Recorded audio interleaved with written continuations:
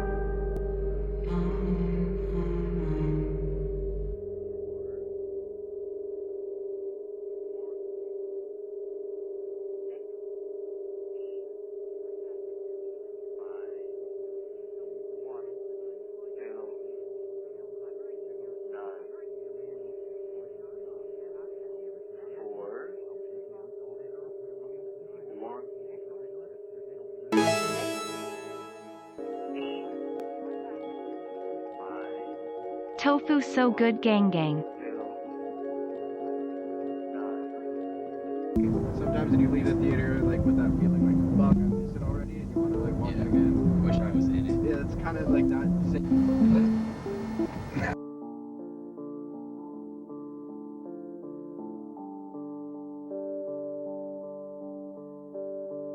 Wither away in that comfortable place where I stay.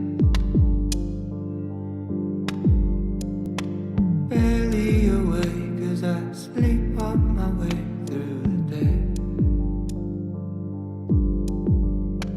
Don't ask how I've been if you run into me, it's so fake.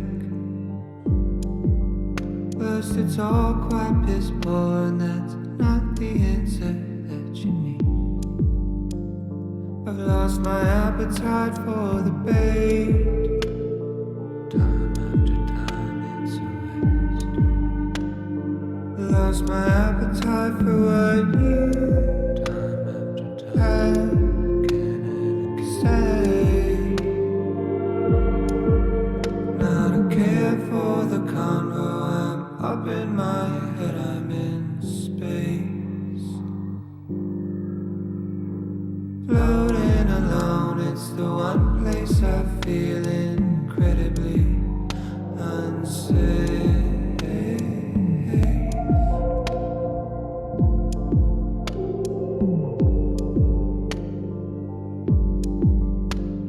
This heavy heart that beats in me will weigh me down a full 6 feet. If not these 750 milliliters, one for each of the secrets that I keep. Could you turn it down? Turn it down. It's all too loud. Too loud. Oh. June turned me into a shell. Inhale, got 6 year exhale. Left a residual self. Scraps of compassion, missing in action. No care for the convo. I'm in space, floating alone, incredibly unsafe.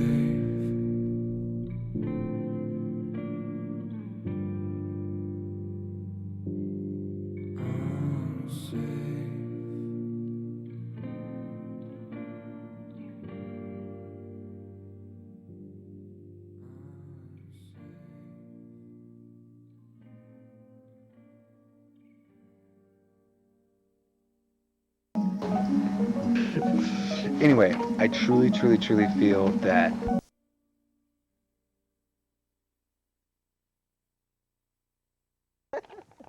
oh, keep going.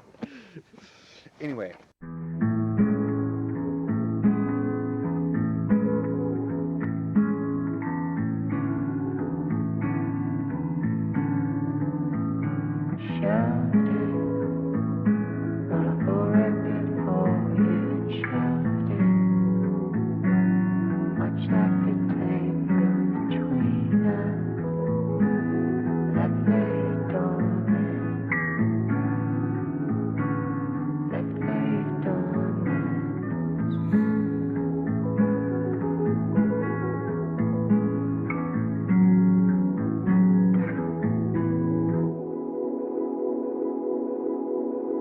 Do I miss you or a memory? Someone or something I couldn't call it. Is it your smile in the morning? Or just the prime of our 20s? I shouldn't bother. I'm just searching for a feeling, and maybe it's past and I can't grasp it. A moment set somewhere in between where we met and where we left it. Almost as if every passing bird flies directly through our shadow. I really shouldn't. where you at now? Did you save the 10,000? Did you find a passion? Alleviate some pressure? Have you got any new friends? Did you find a new man yet? Does he treat you special? I hope he treats you better. Now you had it.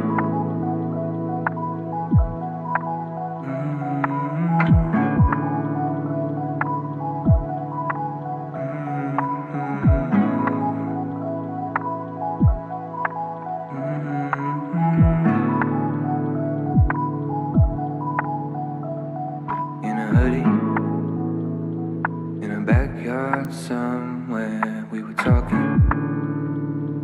And your eyes all sparkly, got me nervous. Not a clue as to what it would be. Now you're leaving.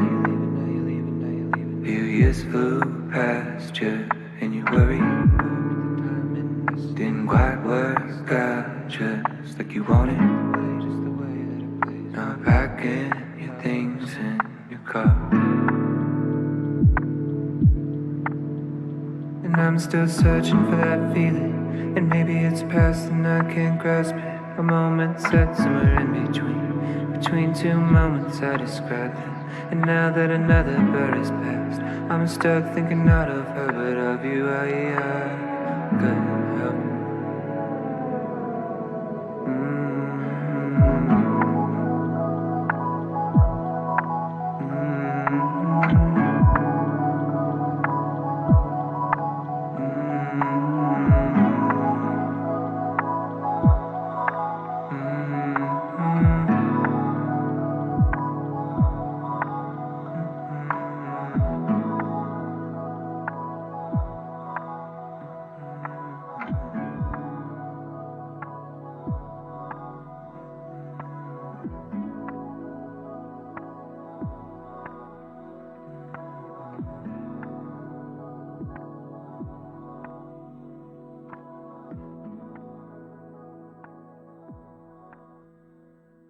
Okay, don't move on my toe.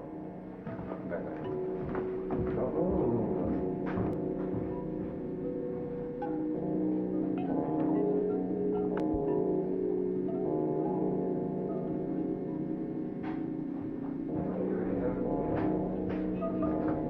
Still got a bite, or just have a glass of peanut butter?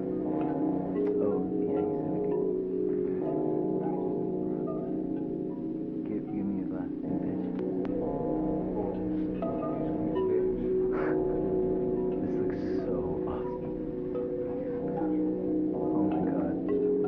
I love you, Grandma. Look, this is amazing.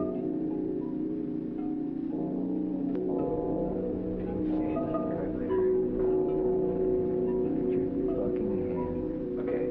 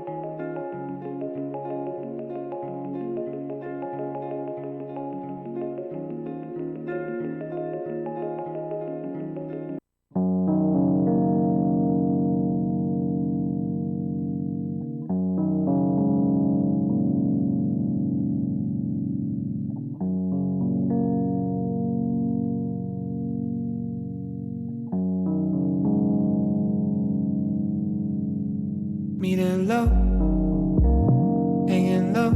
I'm on empty, headed home. I'll make it home. I guess I'm okay. I don't know. No, I'm not sure. I wasn't thinking about you. But the piano roll had me feeling cold with memories of you. Yeah, we were younger, I was struggling, but we were good. Standing still, right beside me, You were good to me. Og you tofu nodders. I couldn't say the same, but we laid the blame to waste. By the wayside you went away.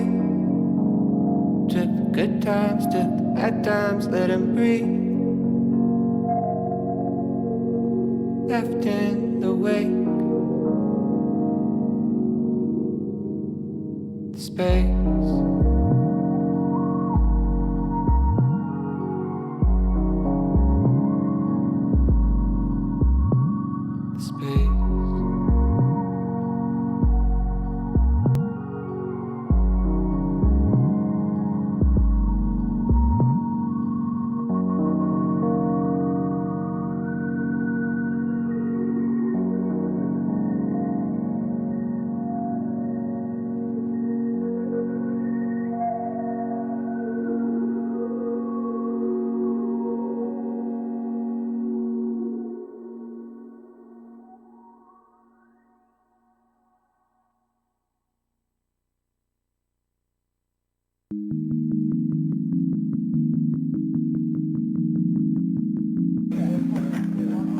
Do you remember yesterday?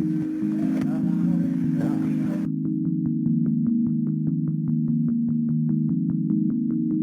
That was a nice moment. That was a nice moment. That was a good moment.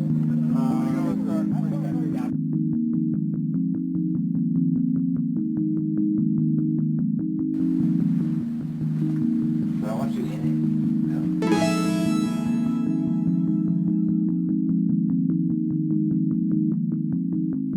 Play that on my, what do they call it?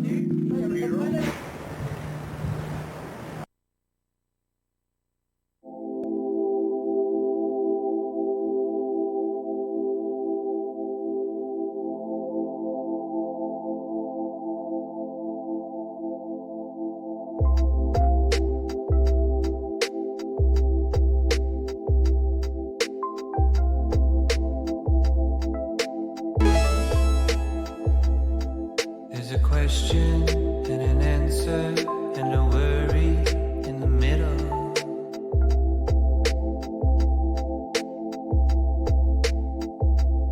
There was a promise of forever and a wishful intention.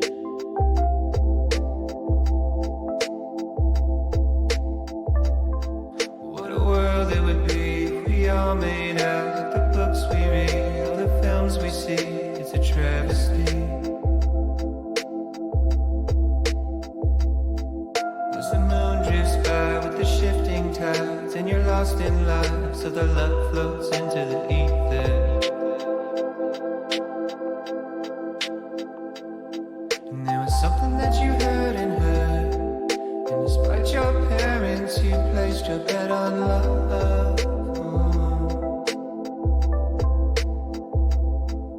Even though it made you hurt, you always tried to make it work, 'cause you believed in us. She said you're pretty, but you drink too much. You've got a head on your shoulders and it's good enough, but something broke you. I said I'm sorry, and it's well in advance, but I will hurt you more than anybody has. Yeah, it's a sure thing. Oh, is it a sure thing? She said, I know that you didn't know back then, but getting all that you should know by now. It never was about the pain you held, not in the way that you shut me out, not in the way that you hate yourself, or all the ways that you let me know it was that you and I, we were on our way. Kind of feeling that was unexplained, and you still feel like you felt back then. It's what you tell me when nobody's listening, and you ain't happy where you're at right now. Talked about it for a couple hours, a lot of change in the past few years, a couple deaths and a few relationships, a little older and a little scared of making all the same mistakes I made. You said you're weary because you think too much. You've got a mind of your own, it's free enough, but it'll drain you. I know you're sorry, and it's right on time, 'cause you told me what would happen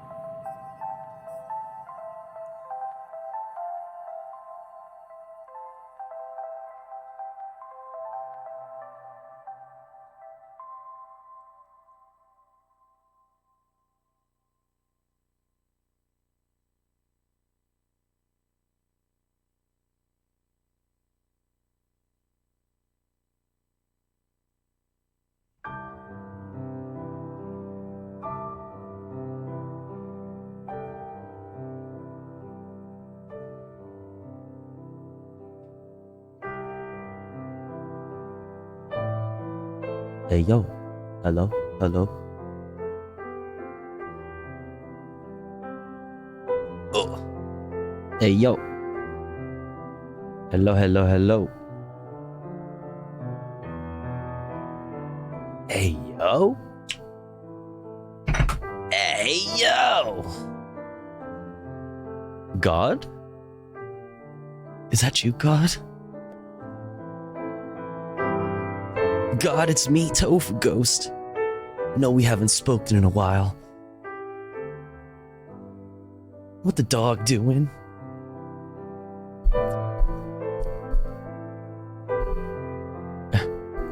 Hi. Are we dead? Yes. This is hell. Welcome to hell. Welcome to hell. I'm your host, Tofu Ghost. Yes, yes, yes. Yes, yes, yes. Eternal flames of hell, so good. Yes, yes, yes. Eternal flames of hell, so good. Burns my flesh. Yes, yes, yes. What's up, chat? How's it going? I hope you're doing well. I'm doing okay. I'm geeked up. Yo, Tech Tink. Tech_Tink donated $10. Gang gang. Yo. Yes, yes, yes. Yum ice cream so good. Mm-hmm. Yum ice cream so good. Yeah, Yes, yes, yes. that's right. Yes, yes, yes. Right. Yum ice cream so good. Slay. Ha ha ha. Gang gang. Yes, yes, yes. Yum ice cream so Yum. good. So good. So good. So good. Yes, yes, yes. World Trade Center. Yes, yes, yes. Building 7. Yes, yes, yes. Jet fuel doesn't melt steel beams. Yes, yes, yes. Ice cream's so good. Ice cream's so good. Building 7. Yes, yes, yes. What's up, chat? How's it going? Happy Monday. Good to see you all. I wonder who takes longer, Mario or Tofu with their starting stream? Definitely me. Without a doubt, it's me. Like easily, right? I'm just pulling up, and it's almost 30 minutes since I started stream. I take the cake, or the ice cream, if you will. Yes, yes, yes. Laughs in VO. What's up, everybody? What's going on? I hope you're doing good. I'm doing okay. I'm fucking wired right now. I was like getting ready for stream, and also I'm late. Sorry about that. Sorry about that. And I was like, dude, I'm so sleepy. I'm fucking eepy. So I was like, I need to wake up right now for stream. I need to wake up. So I fucking pounded a fucking energy drink, even though I've already had 2 today. And now I'm fucking wired, and I'm so here we are. That's my word for the night. That's my word. If you all had to describe the way you're feeling right now with one word, what would it be? Not like today in general, not like in life in general, but like right now. What would it be? Mine's wired. Or actually, I take that back. Geeked. Zooty. Metamorphosis. Bonkers. Zooted. We got multiple zooteds. Yes. Word. Yes, yes, yes. Chewy. Hydrated. Waxed. Oh. Oh? Pissing. Okay. Hospitalized? I hope you're doing okay. All-nighter? I'll take it. I'll take it. Okay. Goofy. Love that. Capsized? Uh-oh. Ice pick headache? Fuck. Yo, joint specialist. Thank you so much. Crunchy. Word. Thank you for 13 months. Thank you for 13 months. And also, Tech Tink, thank you so much for the $10. Also, thank you so much for the $10. I really appreciate that. And Round Girl, thank you for gifting to Not Your Average Guatemalan. And Sky, thank you so much for gifting to Veggie. And Adrian, thank you for gifting to Not Mitch. And Roynald McDonald, thank you for 3 months or 6 months. And Zeph, thank you so much for your Prime, 2 months of Prime. And Doodleburb, thank you again for the raid. And Spike Trees, thank you for a fucking year. Let's go. Let's fucking go. Wow, a whole year. Wow. Yo, thank you so much, Spike Trees. I appreciate that. New colored username. Classic Banana Milk also. Thank you so much for 7 months. Pog. Thanks, everybody. I appreciate that. Good to see everyone. It's Monday. We're back. Had the weekend off, as you know. And we're back. And we're ready for action. Let's get this music cracking.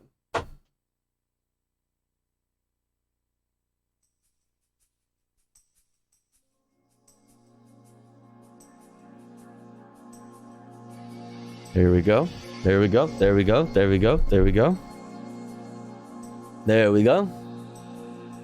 All right. We have lots to look at. Which actually, I'm actually worried because I started so fucking late. And I don't know if we're going to be able to get to everything. Classic tofu. So late. What's up, Round Girl? Also, I got to say hi to everybody. What's up, Hapsley? What's up, Alejon? What's up, Round Girl? What's up, Not Mitch? What's up, Bipedal Humanoid? What's up, Chairman Rennie? What's up, Adrian? What's up, Snilk? What's up, Panda? What's up, Complaining Laney? What's up, Cult of Eyes? What's up, Overt Sloth? What's up, Papa John Pig? What's up, Ink Frog? What's up, Liv? What's up, Chelsea Victory? What's up, Punky Gal? What's up, everybody? Let's see, who else did I miss? Bear Cilium, Hapsley. Hello, Riot Vision. Hello, Victor. Hello, McSecular. Classic Banana Milk. Who else? Not Your Average Guatemalan. Forlorn, Razzie. We got Punky Gal. We got Baxapath. Who else? We got Czar Rasputin. Who else is in here? What's up, Flunky? What's up, your progressive aunt? Hello from Insomnia Land. Welcome. That's where I live. You've come to the right place. That's where I live too. We're neighbors. Finally fucked up my sleep schedule again. Now I can watch Tofu. Let's fucking go. L sleep schedules, or W D-gens. L sleep schedules, yes. I think you missed Panda. Yo, Panda, what's up? Tylo the Great, welcome in. What's up, Fox of Fate? What's up, Next Life After? What's up, everybody? Oh man, I'm late and we have plenty to look at. And I'm wired. I'm geeked up off the caffeine. Exclamation point watching in the chat if you would like to take a look at what we are going to be watching as far as videos go. I'm also doing that so that I can pull up my own playlist here. And I also have an article from Knock LA. A little hogwash for us. But first, we started off light. We got a new daily dose of internet. Got what happens today in history with the Associated Press. And then we're gonna get into the headlines. You know how it goes. Didn't see you come on screen. It was muted. Yo, what's up, Doodle? Thank you so much for the Burb raid. Thanks for the EP raid. If you don't follow Doodle Burb, go do it now. They're very pog. They're very, very pog. Thank you so much for the raid. Hope you had a great stream. What's up, Christina Amazon? Welcome in. How's sweet Hogwatch for Widow O Us? Yeah. For Widow O Chat. Follow the bird. Follow the bird. Boom, boom, boom, boom. All right, let's get into the stuff, huh? What do you say? Start it off nice and light. Do a little daily dose of internet. see what happened today in history.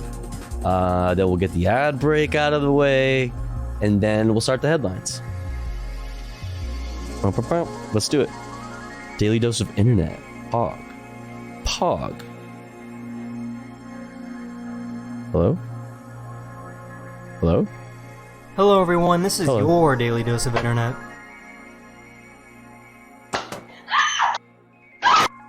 Oh shit! Dude. Wait, what your happened? daily dose of internet. Oh my god, I got shot. Oh! Dude, I just got You think that's real? You think that's real? Was that staged? That was crazy. bitten by a bee. Is this bad? That should be fine. Touch me. Wait. What? They said they got bit. Wait. Dude, I just got bitten by a bee. Is this bad? No shot. Seriously? That should be fine. Touch me. Oh my god, bro, it's oh my god. It's me helping Mari move a couple fucking weeks ago when I'm driving the fucking U-Haul. Did we tell this story? Oh my god, bro. That's literally me. My fucking the tire blew in the U-Haul. Did I not tell this story? It exploded. Dude, I'm driving the fucking U-Haul full of fucking Mari's shit, and she's driving behind me, right? And so the front we have the 20 fucking, I think 20 footer, the big ass one, right? The front 2 tires, regular 1, 2, right? And then the back, there's like 4 tires, 2 on each side. The inner left tire blew the fuck up, and it just sounded like an explosion. It just sounded like a fucking explosion, and I didn't know what the fuck happened. And Pepper is chilling on my lap, and Pepper and I are both freaking the fuck out, like, what the fuck was that? And then we started smelling it, and like I could smell like the fucking burning, like fucking something. And Mari's driving behind me, and she turns her hazards on and flashing me. She's like pulling over, and I was like, all right, that's when I knew it was for sure me. Like, it was the U-Haul that I was driving, it that fucking had something fucking wrong. And sure enough, the tire exploded, and some fucking Giga Chad, some absolute fucking Giga Chad. So Mari was fucking a clairvoyant and like got the like roadside assistance like coverage, like for like a little bit extra money or whatever, thank goodness, because this fucking absolute Giga Chad just like pulled up. Like, she called the U-Haul fucking people or whatever, and then this dude pulled up maybe like 15 to 20 minutes later, real easy, real quick, in a truck, in like that's like in a big van that had like a whole like shop's worth of like a tire automotive shop's worth of fucking gear in the back. And dude had to have been like maybe 23, young dude, just fucking in the middle of on the 5, just about to hit the Grapevine going to LA, if anybody knows.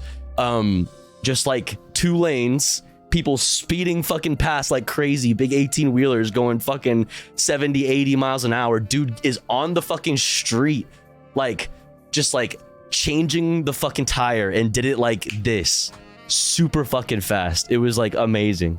Absolute Giga Chad. Absolute fucking Giga Chad. But yeah, we were like on the home stretch. Oh my god, it was like we could taste LA. We were like, oh my god, it's been 3 days. Yo, Celtic, thank you for holy shit, 16 months. Holy fuck. Side note, Bussy. True, that's true. Yeah, that's true. Yo, that's true. Good morning, Celtic.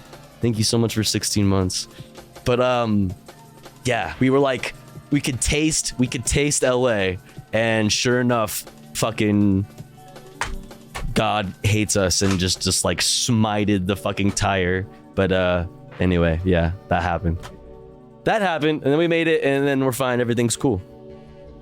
Got Mari to her new place, and she's getting settled in, and hopefully she'll be streaming soon. Hopefully she'll be streaming again soon. Taste of LA pollution, exactly. Could taste it on the tip of our tongue. Anyway, so that's my story about how this is actually me. Touch me.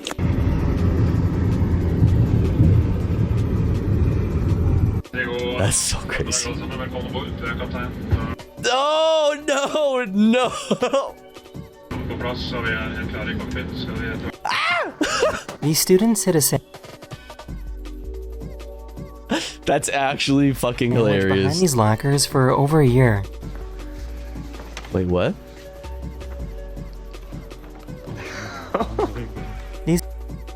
Was that a sandwich, they said? Dude. These people have been online friends for over 6 years and just met for the very first time. Oh, Jesus! Start beating your fucking ass. Yeah, bitch. Remember that time in Fortnite, motherfucker? What's up?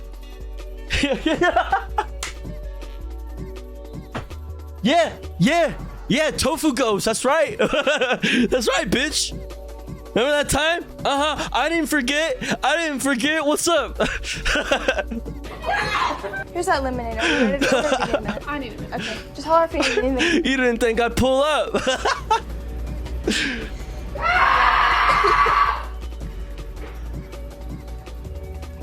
Are you ready to order? Yeah. This guy found out that dyeing your hair with a shopping bag isn't a great idea because then the logo gets dyed in as well.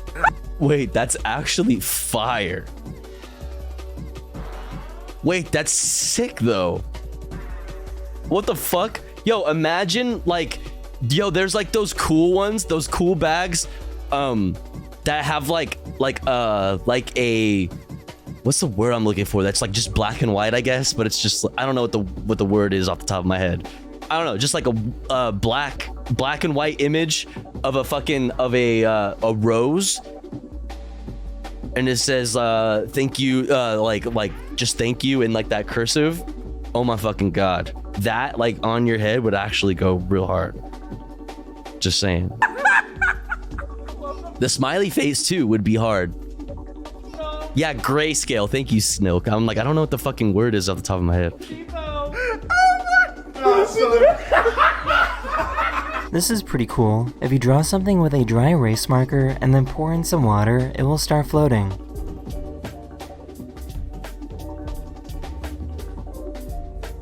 Wait, that is crazy. Oh no. I found a very large boy. Oh my God. I'm gonna bring you home extra. They're gonna spoil you. You know, like when mum and dad come and move you at night, Big boy. and you don't even know you've been moved? That's exactly how he is. These regular, What? ordinary people. I didn't understand any of that. What?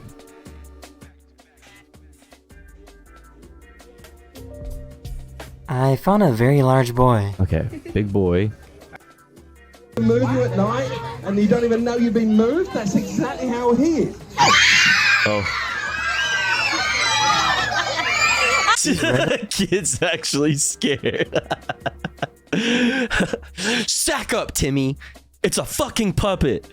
Ordinary people Get back over there. parked their car right next to where Harry Styles is supposed to come out of his hotel. So he pretended that he was a celebrity trying to hide from all the fans.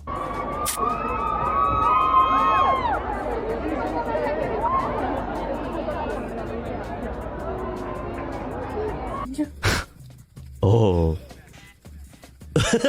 Oh. Oh.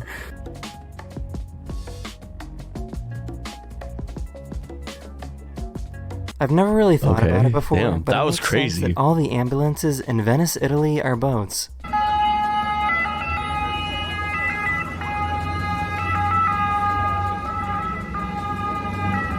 Wait, why does that kind of go hard? You could totally sample that.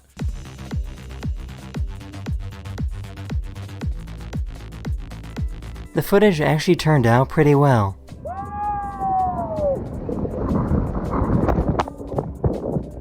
I have never seen such a nervous dog before.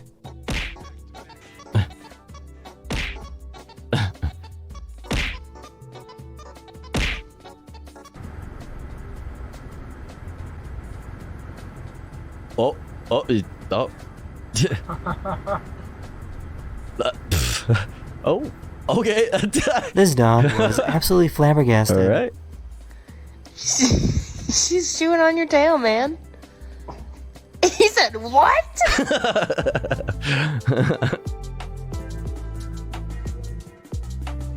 Oh shit, Wick. Oh damn.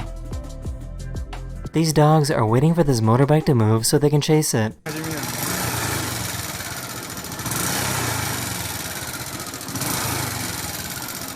Yo, this is all my fucking haters, dude. This is trolls in the chat that pull up just to hate on us. Just to fucking hate on us. When you pull up on them, they're just like, that is the end of this video. We hope you enjoyed, and I'll see you guys again very, very soon. damn, he's just Later. chilling, dude. Alright. Alright. They just itching to hate. Do you even get haters? I thought you were universally loved. All. I actually don't really anymore. I actually really don't. We don't like get trolls because of a lot of the. I mean, we do every once in a while, but it takes like you have to really want to. You have to like really want to, and usually people, if they have to wait 15 minutes to troll you, they like won't do it. They'll just move on someplace else that they can pull up and immediately just start typing crazy shit, you know? I can hate you, Tofu, if you want me to. Could you do that? Would you do that for me? But yeah, I don't know. And like PosadaBot just snipes the fuck out of people. Like you gotta like really, really, really want to, and honestly, it's just not worth it. Also, I'm a fucking total sweetie. You know what I mean? Also, I'm a total fucking sweetie pie, so fucking what the fuck? Today in history, July 17th, excuse me. What is time? Let's check it out. July 17th, 1996. It was like a big white flash, and then all of a sudden, it turned into this big orange fireball, broke off into two pieces. TWA Flight 800 explodes and crashes off New York's Long Island minutes after taking off from John F. Kennedy International Airport. All 230 on board the Paris-bound flight are killed in the blast, blamed later on a fuel tank explosion, likely sparked by a short circuit in the plane's wiring. 1918. Russia's last Tsar, Nicholas II, and his family are executed by their Bolshevik captors. That happens the year after the Russian Revolution topples the monarchy from power. 1955. To all who come to this happy place, welcome. Disneyland is your land. Entertainment giant Walt Disney opens his latest creation, the Disneyland theme park in Anaheim, California. 1979. Oh shit. Nicaragua's dictator Anastasio Somoza resigns and flees into exile in Miami. That paves the way for the leftist Sandinistas to take power in that Central American country. 1975. The Cold War superpowers link up in space for the first time. Apollo Houston, I got two messages for you. Moscow is go for docking. Houston is go for docking. It's up to you guys. Have fun. Have fun. The American Apollo capsule docks with a Soviet Soyuz spacecraft. 1961. Docking. Baseball Hall of Famer Ty Cobb, considered one of the game's best all-round players, dies in Atlanta, Georgia. Cobb was 74. Ooh. And 1967. Oh, hell yeah. John Coltrane, the jazz composer and musician, dies in Huntington, New York. Damn, rest in peace, King. Today in history, July 17th. Ross Simpson, The Associated Press. Damn. Damn. Damn. All right, chat. So that's what happened today in history. Pretty cool, I guess. Nothing too crazy. Before we get into the headlines, though, we're going to run an ad break, chat. And when we run ad breaks, we run ads while I'm away from the stream. That way, even if you're unsubscribed to the channel, you don't miss out on any of the content.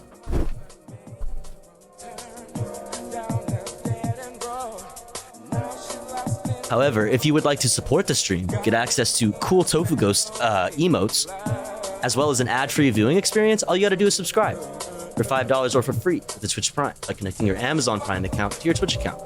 But let's say you're already subscribed to the channel, you're feeling generous, and you have the means to.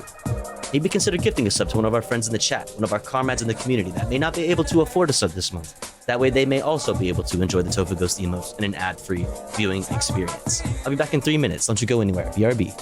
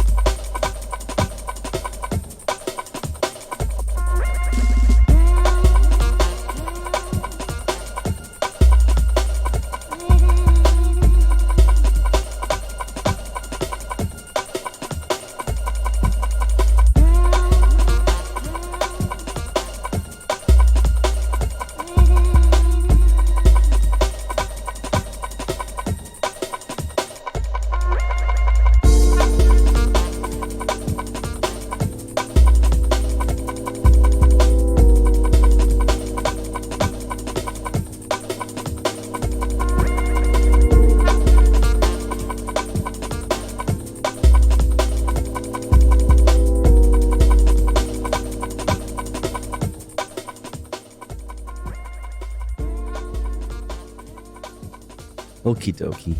We're back. We're back. We're back.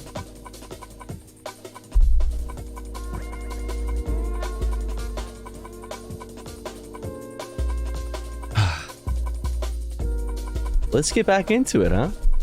Oh shit, wait. Yo, Not Mitch, thank you for gifting us up to Papa John Pig. Very pog. Thank you so much, Not Mitch. And Zeph, thank you so much for gifting us up to Farrelly Poly. Thank you. Thank you. I really appreciate it. Thank you so much, chat. Hell yeah, we're already at 6 out of 30 for the daily sub goal. Very cool. Thank you so much. Where were we? Let's start off the fucking headlines. Tofu, did you see SAG members are naming and shaming content creators who crossed the picket line? No. Pog? Oh wait, I can't fucking watch.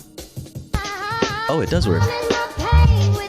So Andra here is, I believe, our first official scab of the strike. She is a voice actor, singer, and dancer. She's also from Europe, as she said in her comment section, which leads me to believe that she incorrectly thought that the rules do not apply to her. That is not how this works. Now, I don't know if she ever had any aspirations of working in the US in any of these positions, but she has effectively destroyed that. You cannot sign a SAG card after being seen scabbing so publicly. Now, she said she was European, and I don't know exactly how the unions in Europe work, but I would guess going viral on TikTok for scabbing is a really good way to get blacklisted from your industry. So best of luck to her. You know, I hope the movie was at least entertaining, so she had something fun to watch before she blew up her entire future so embarrassingly publicly in front of all of us. Have the day you deserve, Andra. I mean, I don't know anything about that person. I don't know. I don't know. It doesn't. Europeans don't fall under SAG. I mean, that's what I'm saying. Like, I don't know anything about that. I can't really say. Obviously, don't cross picket lines. Like, obviously. But I mean, maybe they didn't know. I don't know. And maybe it doesn't apply to them. I don't know anything about that. I'm not sure. Other countries, do you have different rules about working in the US while on strike? Nope. Yeah. Real. Don't promote an American movie. Okay. People were saying don't cosplay stuck films.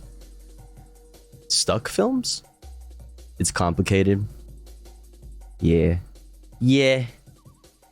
I feel it. All right, let's see. Let's start off with the top 5 stories we need to know today, according to Reuters. Wait, did I even put that on? Oh, I did. Here it is. Okay. Top 5 stories. Let's go. Russia says it has halted participation in a landmark UN-brokered grain deal just hours after Moscow said Ukraine had attacked the Crimean Bridge. 2. A Russian couple were killed and their 14-year-old daughter was wounded in what Moscow says was a Ukrainian attack on the Crimean Bridge. Number 3. Democratic Senator Joe Manchin is set to address a bipartisan group in New Hampshire, feeding speculation that he could be weighing a third-party presidential candidacy. Bro.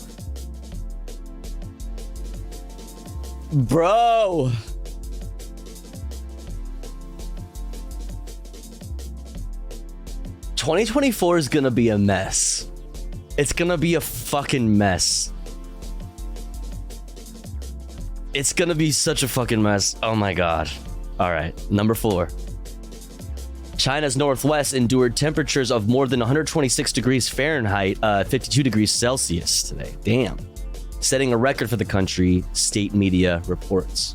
God damn.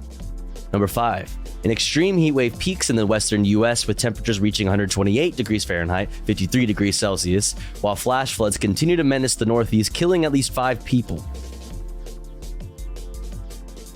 Not very pog. Not very pog. Now let's get the highlights, international news from... not Ukraine. From Al Jazeera. You're watching Al Jazeera with me, Sahil Rahman in Doha. Reminder of our top stories. The Kremlin says that it's halted its participation in the Black Sea grain deal. Moscow says its conditions for extending the agreement haven't been fulfilled. It was due to expire later on Monday evening. An explosion on the bridge linking Crimea and Russia has killed at least 2 people. The Kerch Bridge is closed to traffic. Local media says a section of the bridge is also damaged. The South Korean president has visited areas devastated by floods and landslides that have killed at least 41 people. Yoon Suk-yeol urged all-out efforts from the public flooding to deal with the emergency. Korea, India, United States. From a flooded tunnel in Chungcheong. As that heat All right, that was pretty short. I didn't even realize it was only 48 seconds. All right, news wrap from PBS. Let's check that out. Wave hits parts of the U.S. Southern Europe continues to swelter as intense heat there shows no signs of abating. How are you today, Tofu? I'm doing well. What's up, Alex? It is a hot air mass from Africa called an anticyclone. In Italy, officials stepped up heat warnings as temperatures in Rome soared to 102 degrees. It could be even worse tomorrow, but many tourists seem to take it in stride. We are young and healthy, and I think we will manage the heat. We have water, nothing in the bag, just water, lots of water, and we have air condition on the hotel. Spain and Greece are also enduring brutally hot temperatures, and the heat wave is expected to last until Wednesday. U.S. climate envoy John Kerry met with his Chinese record number of deaths from heat counterpart today, pushing for a curb on coal usage and methane emissions. The Beijing talks marked their first extensive face-to-face meeting after a year-long break as relations worsened. The U.S. and China are the world's leading polluters. Russia is warning Ukraine will answer for an attack that closed a key bridge today and killed 2 people. The Kerch Bridge links Russia to annexed Crimea. It's a supply route for Russian forces and was initially attacked and damaged last October. Moscow released sometimes blurry images today showing investigators at the mangled bridge and a damaged passenger vehicle. Russian President Vladimir Putin warned of retaliation. I'd like to repeat that what has happened is yet another terrorist attack committed by the Kyiv regime. It's also a cruel crime because innocent civilians have been killed. Of course, there will be a response from the Russian side. The defense ministry is preparing adequate proposals. Ukraine did not directly confirm or deny responsibility for the attack. An adjacent railroad bridge appeared undamaged. It handles more military traffic than the Kerch Bridge does. Back in this country, a state court judge in Iowa has temporarily blocked a law that banned most abortions after 6 weeks of pregnancy. Republican state lawmakers pushed it through last week in a special session. Today's action puts the measure on hold while courts decide if it's constitutional. Another experimental Alzheimer's treatment is showing promise. Drug maker Eli Lilly reports its medication donanemab slowed the disease by 4 to 7 months among patients in the early stages. A different Alzheimer's drug was approved by the FDA earlier this month. Both come with a risk of brain swelling and bleeding. On Wall Street today, hopes for improved corporate earnings outweighed China's report of weaker economic. All right, that's enough from y'all. Let's get some bias news, my favorite. In today's biased news, Russia scraps the grain deal, an Italian workers' strike grounds air travel, and peace talks for the Sudan conflict resume in Saudi Arabia.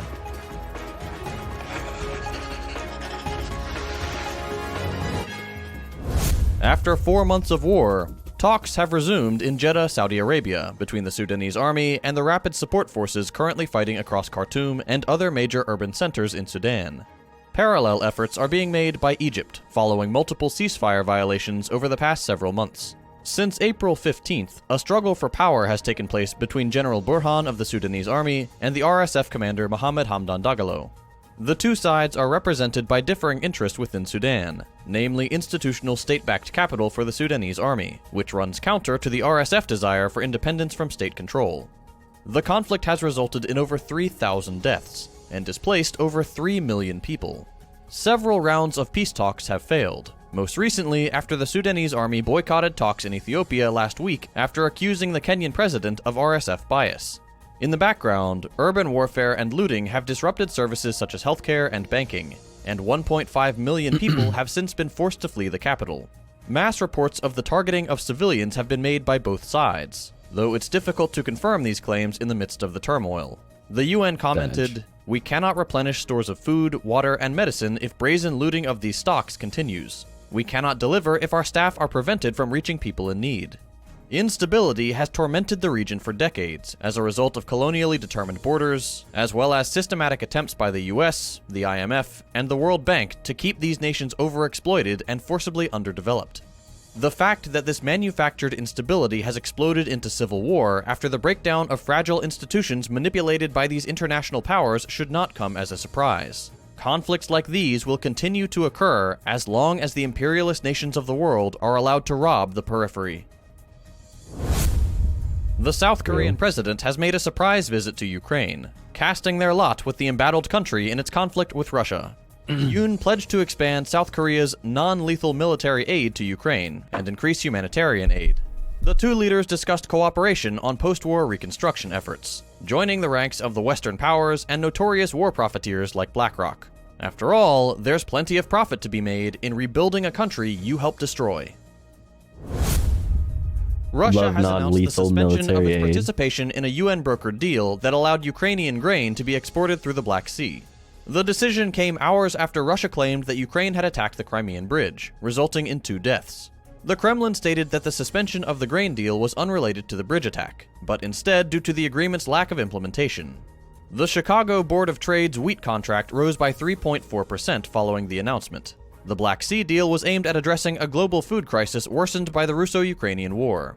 The consequences could be dire: higher food prices, starvation in the developing world, and higher economic instability.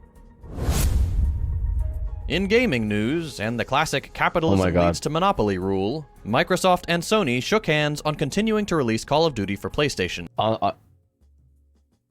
In related news, it was on sale on the PlayStation Store. So I got it, dude. So I got it. What if we did the fucking Yo, what if we did the campaign on stream? Microsoft's acquisition of Activision. I haven't played Call of Duty in fucking forever, and it was on sale, and I was like, fuck, dude, if I'm ever gonna get it, it's right now. So I was just like, I just did it. Blizzard, the maker of the best-selling Call of Duty games, has raised concerns that it could lead to anti-competitive behavior. The $68.7 billion acquisition deal would be the biggest of its kind in gaming industry history. Sony had previously worried that Microsoft would make Call of Duty and other Activision games exclusive to Xbox. Sunday's binding agreement means that Call of Duty will continue to be released on both the Xbox and the PlayStation. U.S. climate envoy John Kerry has arrived in Beijing for discussions on climate issues with China.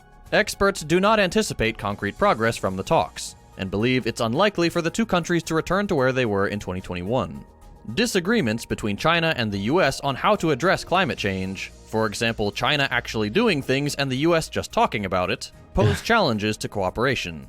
Pessimism and bitterness surround Kerry's visit, with concerns over the U.S.'s condescending approach and punitive measures against China's green industry. The recent high-level visits between China and the U.S. are viewed as positive signals overall, but it remains to be seen whether we can avoid real conflict between the two nations. And in positive news for the day, Italian airport ground crew strikers showed how it's done when their 8-hour strike led to the cancellation of around 1,000 domestic and international flights. While it is unfortunate that over 250,000 passengers were left waiting around, it was a striking show of the importance and impact of labor, without which nothing moves. Ryanair pilots at a Belgian airport also went on strike, resulting in the cancellation of 120 flights. The strike occurred during peak tourism season and amid a heatwave in Italy. The striking workers included pilots, flight attendants, baggage handlers, and airport personnel. With strikes and union activity on the rise around the world, there's room for hope that labor still has some fight left in it. That's all for today. We'll be back day after tomorrow with more news. If you missed them, be sure to check out our previous episodes by following the links on your screen.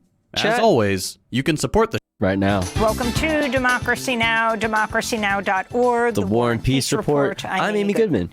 Suffocating heat is gripping 3 continents as the summer's record-breaking temperatures continue to scorch large swaths of the United States, Asia, and Europe. 100 million U.S. residents remained under extreme heat advisories with dangerous conditions forecast this week in the South, the Southwest, and South Florida. Camera's all in Arizona, bonkers. An unrelenting heat waves on track to break the previous record of 18 straight days of 110 degrees plus highs in Phoenix. That's Fahrenheit. Some of the most what a photo. Honey, get me with the fucking the fucking temperature. At risk include people who work outdoors like construction workers as well as unhoused people. I've been here for 12 years and I haven't seen nothing like it. It's hot. My fell asleep on some hot concrete, and my whole left side got third-degree burns on it. Holy shit. You know, so that's an eye-opener. Dude. Holy fuck, man. Europe could record its hottest day ever on the Italian islands of Sicily and Yeah, fuck. Poor guy, dude. Where do you go? Like, any place that, like, you know, any good place for shelters, like, surely you're not, you know, not like a place that you can hang out for too long. God damn, man. Sardinia. Over the weekend, Italian authorities issued an extreme health risk in 16 cities, including Rome and Florence. Italians flocked to lakes and seasides in an attempt to cool down. This is not normal. I don't remember such intense heat, especially at this time of year. This is a spicy weather. In northern Syria, displaced people describe the conditions at camps as akin to living in an oven. Children and elderly people are some of the most vulnerable, have scarce options for relief amidst 108-degree Fahrenheit heat. Meanwhile, China's just recorded its highest known temperature as the thermometer hit 126 degrees Fahrenheit, smashing the previous record by 3 degrees. Let's go! Let's go! Number one. In South Korea, at least 40 people have died. 3 degrees this year, baby. 6 degrees next year, homie. Let's go. Line goes up. After days of torrential downpours and flooding. 12 people were killed when 16 vehicles, including a bus, got trapped and inundated in a tunnel in Cheongju after a river levee collapsed. Grief-stricken locals called out the response of authorities to the disaster. It feels like it could have happened to me. I feel like I've died. Authorities should have restricted access to the tunnel in advance. The response was insufficient. South Korean President Yoon Suk-yeol, who also placed blame on authorities, called for better plans to deal with weather-related disasters, which are becoming commonplace due to the climate crisis. At least 100 people have died in India this month as the monsoon continues to wreak havoc with entire towns. Dude, what a seamless transition. I thought we were still in Korea. Nope. Korea, India, Vermont.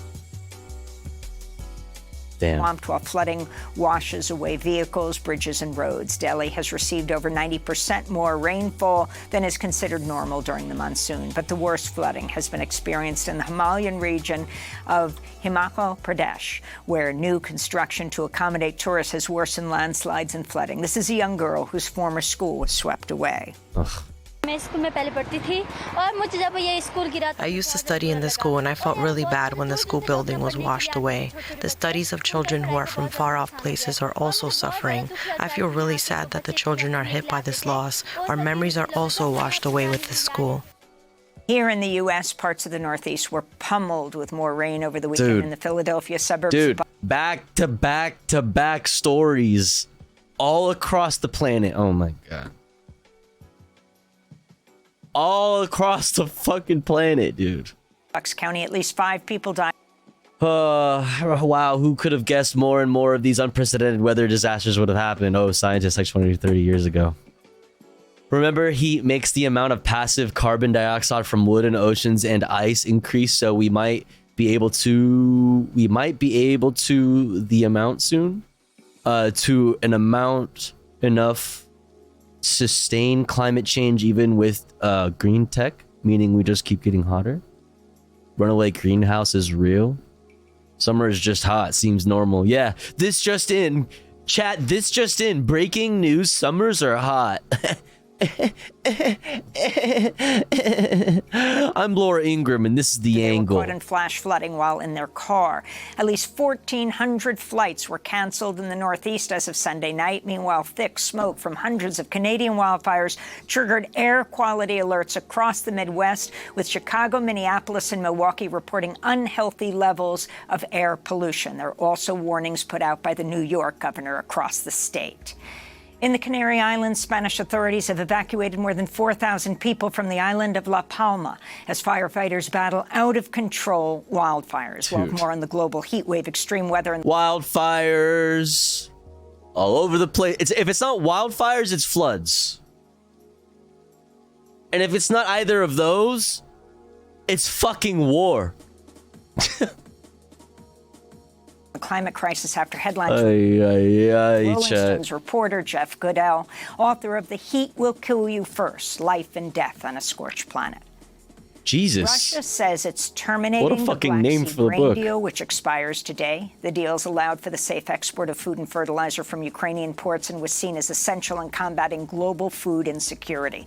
Today's announcement from Moscow came hours after the bridge connecting Crimea to Russia was shut down following early morning explosions, which killed 2 people and injured a child, according to Russian officials.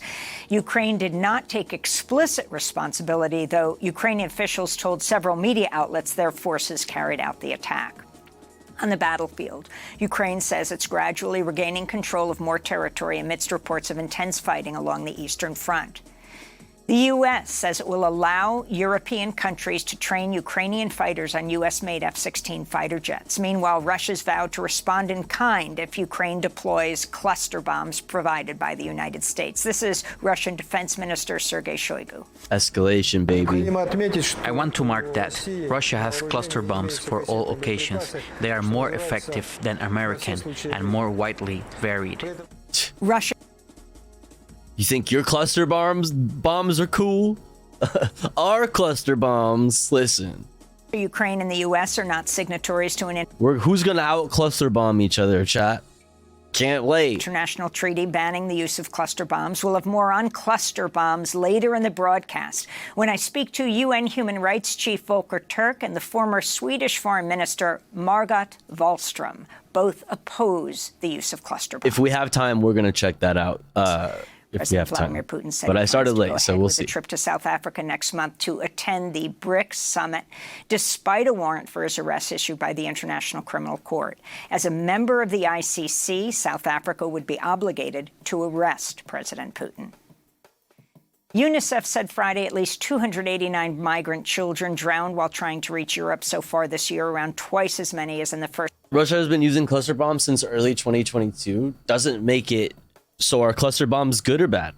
It doesn't make it good. You know what I mean?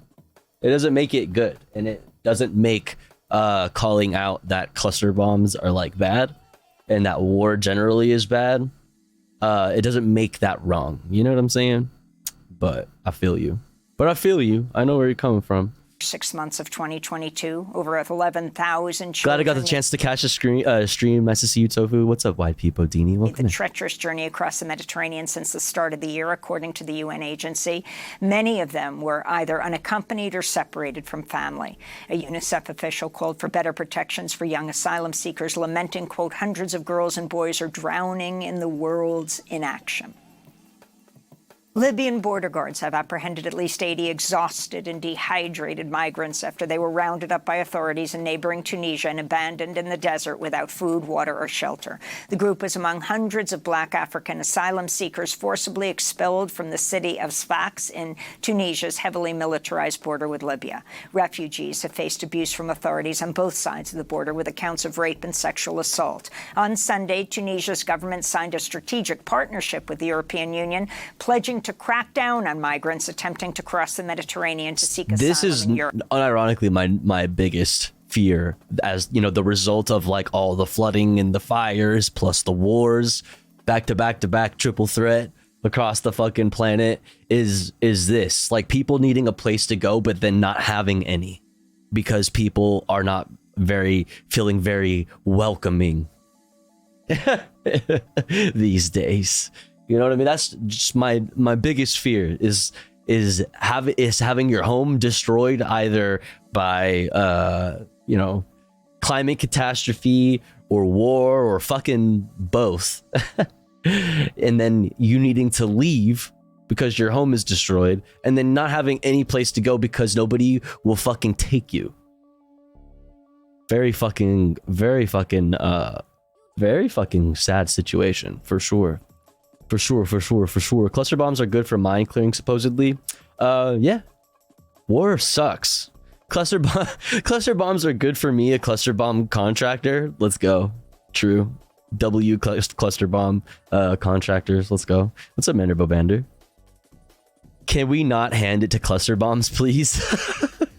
It is totally free to not give props to cluster bombs. That's true. If by mine clearing you mean littering the countryside with unexploded munitions, yes. Hey. 2% though. If we've gotten that number, Woke Sky, we've gotten that number down to 2% of cluster bomb of the munitions are duds. Now it's better than where it was before. It's only 2% of them unexploded. What could go wrong? Solving landmines with cluster bombs sounds like releasing an invasive species to fight an invasive species. Yeah. Remember, some bombs don't trigger and become a huge mine waiting for a kid to step. That's the thing, right? So it's like, are we really fixing the problem here? Trust Pentagon numbers? Yeah, the Pentagon. If you're gonna trust the numbers from anybody, definitely trust the Pentagon's numbers, because they are definitely always able to pass audits every year. They pass audits every year. In fact, they've never missed an audit. There's never been a situation where they've missed an audit 5 years in a row. That's never happened. Definitely don't look that up. Name one time the US state lied. Yeah, exactly. Exactly. Name one time the US lied. The agreement comes after the European. That's what I thought. said it was considering an aid package for Tunisia worth over That's what I thought. In Mexico, authorities apprehended over 500 asylum seekers this weekend in the state of Veracruz as the Mexican government intensifies its crackdown on migrants attempting to reach the U.S. border. More than 200 people, including children, were found in an abandoned trailer, many of them with symptoms of severe dehydration. At least 6 people were arrested for their role in transporting the hundreds of migrants who are mostly from Central America and Cuba. Stricter immigration policies in Mexico and the U.S. have forced asylum seekers to rely on smugglers and take on deadly routes to reach the United States. In Mexico, a journalist was shot dead Brandon's America. Saturday in the state of Guerrero. Nelson Matus was the director of a local news outlet that reported worsening violence. Yo, that's like 2 or 3 journalists in Mexico in the past 1 or 2 months, man. In the region. Matus was gunned down while he sat in his car in the parking lot of a store in the city of Acapulco.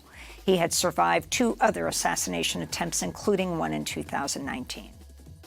Iran's morality police have resumed patrolling the streets for the first time since the death of 22-year-old Mahsa Amini in its custody in September. The morality police had largely been pulled back after Amini's death, which triggered massive nationwide protests. The move comes as Iranian authorities are escalating efforts to arrest women who are deemed in violation of the strict headscarf dress code. This is an Iranian student in Tehran. Do you think the morality police can prevent women from not wearing a hijab? They cannot impose it like before. The number of people who do not obey is too high now. They cannot handle all of us. The last thing they can do is use violence and force against us.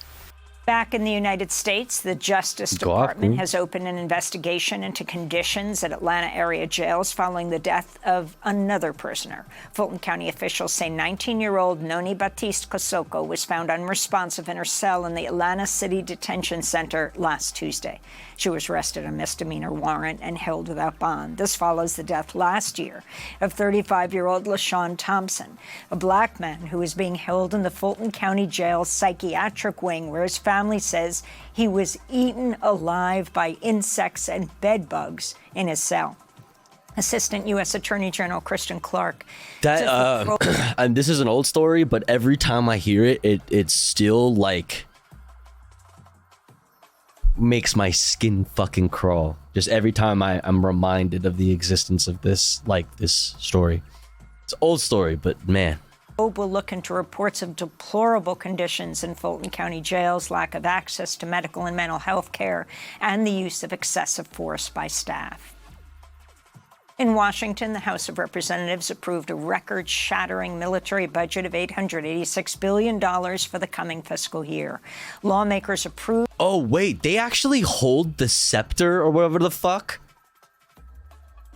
I didn't know they actually did shit with this. I thought it just like sat someplace.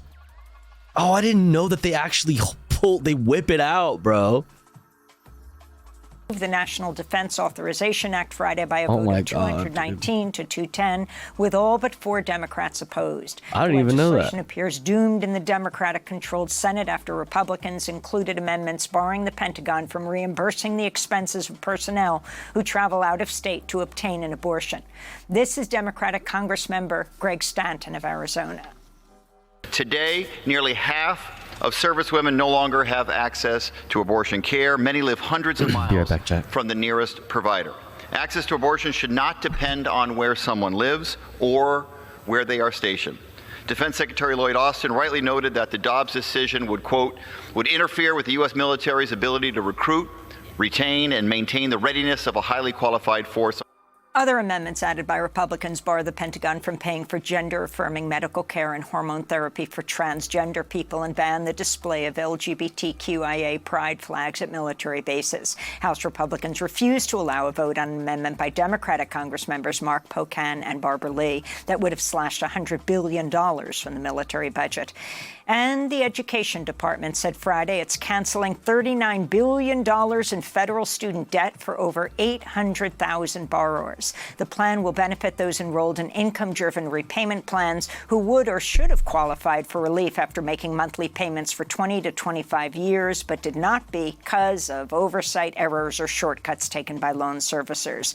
The move, which has been in the works for at least the past year, comes 2 weeks after the Supreme Court struck down President Biden's student debt plan that would have eliminated $400 billion in student loans for some 40 million people. And those are some of the headlines. This is Democracy Now!, democracynow.org, the War and Peace Report. I'm Amy Goodman. Let's fucking go. All right. Let's get filled in by our favorite lib. Let's do it. Today, we're talking about Andrew Tate going after one of his accusers to the tune of $5 million, scabbing becoming one of the biggest fights with the actors' strike, the confusing mess of Carly Russell's disappearance, the worst may be yet to come with this crazy weather we're experiencing, your student debt may be about to be forgiven. We're going to talk about all that and so much more in today's brand new Philip DeFranco show, your daily dive into the news, so buckle up. Oh, true classic banana milk. Yeah, second favorite, Luke. That like button, and let's just jump into it. Starting with, we need to talk about this wild, confusing mess of a story around Carly Russell, because she's a 25-year-old woman from Alabama who went missing most of the weekend. This starting Thursday night at around 9:30 when Carly called 911 because she saw a toddler walking alongside the interstate. And according to Carly's mother, the dispatcher told Carly to stay with the child until police arrived. Carly then reportedly called her brother's girlfriend, who stayed on the line as she got out of her car and called out to the child. The girlfriend then reportedly hearing Carly scream, the phone drop, and then nothing but the sound of cars driving by. With Carly's family quickly tracking down her phone's location, and when they got to the scene, they found the police were already there. They found her car and some of her belongings, but there was no sign of Carly or the child. And so for the next 2 days, there was a frenzied search with tens of thousands of dollars. Okay, that sounds like the beginning of a horror movie. And rewards being offered by Crime Stoppers and an anonymous donor. And early on, one witness coming forward saying they saw a gray car and a man standing outside Carly's car at the time of the incident. But then after police reviewed the security footage, a local police chief said, from the time that she stopped to the time that the first officer hits the blue lights and gets to the scene, we do not see another vehicle pull over or anything like that. And then at 10:45 Saturday night, after nearly 48 hours of searching, Carly Russell just knocks on the front door of her family's home, completely alone. They're then quickly taken to the hospital for an evaluation and returned home Sunday afternoon. Carly's mother posting a statement on her Facebook on Sunday saying that Carly is home and safe and asking for privacy while they try to recover from the terrifying weekend. And while police have reportedly taken a statement from Carly, they have not released any information regarding what actually happened to her and how she got back home. Saying in a news release, the details of that statement are a part of so what happened to the kid? Investigation, which is expected to continue. Wait, so was there no kid? Wait. Over the next few days. But what we do know is that there were no calls about a missing child at the time that Carly said she saw a toddler alongside the interstate. So something we're going to keep our eyes on because this is too weird for it to just end here. And then Andrew Tate and his brother are... I don't understand. The fuck? Now going after his alleged victims. With the Associated Press reporting that Tate and his brother have filed a lawsuit against a woman in Florida where they claim that she falsely accused them of imprisoning her in Romania, leading to their arrest in the country. And according to AP, the brothers are seeking $5 million with the suit that they filed in Palm Beach. And they're also going after the woman's parents, another woman who lived at the Bucharest estate, and a male friend of the woman. With the brothers having long... Wait, but aren't they like still... like awaiting further trial. I haven't been fucking keeping up with this shit. How can they like countersue? Is that a thing? Can you do that? Denied the allegations, and the lawsuit doubles down on that, further claiming this woman is a serial liar, manipulator, and schemer who exploits vulnerable, often wealthy men with good intentions for sexual, financial, yeah, he can try. profit. Though notably with this, a law firm representing some of Tate's accusers released a statement saying, "We are deeply concerned by these developments, which in our view amount to nothing more than a crude and malicious attempt to spread disinformation, disclose personal and private information, and attack those brave enough to speak out against their abusers." And notably, while that firm actually doesn't represent the people being accused of defaming the Tates in this new lawsuit, the law firm told Rolling Stone that its clients actually wanted to make a statement in solidarity. And according to Vice, the lawyers who are actually representing the woman in the suit say they are aware of the filing but do not believe it has any merit, and they're evaluating next steps. And then actors are officially on strike, joining riders on those picket lines, making history. Right, let's go. The first double strike since 1960. We've seen a lot of support, a lot of talking about what's at stake, and with that also different reactions. With a number of actors speaking on the situation and trying to frame things properly for the public, right? Because part of the public reaction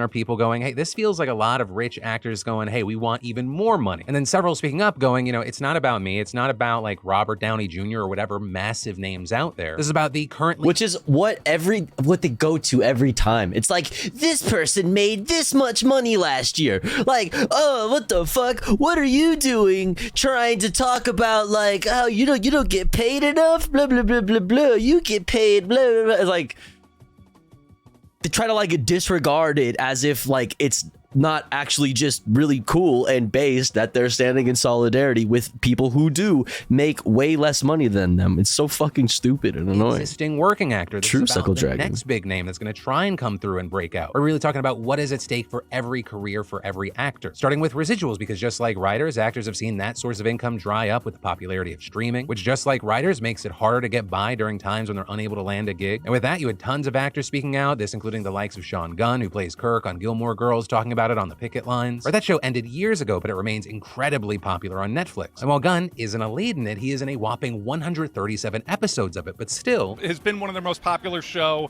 for a very long time, over a decade. It gets streamed over and over and over again, and I see almost none of the revenue that comes into that. Now, notably, that clip was originally shared by The Hollywood Reporter, but they ended up actually taking it down because, quote, it did not note that the residuals Gunn was referencing are paid by the studio and not the streamer, Netflix. But to Sean Gunn's credit there, and I think it's really important to note this because the way that The Hollywood Reporter touched on it, it made it sound like Sean Gunn was lying. He never claimed otherwise, and his whole point was that actors don't see cash for Netflix views because studios pay them meager fees based on licensing, which is also why you had so many other actors also calling the situation out, and those including actors like Kimiko Glenn, who's in Orange is the New Black, with a video she posted in 2020 resurfacing where she revealed that she only made $27.30 in residuals for the show at one point, and another actor from the show saying he kept his day job because it actually paid better than being on a hit TV show, and others just sharing how little they get paid in residuals now. And keep in mind, the fight around residuals is just one aspect of this whole situation, but there being more that we're going to touch on as these strikes continue. But in addition to that, so selfish, so entitled. People would die to be in your position and make $27.30. You fucking selfish motherfucker. You see, Tofu, a millionaire is greedy for defending working class talent. You should support the not greedy person, the billionaire exploiting them both. It's easy. I saw there was a report that the cost of a new union contract was still less than that, than what the WB CEO makes himself. $27 for Orange is the New Black after being on 40 episodes and doing nude. Oh wait, really? Oh shit. Damn. There's been a lot of focus on what about the promotions around movies that are set to release. Right? Actors can no that's rough. longer promote their movies on red carpets, at premieres, at festivals, right? Because that would be considered working with a studio to promote work on their behalf. And so we're already seeing things like the weird premiere of The Haunted Mansion. We saw Disney making the choice because they didn't have the actors to just have Disneyland characters walk the red carpet. But with all this, you had people accusing people who were playing the characters of scabbing, or people saying, you know, they're picking So piracy is ethical in the GTA, the new mechanic, the RP mechanic that allows you to pirate media. Yeah, absolutely. Always has been. Work in place of those on strike, though plenty of people came to their defense, saying it's very much not. This is underpaid non-union labor doing their job, not jobs that would otherwise be union. If it's needed, that mechanic in GTA RP 5 RP is is needed now more than ever, if anything. More of that piracy mechanic in GTA RP 5, GTA 5 RP. More of the piracy mechanic, and also people like archiving things. Archiving media. These are also people exploited by the same system. And this is not scabbing. These are park employees, and the premiere was at the park, and they are contractually obligated to participate. These performers had no choice, and misplaced righteous anger helps no one except the studios. And scabbing in general has been one of the hottest topics with this strike. With some concern that we might see tons of influencers scabbing, and some warning now that SAG is on strike, entertainment corporations are going to start to reach out to influencers and creators to fill the spot of those on strike. Fucking don't. Support the strike. If you ever want to join SAG, don't scab. With the primary concern not being that influencers are going to star in movies, but rather used to replace actors for promotions. And so with that, you have some warning that you'll be blacklisted from the union if you cross the line. And so with that, you have tons of people trying to share SAG's guidelines about what kind of work is and is not allowed right now. But with all that, what I will say is, while I have no intention of ever actually joining SAG, as someone with an audience, as someone with a following, as someone that gets paid to promote certain things, I have made it clear to my sales team, as long as there is a strike, I will not be doing any promotion for TV shows or Let's go. But ultimately, that is where we are now. Good luck to all those striking, and also, I guess, good luck to the guy that pissed Ron Perlman off. That is a man it seems like would be a bad idea to anger. And then it's so damn play the clip. I'm hot right now. And that statement is pretty true across much of the northern hemisphere right now, as countries are struggling with ongoing heat waves and record temperatures. Looking internationally, Spain and Greece expect to reach about 108, 104 in France, 102 in Serbia, 109 in Italy, with one of the hottest spots being parts of Sardinia, which will hit 115. And these extreme temperatures leading authorities throughout Europe to warn people to drink plenty of water, to please stay inside. In some places like North Macedonia, stay hydrated. That goes for you too, motherfuckers.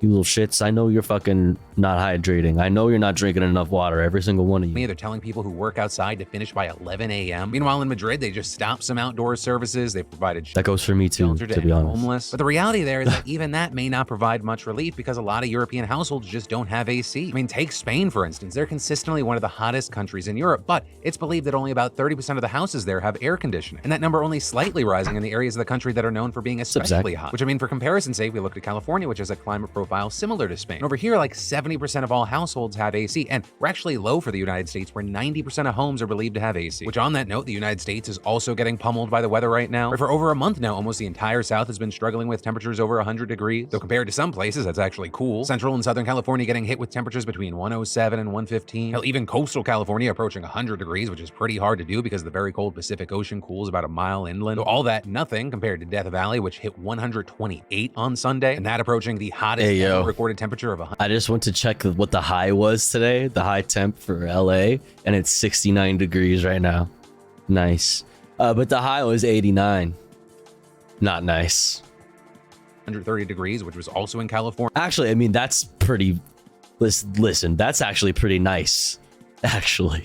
In comparison to a lot of these places that we're talking about, let me not complain about 89. There are claims of like 134, but many experts have had issue with that. But the biggest part of this news is that it's believed that all of these heat waves could continue for upwards of a month, which not only means there is a good chance that the record could be broken, but also 106 here. The heat wave really matters, because the longer it is, the more dangerous it becomes as people struggle to stay cool. And the climate getting worse doesn't just mean hotter summers and colder winters, but also crazier weather effects in general. Take South Korea, for example. They're in the middle of their monsoon season, meaning it just rains constantly. And while generally the country is built to handle it, this weekend there was so much rain that it caused major issues. In mountainous areas, there was major flooding, leading to homes getting buried and destroyed, killing dozens. And in another tragedy, the banks of a river broke and water rushed into a nearby tunnel, trapping people in their cars as the tunnel filled completely with water. In the end, there are at least 13 people dying. And all this leading to the conservative president to saying the country has to completely overhaul how it handles extreme weather, and adding, we must accept that climate change is happening and deal with it. And he's not the only leader looking to tackle this issue. With both the US and China now making moves to restart climate talks together, which many think is a prerequisite for any serious solution to the problem. Right? Because we're the biggest economies, the largest investors in renewable energies, and also the largest polluters. With it estimated that about 40% of all fossil fuel pollution comes from both of us. But as we wait to see what comes from those talks, in the meantime, you should expect the weather to continue to get crazy. Because we're not just looking at a potential new norm for heat waves, but bigger hurricanes, stronger monsoons, and colder winters. And then, for any of you focusing off your first purchase. And then, if you have student loan debt, listen up, because you may be one of hundreds of thousands of Americans that are about to have their student loan debt forgiven. With the Biden administration recently announcing that it'll cancel $39 billion in debt for 804,000 Americans, which notably is much less than Biden's initial effort to forgive $400 billion. Would have been a lot cooler if it was 40 million Americans. I'm just saying. Of millions of borrowers. But of course, this new conservative Supreme Court shut that down last month, and so his options were much more limited. So as far as with this new plan, who qualifies, this new policy specifically targets the 8 million Americans who use what are known as income-driven repayment plans, or IDR plans. Under those programs, it is cool, though. I will say this, all right? Credit where credit's due. It is cool that it wasn't just to be like, oh, well, the conservatives said we can't do it. Sorry, guys. Like, at least they did something, I guess. Loan borrowers make payments that are capped at a percentage of their income. And after they've paid a certain amount of time, typically either 20 or 25 years, depending on the plan, they're then eligible to have their remaining debt forgiven. A few people actually ever have their loans Interesting headline from Bloomberg of all places. In large part because for decades, the loan servicers that collect payments from people with capitalism alone won't save the planet.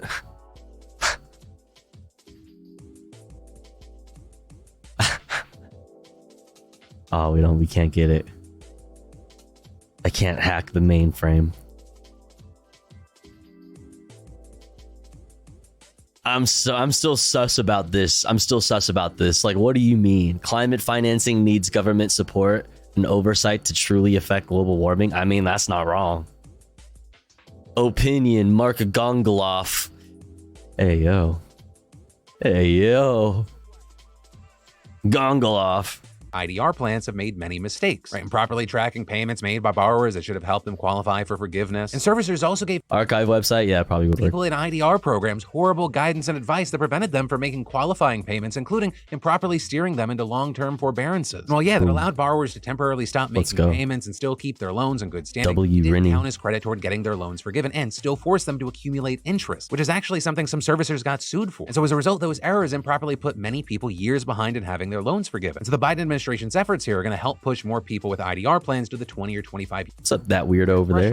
By allowing partial or late payments and certain months spent in forbearance to count towards having their loans forgiven. So if you or someone you know happens to be in that 8 million, keep an eye out. You should be getting in contact with the education department shortly, but also I'm going to link down to resources below because, it's the government, and when has that ever actually worked properly? And in addition to all this, the department said that they would keep identifying new groups of borrowers who reach their threshold to have their loans forgiven every 2 months for the next year. And importantly, while this latest announcement pertains to just around 800,000 people, the education department has previously said that around 3.6 million borrowers with plans will get at least 3 years of credit toward loan forgiveness. And then, y'all control the House of Representatives. And then, I don't qualify, I'm dead. Rip. Climate change, capitalism alone won't save the planet, says Michael Bloomberg. This is a Michael Bloomberg quote. Michael Bloomberg, 2023. With every record-smashing day, week, month, and year of global warming that goes by, finding solutions to climate change becomes more urgent. Capitalism helped get us into this mess. What's going on here? Where's the fine print? And it will have to help us get out of it. Wait, but it isn't capable of doing the work alone. Breaking. This just in. Democratic socialism. Yeah, sock them moment. Yeah. Eco-capitalism hit a notable milestone when green bond issuance outpaced fossil fuel borrowing for the first. Green capitalism never outpaced anything. Didn't hit any milestones, okay? Fuck out of here with that, motherfucker. Bloomberg News report, blah, blah, blah. Green bonds are debts that supposedly finance clean energy and other climate-friendly fucking bullshit. I'm already pissed off. Nope. It's giving offsets. It's giving offsets. Whatever. Let's finish this. in 2024 could come down to a few court cases, with Axios reporting that cases involving gerrymandering in Alabama, Louisiana, New York, North Carolina, and Ohio, quote, will play an outsized role in determining which party holds the House majority next year. In Alabama, more districts that are more likely to swing blue will likely be added after the Supreme Court made a very surprising decision last month where they ruled that the state had racially gerrymandered its districts and needed to redraw them. And the Supreme Court's decision there is also expected to overturn Louisiana's map and could actually affect several other southern states. Meanwhile, just last week, an appeals court in New York sided with Democrats and ordered the state's map to be redrawn, while Republicans have vowed to appeal the case to the state's highest court, which... Please to explain what? What the fuck is this emote? What do you mean? What do you mean? That's White People Masturbation 77769 420 gang shit. No more Fortnite $19 Fortnite card. Donk ass edition. Which is an alias, of course, of Wide People Masturbation 77769 420 gang shit. No more Fortnite $19 Fortnite card. Duh. Which notably did previously strike down the Democrats' map. The key thing, it is now composed of judges that are more liberal. And that decision especially will be key because New York alone could determine the majority. With Axios reporting that the GOP can't afford to lose more than 4 House seats in next year's election, but adding, Republicans in 2022 won 6 congressional districts in New York State that President Biden carried, and even small tweaks to the map could make competitive districts unwinnable for Republicans. But also importantly, at the same time, Republicans are— Dude, my fucking slobs doesn't like all the 7TV emotes anymore. I don't know what's up with that. Why 7TV emotes don't show up anymore. Super weird. Tofu, the chat's behind you. Oh! Oh! How did you get in here? Get out of my... How did you... Get the fuck out of here. The fuck? Expected to gain 3 seats in the House. And get out of my room! The state Supreme Court overturned its own past ruling, making partisan gerrymandering illegal. Then you've got Ohio, where the state Supreme Court is set to decide the future of the state's current map. Notably, that court declared the same map illegal in 2022, but it was still used in the midterms because there wasn't enough time to fix it. And Axios explaining there that while Democrats did perform well under the new map, winning all 3 of the state's contested battleground districts, Republicans still hold 10 of the 15 House seats in the GOP-leaning state. And adding there that the Ohio GOP may actually prefer to keep the political status. You need to set up 7TV on BTTV settings under OBS. I feel that I've done this though. After stream, I'll check it out. Well, to avoid a more aggressively James map from being overturned. So obviously a lot at play. Also, get the fuck out of my walls, please. That's rude. We're gonna keep our eyes on it and see what happens. And then millions of US military emails with insanely sensitive contents have been sent to the country of Mali, which, hey, key thing, is a huge ally of Russia and an employer of the Wagner Group. But the craziest thing about this whole situation is— All right, who's Discord? Come on, who's Discord? Who leaked? Whose Discord had the fucking leaked documents? Like inside leak or a covert spy operation from a foreign agent? It was due to a typo, with the Pentagon confirming today that instead of using the military's domain for emails, which is .mil, people incorrectly wrote .ml. Oh, that's which is the fucking domain hilarious. For Marxist-Leninists. Notably, according to reports, none of the missent emails have been marked classified, but many contain highly sensitive information about American military personnel and installations, including base staff lists, medical data, and identity documents. But still, a wild failure, especially because the guy who was contracted to manage Mali's country domain for the last decade told reporters that he first noticed the issue when he first started working on the domain, and he actually tried to repeatedly warn U.S. authorities, with him renewing that warning now because his contract is actually set to expire this week. And when it does, control of Mali's domain goes back to the government, and he said there, the risk is real and could be exploited by adversaries of the US. So yeah, fun times. That's so great, dude. Oh my god, dude. Classic L, dude. Holy fuck. Yeah, you mean to tell me the government that is holding hearings with like the leaders of tech companies and asking them like fucking what the fuck is wrong with their fucking email and shit? You mean that's the same country where— oh, got it. I'm never making content because Tofu be pausing on frames like this without mercy. Yes, I'm over 18, dude. Hey, you looks good with the shaved head, huh? I like it. TOS. Also, Phil moment. Philip moment. Let's talk about the war in Ukraine. Right, there's the ongoing counteroffensive, which is making slow but steady progress. And then this weekend, there was Ukraine's attack on the controversial Kerch Bridge, which connects mainland Russia and Crimea. Right before Russia invaded again in 2022 and took over southern Ukraine, it was the main way Russia got goods and supplies into the peninsula. And even though Russia now controls other routes into Crimea, it's still a major artery for the region. And it's because of this and its status as a symbol of Russian aggression towards Ukraine that Ukraine tried multiple times to damage the bridge, with past attempts being minorly successful, but Russia being quick to repair it. This time, though, the damage seems to be more substantial, although Ukraine seemed to only manage to damage the part of the bridge used for trucking and civilian travel, with there being a parallel section that's used for trains, and that likely being the preferred target if they wanted to damage Russia's war effort. Either way, though, very big deal. Not only because many Ukrainians see it as a symbolic victory, but also because it's believed they used a special type of naval drone, which would be a sign that its technical capabilities are increasing, which if true, makes it possible that it's only a matter of time before that bridge is effectively unusable. Also, as far as Russia, they're not happy with the attack, with officials suggest, but you hit the wrong part of the bridge. You didn't hit the military part of the bridge. That the West may be complicit, and pro-Russian accounts online calling it a terrorist attack because civilians were killed. But in addition to that, many think that its biggest retaliation was canceling the Black Sea grain deal, though there are conflicting beliefs around this because that deal was actually set to expire today anyway. But there had been hope that it would be extended amid pressure from Turkey and other countries, especially because without the deal, tons of countries faced starvation concerns as Ukraine was a major source for their grain. And ultimately here, it's unclear what solution, if any, can actually be worked out. Right, at one point, there was speculation that Turkish warships could escort Ukrainian grain shipments, but then that was shot down by Ukraine's ambassador to Turkey, who called it nonsense. But for now, we'll have to wait to see how things develop, or maybe better put, devolve. And that is where today's daily dive into the news is going to end. For more news you need to know, I got you covered right here or in those links down below. And if you've already seen everything, don't worry. Don't you worry. I love your face. I'm going to see you right back here tomorrow. Thanks, Philip. Thank you, Philip. Back to you in the studio, Tofu Ghost. Thank you, Philip. All right, next up, chat. We're going to take a closer look at flooding in South Korea. Then we're going to go with Al Jazeera. Then we're going to go to PBS to talk about flooding and the heat wave more specifically. Actually, we may or may not skip this piece here. We'll see.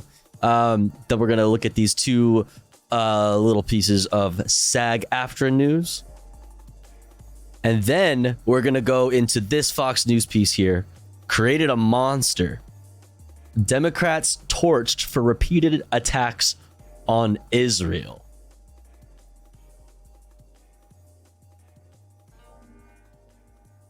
Okay, dude. And then after that, we're going to check out some more sane voices on the same subject. All right, but here's the thing, chat. It's been about an hour since our last ad break. And here at the Tofu Ghost broadcast, we run ads about every hour or so, and we do so while the streamer, that's me, Tofu Ghost, is away from the stream. That way, even if you're unsubscribed to the channel, you don't miss out on any of the content.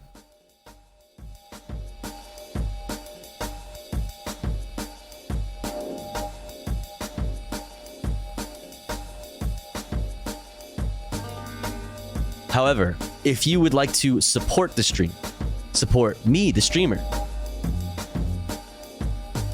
and get access to cool Tofu Ghost emotes as well as an ad-free viewing experience, all you gotta do is subscribe for $5 or for free with the Twitch Prime. Just like Kraft Garfunkel did just now. That was insane timing.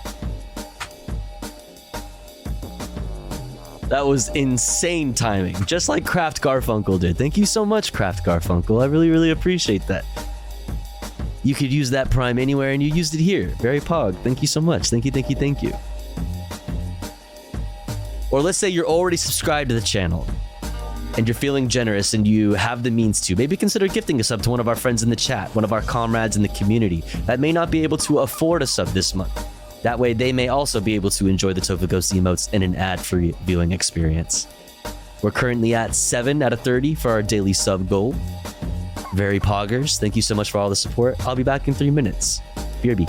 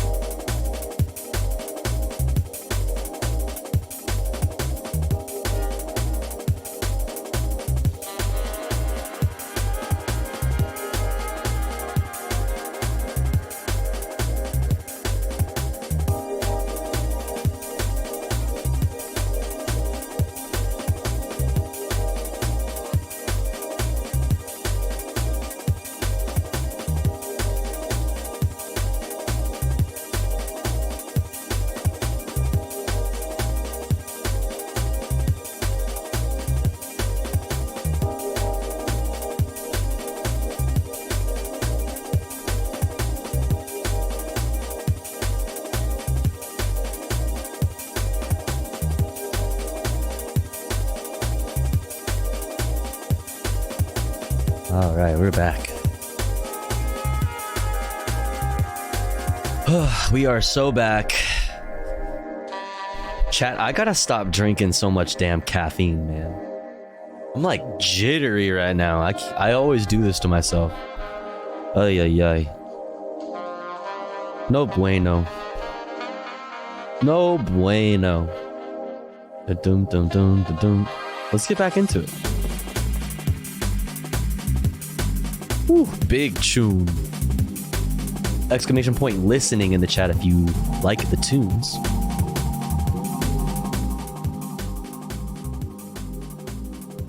No worries, bro. Just let the coffee take you over. Real. All right, let's get back into it. Dun, dun, dun, dun, dun, dun, dun, dun. Let's talk about. Let's see. What are we talking about? What time is it right now?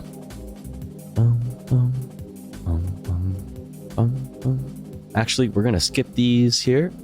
We're gonna go straight to some SAG-AFTRA news, local LA fucking reactionary local news, KCAL.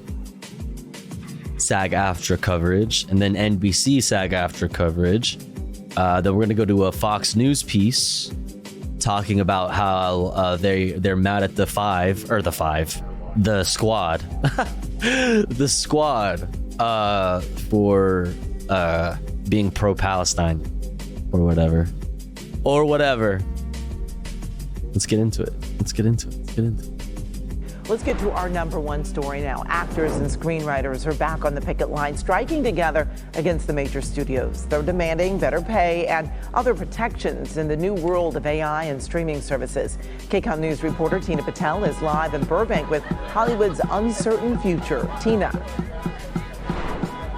Good morning, Amy. There is an energy on the picket lines this morning. Writers who have been out here for nearly 80 days are hoping that having the actors join them will finally force the studios to return to the negotiating table and offer them better contracts.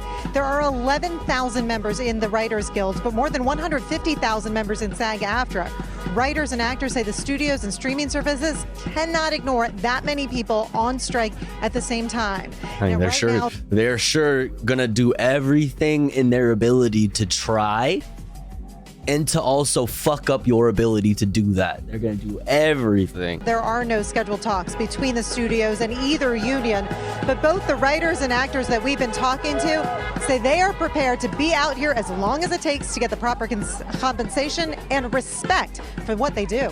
Hilary Duff is the people's queen, literally picketing outside Paramount. Let's go. We stand. We create the products that they're actually like making money off of. So it's like, why wouldn't you want to pay people that are making you the money? Damn. The studios don't have an idea what we go through as actors, the many years, all the work it takes to do this. CEOs make 400 times the minimum pay of the lowest level worker, which is insane. Like, that's absolutely insane. And so we're just fighting for fair pay, and we're fighting to keep the humanity in art. There is a huge labor movement going on all over our country. We're just at the precipice of this battle to take down, greedy capitalists. Beast. Okay, in fact, King. Writers and actors say they are already planning to pause their picketing on Wednesday because they want to join the UPS Teamsters who are having a labor rally. Calls it like I sees it. Go off. Of their own on that day. In Burbank, Tina Patel, KCAL News. All right, Tina, thank you. Also happening today, Thank you, TV Tina. and film stars are walking off the set. All right, now NBC News coverage of the same shit. And onto the picket line. This is the first full week of picketing for the union that represents 160,000 actors and performers. They, of course, join members of the Writers Guild who've been on strike for more than 2 months now. Union members are picketing today in major production cities from Los Angeles to New York City. And we should note NBC Universal's parent company, Comcast, is part of the organization that represents the major entertainment studios. Our Lindsay Reiser is live in New York City for us. So, Lindsay, I know you've been talking to the actors all day who are actually on the picket line. What are they telling you about their decision to... Oh, shit. Speaking of Zeph, I just realized I looked over to my right. Thank you so much, Zeph, for the 2 gifties while I was away. I'm sorry that I missed it. Or wait, was that from earlier? Either way, if I didn't thank you so much for the 2 gifties earlier, for gifting to Diosu and Sleepy Cat. I really appreciate that. Thank you so much. Strike right now. They were picketing from 9 to 1 Eastern. They'll be back at it again tomorrow. And they told me what the sticking points are. 1, they want a livable wage. 2,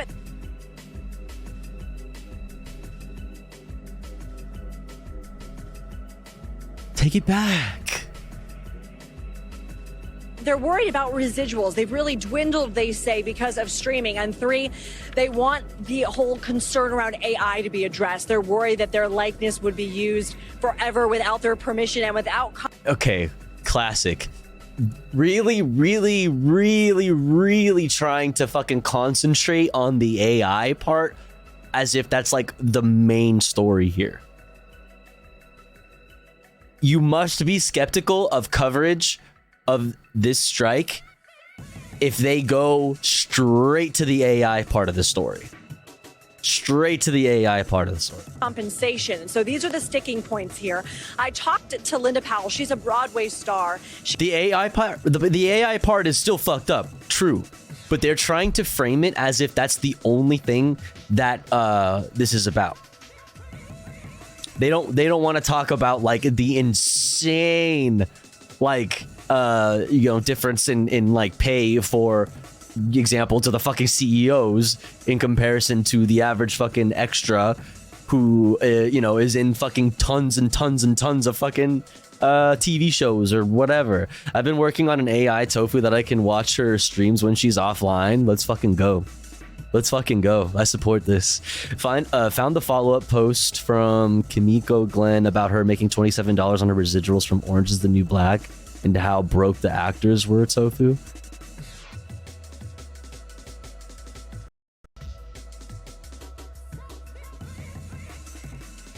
Post. I remember a lot of comments back when I posted that were like, guys, they got paid up front. First of all, whether or not... Hello? What? No, don't do that. No, don't do that. Did I break it? Hello? Pausers?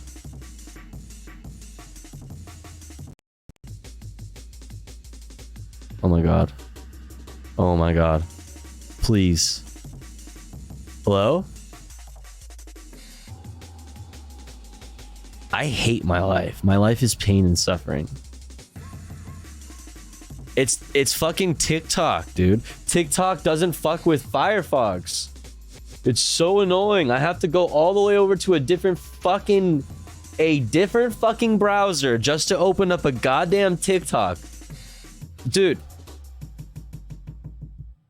It works in my Firefox. Well, you know what? Shut up. Well, shut up. How about that? Dun, dun, dun, dun, dun, dun. Come on. Come on.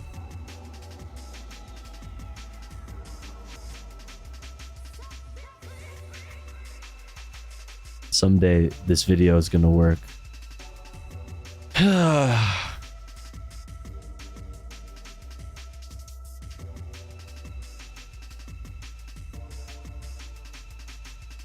Dum dum dum dum.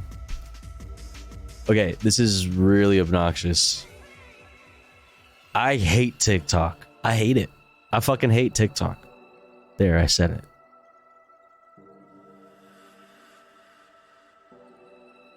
There, I said it. Oh my fuck. Okay, now, okay, Safari's not working. Safari's down. We're going to fucking Google Chrome, dude. Holy shit. That makes me a conservative now. Rip.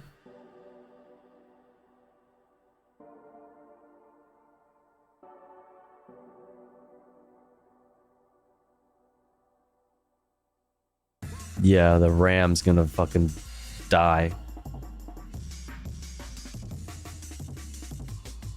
Okay. Piggybacking on that, Orange is the New Black residual. Now I have audio, but no video. I remember a lot of comments back when I posted that were like, guys, they got paid up front. First of all, whether or not we got paid up front, that shit lives, my tits live on in perpetuity. I deserve to get paid for as many fucking streams as that shit gets.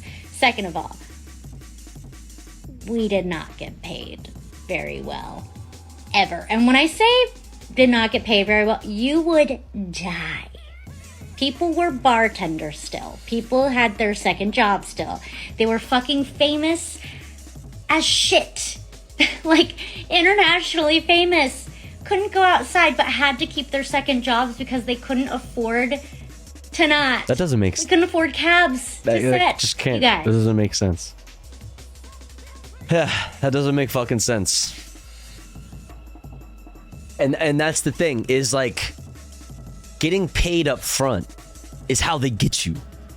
That's how they get you.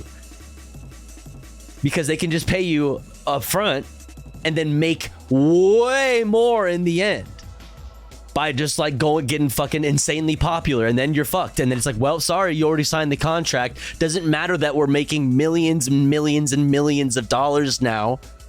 It doesn't matter that we're insanely successful now and that your work that you did is extremely profitable and you are now only seeing what we agreed upon at the very beginning. Like, that is inherently fucking exploitative in itself. The fact that you got it, if you can seriously, oh well, they got paid up front. The fact that they got paid up front and they have no residual deal is terrible. Is terrible. Hi. Did you see the estimate that if we strike, UPS will lose $6 billion plus in 10 days? Do you work for UPS? Fuck yeah, let's go. Hey kid, want to go kill some brown people? We'll give you a 2024 Dodge Challenger up front. The U.S. military. Corporate profits are way up. And even if you got paid up front, they got residuals in the contract.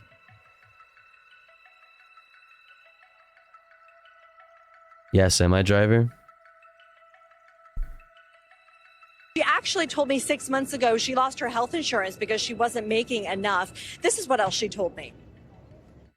The money that's concentrated at the top isn't not just trickling down to the bottom, it's not trickling down to the middle anymore, and it's become unsustainable for us. This is not just an actress problem, it's an American problem right now. You look at all the unions in the country that are fighting for outsized minimum increases. I mean, this is an international problem, but hey. You look at the effect of the gig economy on all our workers in the United States.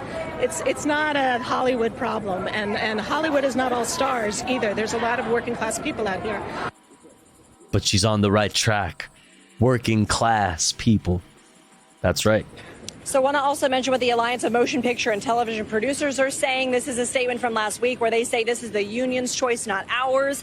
And they say rather than continuing to negotiate, SAG-AFTRA has put us on a course that will deepen the financial hardship for thousands who depend on the industry for their livelihoods. Kate and Sinclair? Yeah, thousands. It's not just a Hollywood problem. Yeah. Well, I also want to ask for those of us, who watch the content, the shows and the movies that we've been looking forward to, what kind of impact could this have?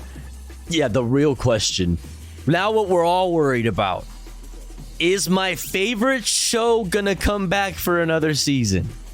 For the love of God. Yeah, but what of the content, though? We're already seeing an impact. We're going to put some of the television shows up on your screen. Some of the ones productions. The content, hold, Elementary, American Horror Story. Not Lilo and Stitch. Wait, there's gonna be a new Lilo and Stitch movie? Bro, you're not missing out on shit. Gladiator 2. Beetlejuice 2. Seriously? Beetlejuice? Deadpool 3. Venom 3. Mission Impossible Dead Reckoning Part 2. All of these are remakes. All of this. Wait, Minecraft? Wait, did I just skip over here? Wait, Minecraft? What the fuck do you mean Minecraft? What do you mean, bro? Are you gonna do a live action?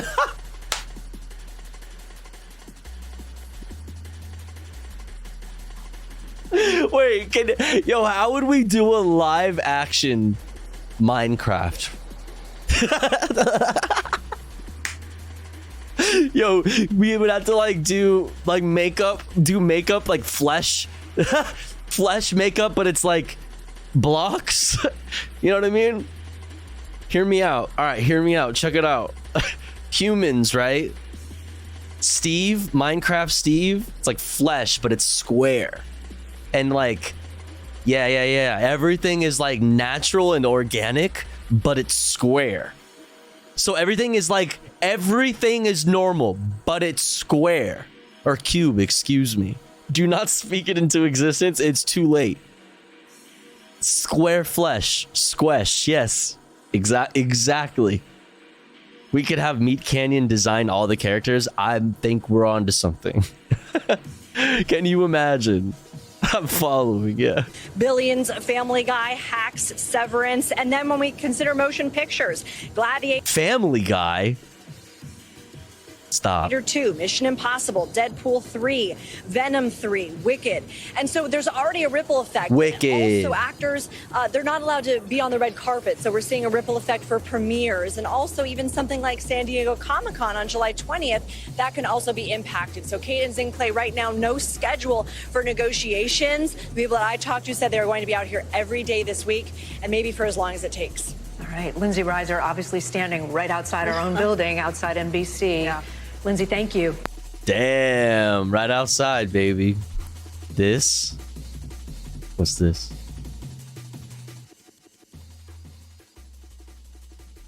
Oh my god. Revenge, a Minecraft parody of Usher's DJ Got Us Fallen in Love? What?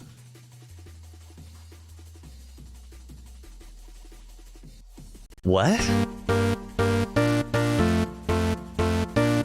Creeper. Oh man. So we back in the mine, got our pickaxe swinging from side to side, side to side. This task a grueling one, hope to find some diamonds tonight, diamonds tonight. No, not like that. Stop it. No, stop that. Stop that. Nope. Stop. No, not like that. Not even close. Not even fucking close. I'm talking flesh squares. Okay? Organic. Everything is normal and natural as you see it in our existence, but it is cubed. Okay? People are normal human beings with flesh and skin and hair and eyes and teeth, but they also are cubes. That's all I'm saying. No Usher. Okay. All right. Anyways, moving on. Now it's time to check out this fucking Fox News piece. Created a monster. Democrats torched for repeated attacks on Israel. The attacks probably just being pro-Palestine, but let's check it out. Let's fucking check it out. Don't go after your allies.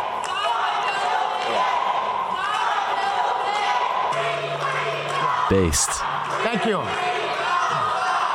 Based. Congresswoman Pramila Jayapal attending a far-left conference in Chicago where a far-left conference in Chicago. Yes, the Antifa convention. Mm-hmm. She described Israel as a, quote, racist state and called for a two... I don't see any problems with that. Any lies? Any lies detected? I'm seeing none. Two-state solution. She is now apologizing for the remarks about racism. This comes just days after Congresswoman Ilhan Omar said there is no way she'll be attending the Israeli president's address to Congress next week. Let's bring in civil rights attorney Leo Terrell, who's got a few thoughts about this. So let's just remind folks at home what Pramila Jayapal said about Israel. Listen here. I want you to know that we have been fighting to make it clear that Israel is a racist state, that the Palestinian people deserve self-determination and autonomy, that the dream that the dream of a two-state solution is slipping away from us, that it does not even feel possible. Wait. All of that is spot the fuck on. Yeah, what are you apologizing for? Wait, what did she say that was incorrect? What is there to apologize for? I see zero fucking things wrong with what she just said. Now, you can express your opinions about the Israeli-Palestinian situation and whether or not there will be a two-state solution, but this idea of Israel being a racist state, your take on that? Over to you, our black correspondent. She conflated the two, John. Thanks for having me on this question. Let me be very clear. That was a very, very strong anti-Semitic statement. She is. What was You point out specifically to me what statement was anti-Semitic. What about what she said was anti-Semitic? There was literally, you could not point to a single word. You could not point to a single word in that statement that is anti-Semitic. There's nothing. Head of the Congressional Progressive Caucus within the Democratic Party. Yep, caucus. As a prerequisite, you have to be anti-Israel. And I'll tell you right now, John, what bothers me is I have not heard from Joe Biden criticizing. Pro-Palestine is not anti-Israel. I have Fucking not heard from dummy. Kamala Harris. I have not heard from the Secretary of State. Crickets. Why? And So? let's be very The clear, fuck? because this is too important. There's a strong anti-Israel, anti-Semitic wing in the Democratic Party. Source, pure fifis. Pure fifis. Pure fifis. I have no proof. Nothing that says anything's anti-Semitic. They have not said a single anti-Semitic thing. Because criticism of the Israeli state is not criticism of Jewish people or Judaism. Obviously, holy fuck, dude. Just lying. Everyone knows that, and she walked it back a little bit only because of the donors on K Street. I mean, that's a problem. That's a problem. That's a problem. Because the pro-Israel lobby has the entire fucking Democratic Party in its fucking pocket. And that's a problem. The fuck? Yeah, that's a problem. You hate the Democrats because they're woke. I hate the Democrats because they're in the fucking pockets of lobbyists like that. You dumbass. This woman hates Israel along with Omar and Tlaib and all the... When you say that the idea of a two-state solution is slipping away, that is not being anti-Israel. That is saying that Palestinians should be represented democratically by the government. They should have a vote. It is recognized as the state of Israel now. So they need to be a part of the state and have democratic representation and have power in the fucking government. That's what that means. That is not an anti-Israeli, that is not an anti-Israel statement. This is so fucking dumb. Members of the progressive wing. John. Oh my God. All right, My to your God. point there, Leo, we actually put together a collection of sound bites from the recent past on Democrats talking about Israel. Let's listen to that. Palestinians are being told the same thing as black folks in America. There is no acceptable form of resistance. That's literally true. It's literally true. And the same cops that do that to black Americans are do training with the fucking IDF that does that to Palestinians. It's like there's that is literally true. It's just true. Solution. You cannot claim to hold. What did she say? Of resistance. I am a proponent of a two-state solution. You cannot. So wait, you're saying AOC being a pro two-state solution? That's literally the status quo. What do you support then? Fox News, do you support the further genociding of Palestinians? I know the answer to that question. Claim to hold progressive values, yet back Israel's apartheid government, and we will continue to push back. So Democrats, this is really a conundrum here, because Democrats have always portrayed themselves as being the true friends of Israel. And I remember during the... Bro, like, the Democratic Party is largely very pro-Israel. I don't know what the... Dude, do you understand? Your guy here just made the point. That the pro-Israel lobby is the reason why Pramila Jayapal walked her statements back. You just said that yourself. Like, oh my God. 2016 campaign. Hillary Clinton was saying, oh, don't listen to Donald Trump. He's not a friend of Israel. Democrats are supposed to be the friend of Jewish voters, and yet the far left is saying all of this. You literally showed a clip of AOC supporting the status quo. AOC, who voted present. Like, are you on like further Israeli funding? Like, dude, this is ridiculous. This is insane. Thank you for that question. They're just like living in a fantasy land, just making shit up as they go, just riffing. It's a lie. The Democratic position is a lie. Trump is the greatest. Yeah, isn't the two-state solution straight up the U.S.'s official stance? Yes, exactly, Dr. Skipper. Welcome in. Like, it's like, what gotcha do you think you have there? I don't understand. Like, the based far left position would be more closer to what Pramila Jayapal originally said, but apparently walked it back due to pressure from lobbyists. Like, what is your point? What point are you trying to make here? President, when it comes to pro-Israel position. And that little montage you show, let me tell you why the Democrats are basically handcuffed. You see, they play identity politics, John, and those people you just saw, you can't attack them because of identity politics. They will accuse. Which is what. Yo, Leo, Leo, why do you think they had you on? I'm sorry, bro. Like, why do you think that they had you on to talk about how the Democrats are calling Israel a racist state?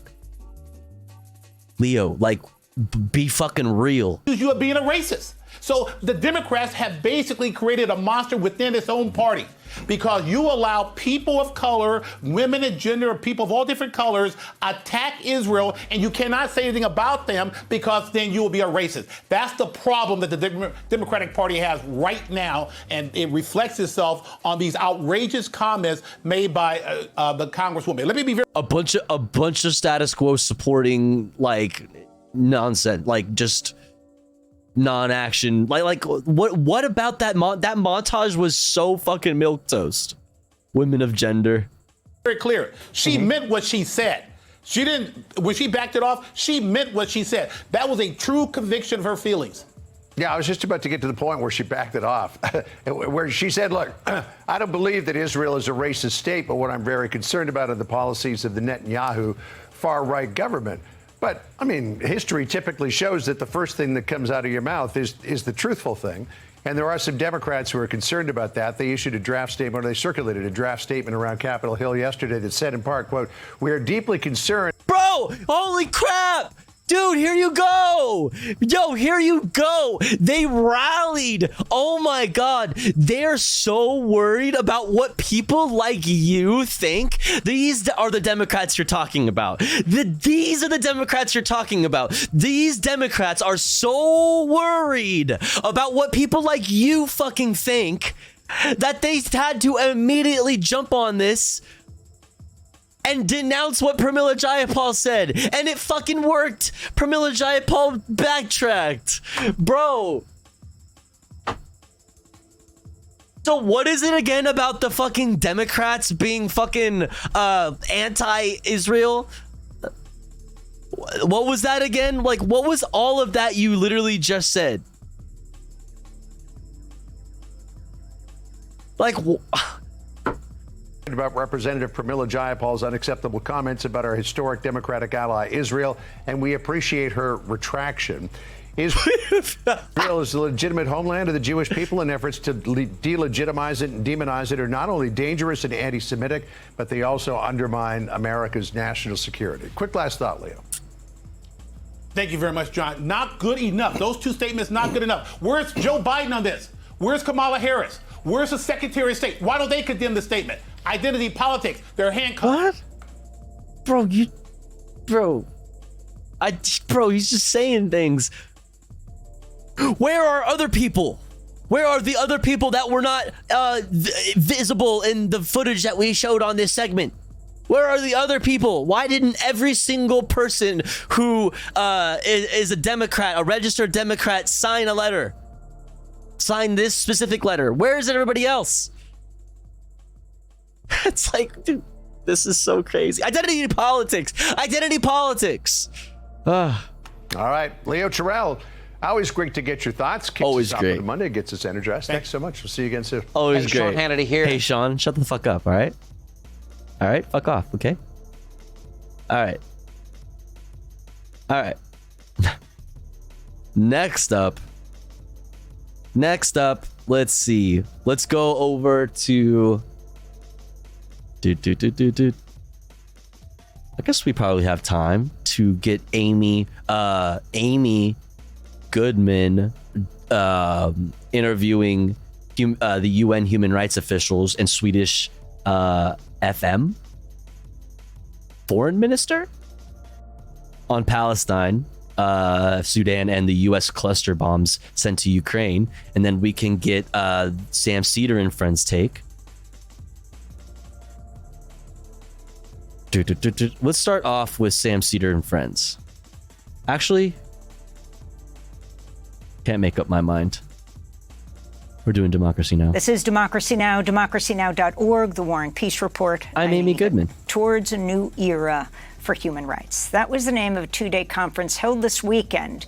On Friday night, it was held at the historic UNESCO building in Venice, Italy. The conference was organized by the Global Campus of Human Rights and Right Livelihood to mark the 75th anniversary of the Universal Declaration of Human Rights. This year also marks the 40th anniversary of the historic World Conference on Human Rights, which was held in Vienna in 1993. On Friday, I moderated a panel on the global state of human rights, looking at the recent U.S. decision to send cluster bombs to Ukraine, looking at the war in Sudan, as well as Palestine, the role of civil society in elevating. She's swagging it up in the fedora, bro. Yo, she pulled up to the fucking UN fucking human rights fucking event. Ready, dude.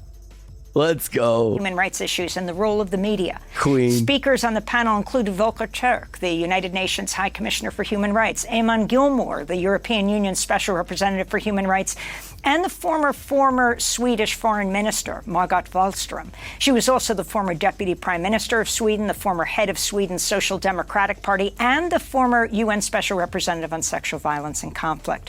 While she was Foreign Minister in 2014, Sweden became the first member of the European Union to recognize the state of Palestine. I asked her about how Sweden made that decision.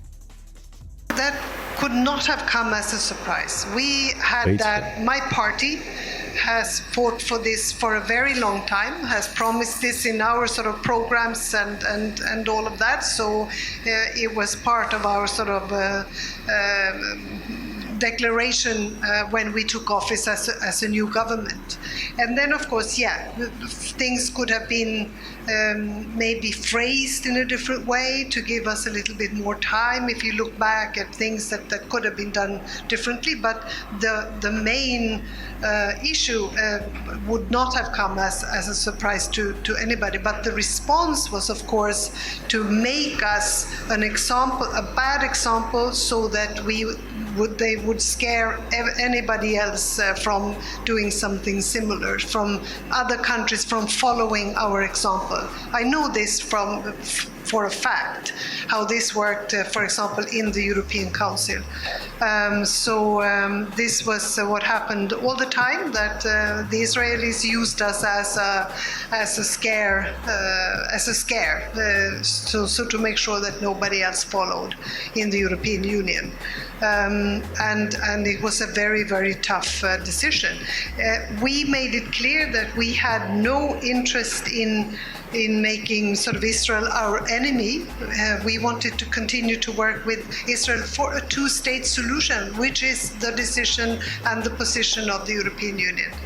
But of course, this was extremely tough. And I think that, I have experience. So wait, they were facing criticism for simultaneously supporting the a two-state solution and supporting recognizing Palestine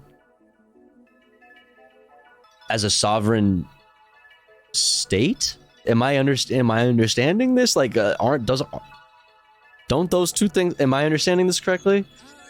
This throughout my years as a foreign minister. Like, don't those two things go together? How do you get criticized for that when inherently that's what that means? Yo, Jinx, thank you so much for the raid. What's up? I hope you had a good stream.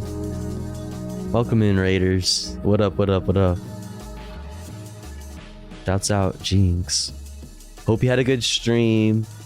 I'm Tofu Ghost. If you've never been here before, we talk about news and politics. Right now, we just got done watching a really stupid fucking segment from Fox News talking shit about Pramila Jayapal and stuff. Yo, Ben, thank you so much for 10 months. Pog, thank you so much. Thank you. Thank you. I really appreciate that. Now we're going to this Democracy Now! Piece with Amy interviewing the UN human rights officials, UN human rights official, and the former Swedish foreign minister, asking about their support for Palestine, talking about Sudan and US cluster bombs to Ukraine. Hope you had a good stream. Welcome in. That when you, if you're Thank you again, Ben. Appreciate it. courageous, as I see it, if you take a position, if you follow, if you're consistent, you have to pay a price for it. That is absolutely, but without that, things would not move. We would not see an advance for human rights. So somebody must take a first step sometimes. And related to this, and this could be to you or to any. Oh my goodness. Fucking back to back. Yo, Jack, thank you so much for the raid. What's up? Back to back raids. My goodness, my gracious. Hope you're doing good, Jack. Thank you so much for the raid.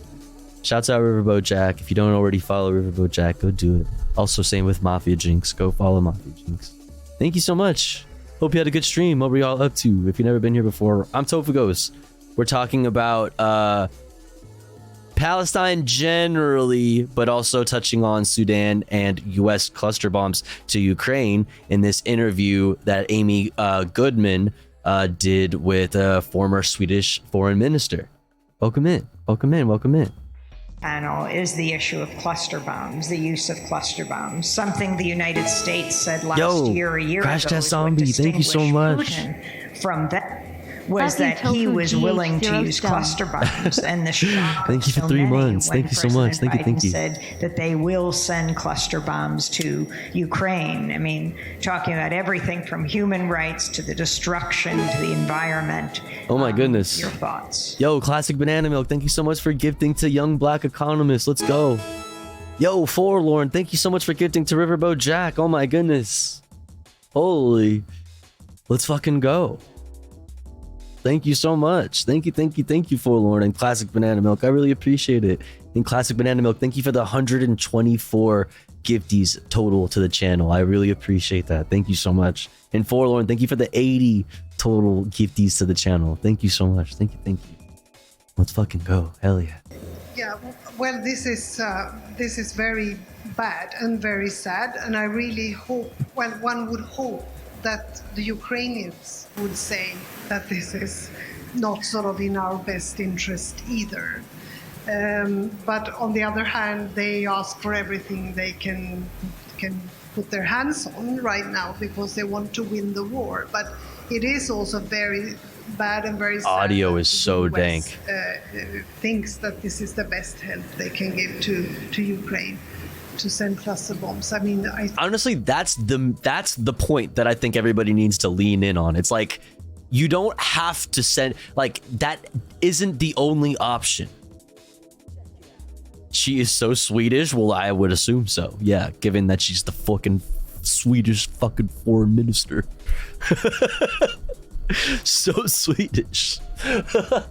But you know what I mean? It's like, there's so as if there aren't all kinds of other things that blow up. You know what I mean?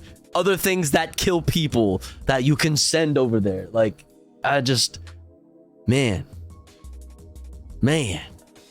If this audio is this dank, I don't know if I'm gonna sit through 23 minutes of it. So I think we're just gonna actually skip on to our friends over at the Majority Report, Sam Cedar and gang. Cause I don't want to fucking, I don't know. This is pretty fucking dank. It's pretty fucking dank. Anyways, we stand Amy Goodman though, and especially in her cool fedora.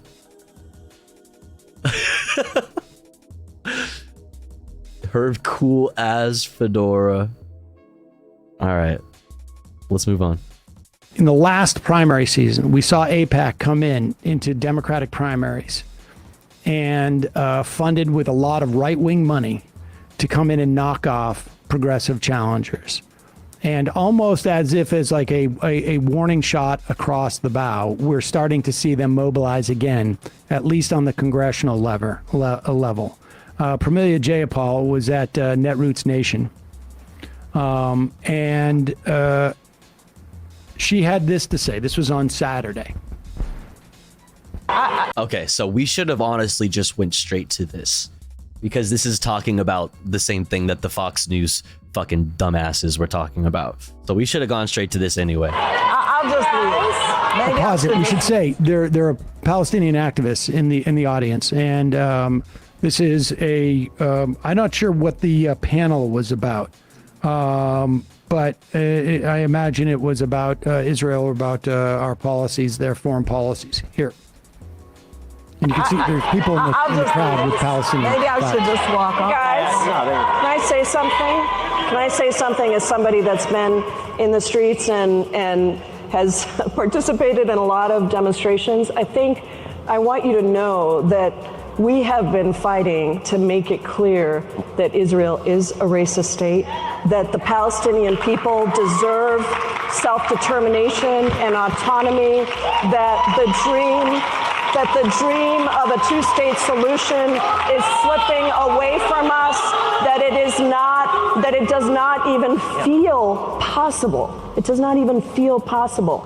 And I want you to know that while you may have arguments with whether or not some of us on stage are fighting hard enough, I do want you to know that there is an organized opposition on the other side, and it isn't the people that are on this stage. There's zero wrong with what she fucking just said. But like Leo fucking Terrell in the fucking Fox News fucking segment said, the pro-Israel lobby fucking got to her and made her walk back her statement and say and apologize, at least specifically, which also let it be known that the only thing technically that she walked back was that Israel is a racist state. And it's like, okay, like, whatever. You know what I mean? Whatever. A racist state or a state that does racist things. Fucking whatever.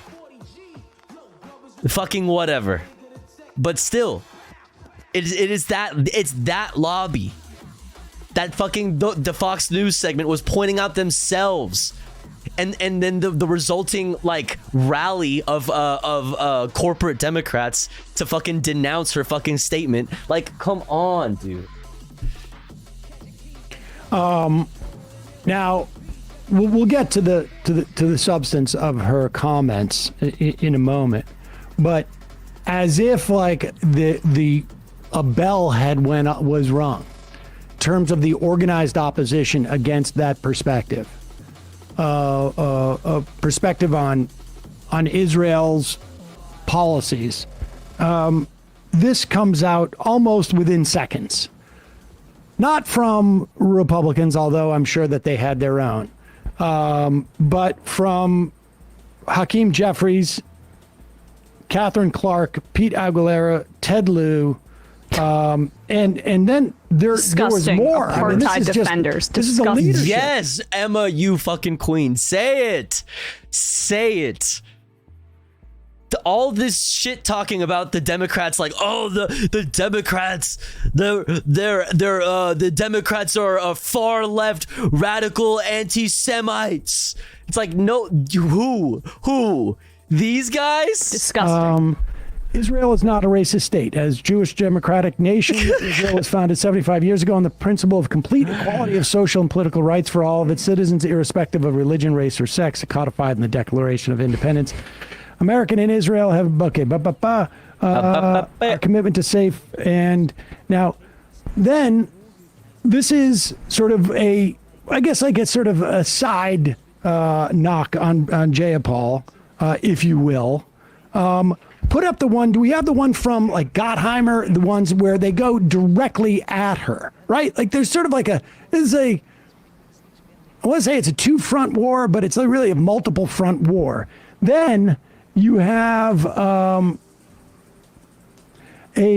draft, so it doesn't have their names right there, but it's Josh Gottheimer, Debbie Wasserman Schultz, Greg Landsman, Brad Schneider, Dean Phillips, Jared Moskowitz, and Kathy Manning are all the reps. Yes, and this is the draft. Apparently, it's unclear if they're just releasing the draft so that they never actually have to own this in some way, which is a good sign. Right, when it's...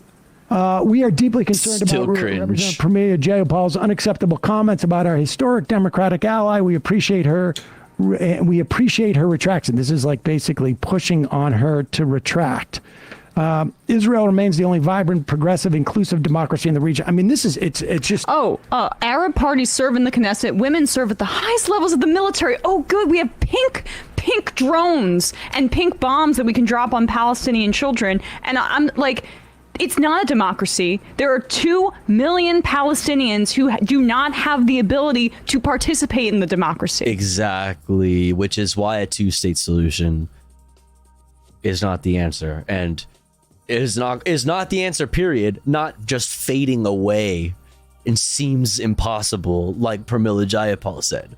Like even still, like what Pramila Jayapal still said was like very like strategic and soft where it needed to be because she's a politician and she's been doing this a while, and I get it. But like, I don't know. Let me shut up. I mean, how is a list of Israeli officials, former Israeli members, former members of the Israeli government, who referred to Israel as an apartheid state, and it is.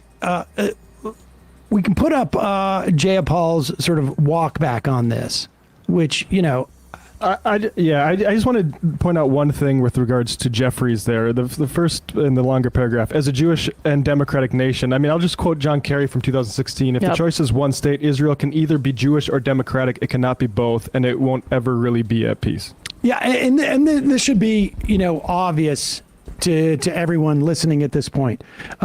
This is the statement that Jayapal put out. At a conference, I attempted to diffuse a tense situation, but words do matter. It's important I clarify my statement. I do not believe the idea of Israel as a nation is racist. I do, however, believe that Netanyahu's extreme right-wing government is engaged in discriminatory and outright racist policies, and that there are extreme racists driving that policy within the leadership of the current government. Okay. Honestly, that is way less of a walk back than I even thought then. That's way less of a walk back than I thought. I believe that it's incumbent on all of us who are striving to make our world a more just and equitable place to call out and condemn these policies in the current Netanyahu government. And then she goes on to talk about a This is very two-state cowardly. solution. I mean, look, it seems completely non-controversial. That's what I'm saying. It's just like, it's still just supporting the status quo, honestly. It's just like just left of status quo. Just left of it. To say that the Israeli government is racist. I mean, you look at the leadership and the just outright, unabashed, racist statements from these. I can't even imagine it's uncontroversial. I mean, that is controversial in any way. If you look at it's simple. Like, okay, Israel is not a racist state, but Israel, the state of Israel, certainly does racist things.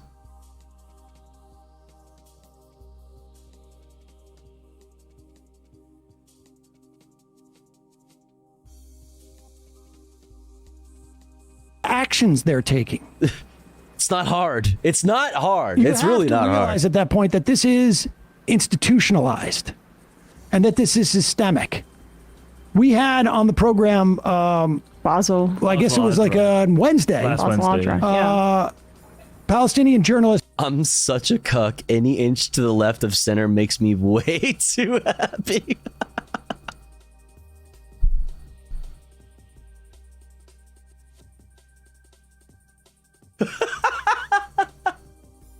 Yo, ain't that the realest shit? Yo, ain't that just like the realest shit though?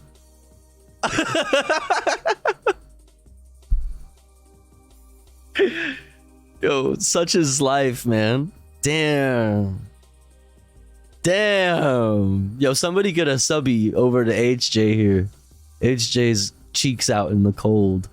Oh my goodness. Basel Adra, who lives in an area called Masafer Yatta, and wrote a piece in The Nation magazine about what has been going on there. Comes on this show, does an interview. Within 48 hours, is arrested. This is 972 Mag. Which is a great. Was detained and held at a military base for hours while blindfolded and handcuffed in the sun, all in order to confiscate footage of his phone from settler attacks on the village of Tawani. He was released after several hours. That's not a democracy.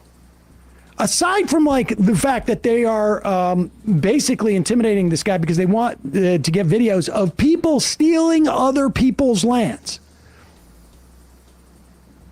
of what is going on there, there's no other way to describe it other than ethnic cleansing. I guess you could argue There's literally it's not. like a slow rolling genocide. Personally, I think it's ethnic cleansing. Yes. Yes. Yes. I mean, when you simultaneously say you support a two-state solution, but you only support and recognize one of the states, the other, they have no rights. They have no fucking rights, and you can do whatever you want with them, just like you're fucking seeing currently in the West Bank. It is an open air fucking prison where they test out certain types of physical weapons or certain types of tactics. It's just it's like the West's like testing grounds for fucking domination. It's fucked. And but there's no other nicer words for this. It is impossible to refer to the actions of the Israeli government and to the state of Israel at this point, because not only this isn't a passing fad. in Israel. This isn't a matter of electoralism of who's going to be in power. I mean, as if it's just Netanyahu, the one big baddie. No, this is a systemic colonial project. I mean, and let's be real, it's been that way from the outset, even if there were more moderating influences at the time. This is what has... Which is why, you know, calling it a racist state is really not like too crazy. But I understand it. I understand the politics of why you would need to make the distinction. But she's 1,000% correct. Embolden a colonial project with massive amounts of weapons, without recourse, with no strings attached, and now they have their own essentially cottage industry of surveillance and weapons technology themselves. They become a self-sustaining apartheid regime because of our support. And the very least that we could do is have the leader of our of the progressive cause. Yes, Ben, true. Which is, here's the thing. Evangelical Christians completely own the conservatives, completely own the Republican Party. And the Republican Party completely owns the corporate Democrats, and thus the Democratic Party. And yes, like the huge support that you see from like evangelicals and from just Christians in the West, and American Christians, is because of this. Unironically, yeah.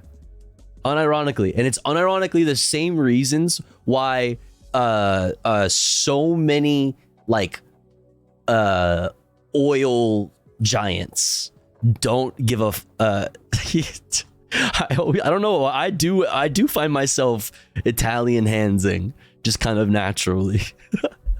But it's why oil execs don't feel a fucking thing and are able to fucking sleep at night. For example, a lot of them are Christians who don't think that there is a future, that Jesus is coming back soon. And it doesn't matter, global warming and all of these things, it doesn't matter. It doesn't matter, because Jeebus is coming back. Tofu is an honorary Italian. Let's fucking go. Caucus in the House call it like it is and not walk it back. It is shameful that she walked back that very anodyne statement about Israeli apartheid. This is a frustration that she has been bubbling with, I think, other progressives and leftists when it comes to her leadership of that caucus. And I think this is systemic. I mean, this is a problem that she's been way too easily capitulating to bad actors in this space. And I'd also like to point out some other members of the Progressive Caucus, like Mondaire Jones, who I'm looking at his tweets. He's very comfortable calling things that happen in this country racist, voter suppression, resistance to DC statehood, whatever. To be so precious about it when it comes to Israel, I think it says all you need to know. Well, I mean, look, the bottom line is that there's massive amounts of money that have been dumped into these primaries. Mondaire Jones is going to get into a primary. He's going to try and run in a district that has also a significant Israeli support. Some very conservative Jews in that district. This is a bigger project in my mind than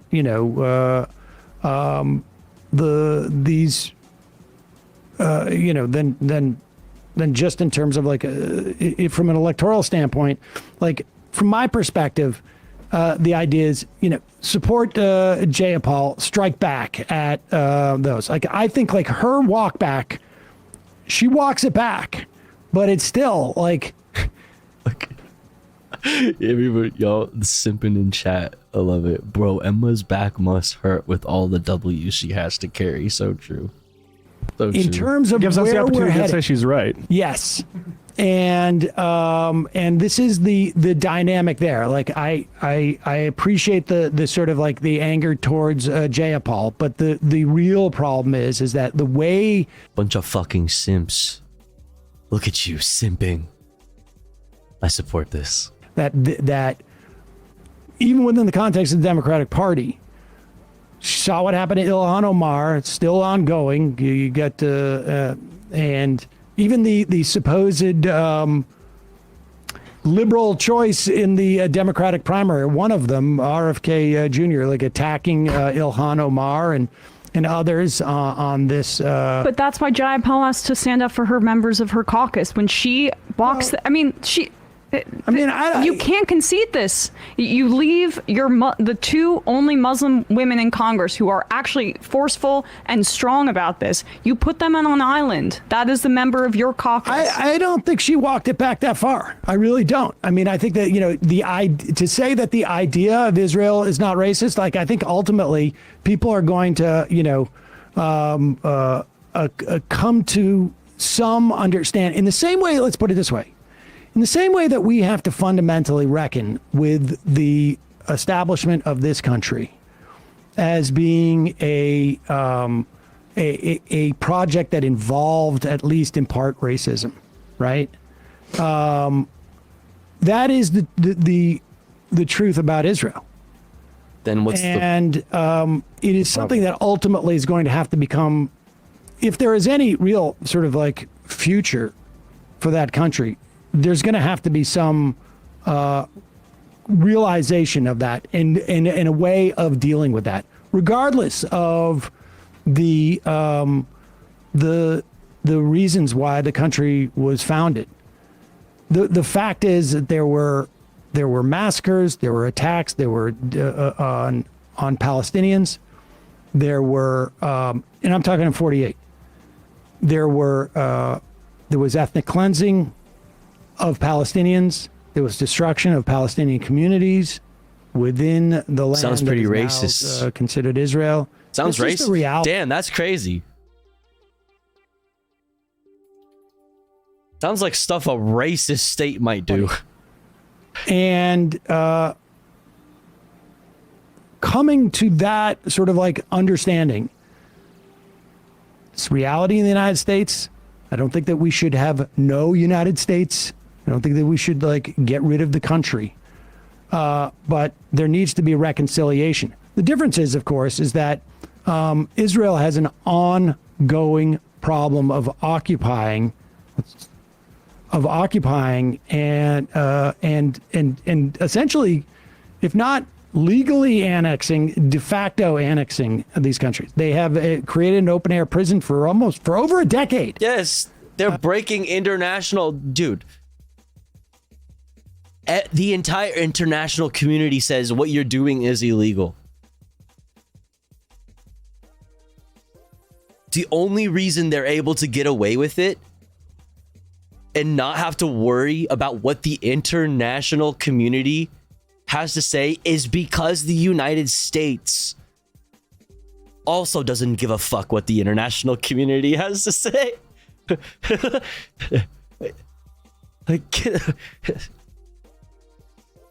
The only reason they're able to get away with what they are doing to Palestinians and have been doing to Palestinians for decades is because of the support of the United States of America. In Gaza. And anything that sort of like gets that notion, and if it has to start with like these policies that are as they exist today are racist, as opposed to like the reality and the nuanced reality associated with the fact that Israel as a country, as an idea, I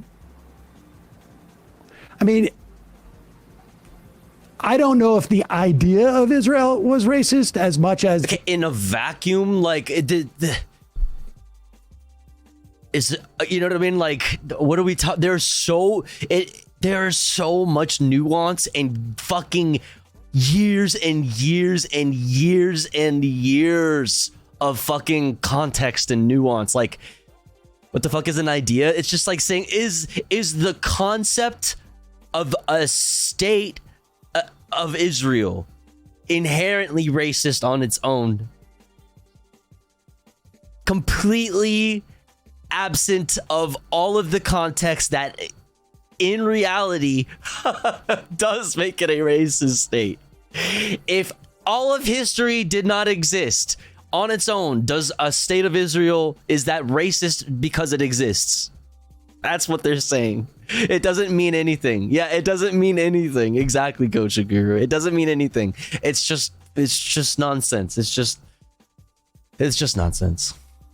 That's what it is. It's just nonsense. Execution of the idea. Yeah, I mean, the idea racist. was nationalistic. Like, I think that's part of, like, a lot of the nationalisms ran their course in the 20th century, and Israel's just still doing it. If there had been if that had just been empty land, would the idea of Israel had been racist? I don't think so. That's what I'm saying. It's on its own, absence of actual history and actual like I don't know. It's so stupid. This conversation is so dumb. We're just like in a world where Israel didn't actually fucking murder Palestinians. Like, I don't know. It doesn't matter. Does a moral vacuum exist? This is so stupid. This is such a stupid. It's not even worth. It's just the most fucking goofy. Like, no, we don't need to progress, and we don't need to go down that fucking path. We don't need to exactly, Forlorn. It's a debate, bro moment. We don't need to have this conversation. But it wasn't. Yep. But that doesn't impact the idea. That impacts in a world where everything is not like it actually is in this world. The idea of Israel could have existed, at least in some form or another, had had they not decided. Well, maybe I don't know. The difficult thing is, like, when you look at like why the Western powers were motivated to find a home place for Jewish people, it wasn't because they love Jews. Like, Lord, if I didn't do something in the past, am I still guilty of doing that thing? Himself was an anti-Semite who wanted less Jews coming to Britain. Right. I don't think the Israelis necessarily embraced the idea of but that was the necessity. There was a synergy between them. The question of whether Israel as an idea is racist is secondary to Israel in practice as it exists today, and the way that they have organized their country. It's just impossible to say that it's not racist. Yeah. It's just impossible to say that. And on some level, Jay. You're sounding pretty anti-Semitic right now, Sam Cedar. If you weren't Jewish yourself, I'd say you were sounding pretty anti-Semitic right now. Oh, still saying that.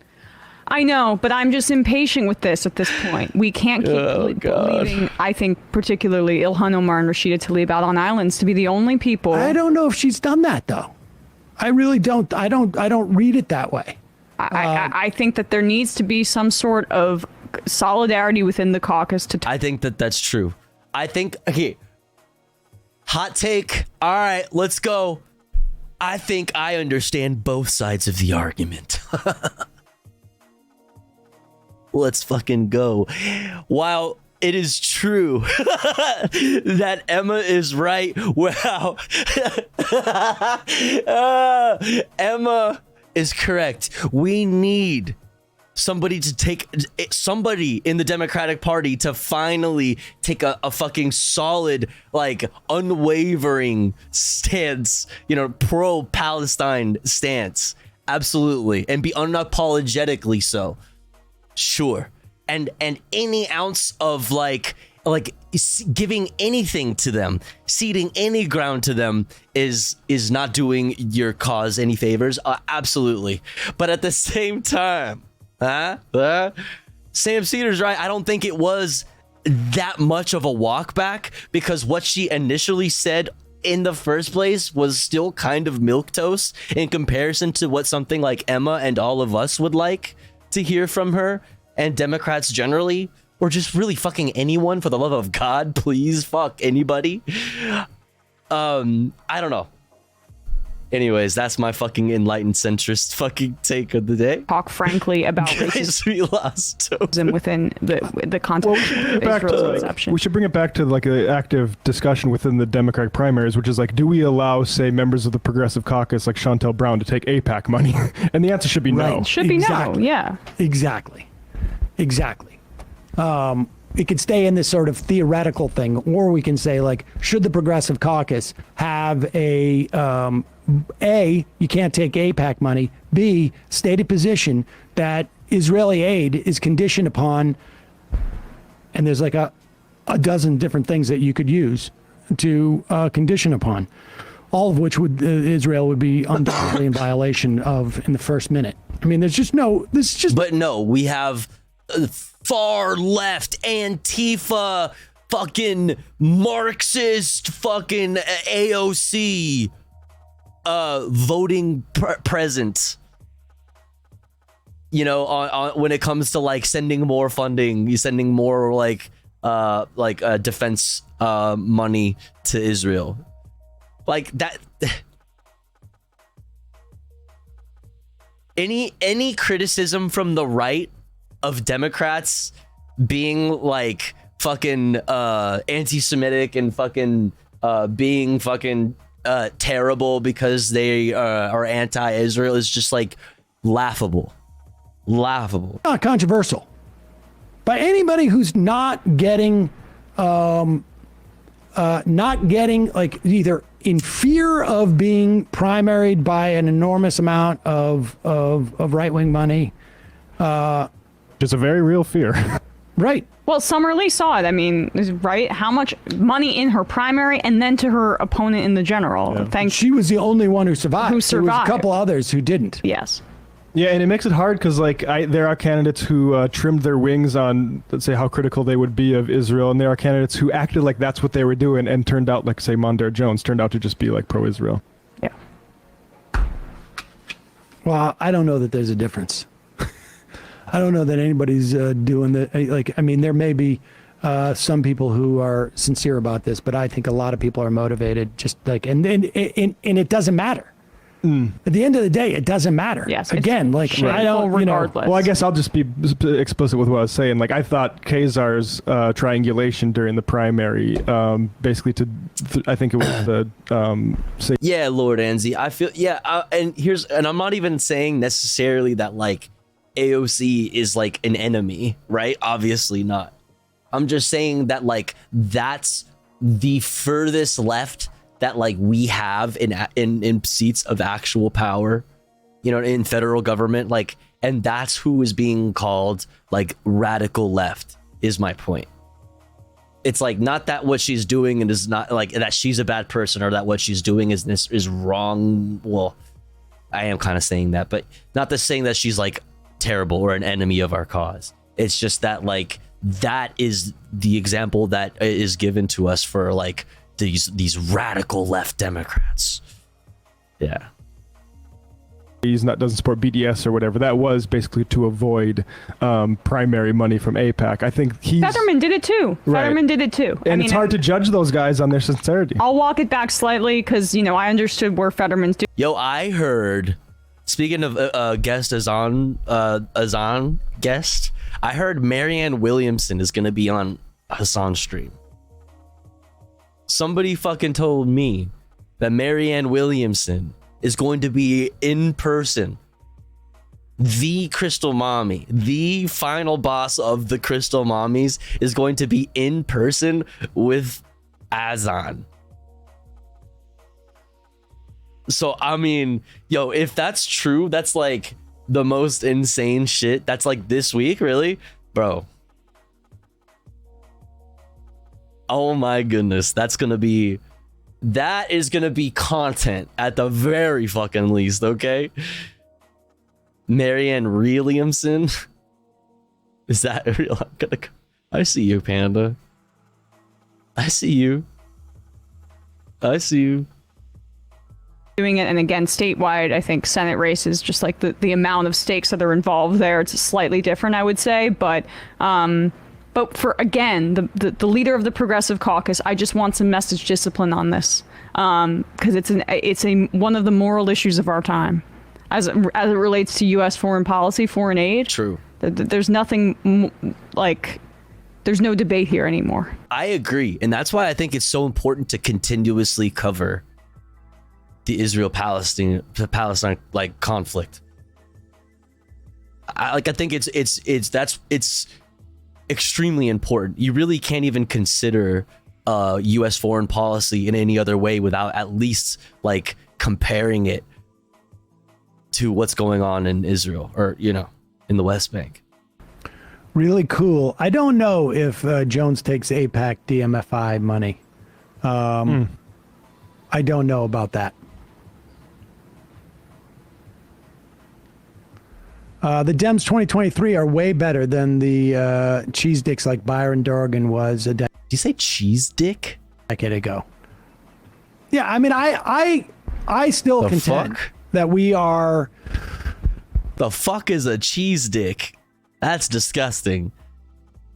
Yo, dick havers, wash your shit. Clean your shit. Schmegma. No. Stop. No. Yep, cheese.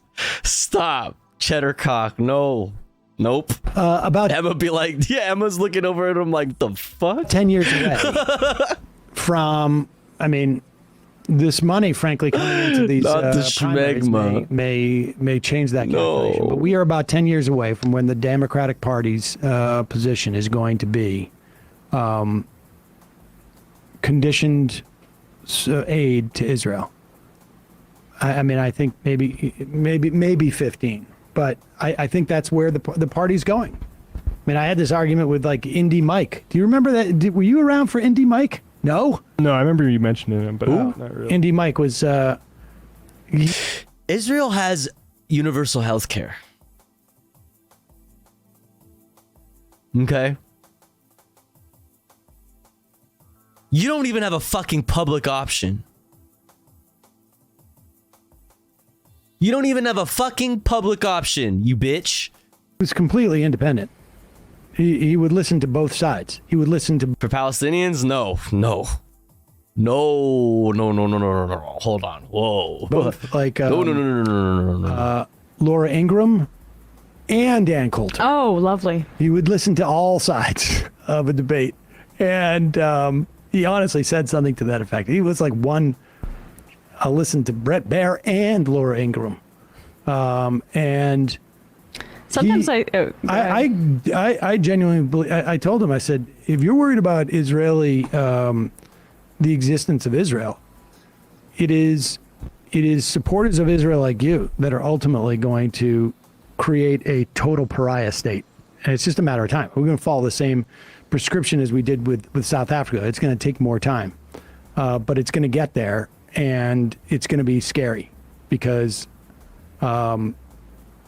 these are religious fundamentalists. There is no rationality associated with a lot of what they're doing. And they're going to have control of nukes. According to Beinart, Mondare did the other N word of AIPAC money. Oh, he did? Yep. Welp. There you have it. It's in Jewish currents. Welp.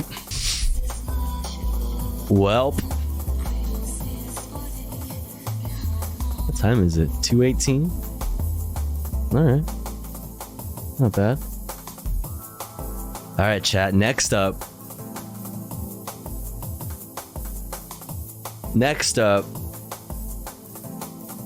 Got this good politic guy video. Trump gives insane explanation on ending Ukraine war in 24 hours. I'll end it in a fucking day. I'll pull up on this shit and I'll be like, guys, listen, put the guns down. We could talk about this. Yeah. All right. Trump's gonna give us his explanation on how he's gonna fucking stop the Ukraine conflict in one day. Yo, Potato King, thank you so much for 7 months. Let's go. 7 months of Tofu Ghost. Let's fucking go. Thank you so much. Thank you. I hope you're doing good. Welcome in. Thank you for 7 months. Really appreciate it. Then after that, we're going to get the More Perfect Union piece. This weird Ohio election will likely decide whether abortion is outlawed. We're going to check that out. Then after that, we got a new Ugopnik video. Becoming rich will not make you happy. Got a new Climate Town video. Parking laws are strangling America. That and much more, chat, after these ads, because it's been about an hour since our last ad break. And here at the Tofu Goes broadcast, when we run ads, we run them while the streamer is away from the stream. That way, even if you're unsubscribed to the channel, you don't miss out on any of the content.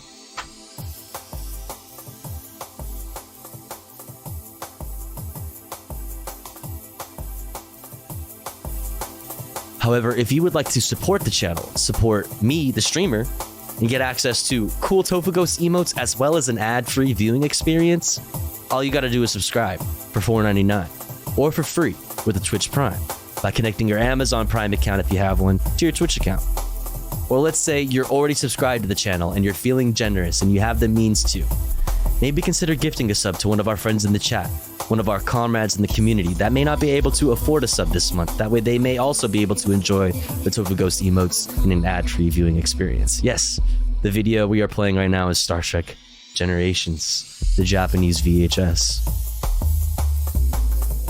You can hang out and listen to music and watch that instead of the ads by subscribing or whatever.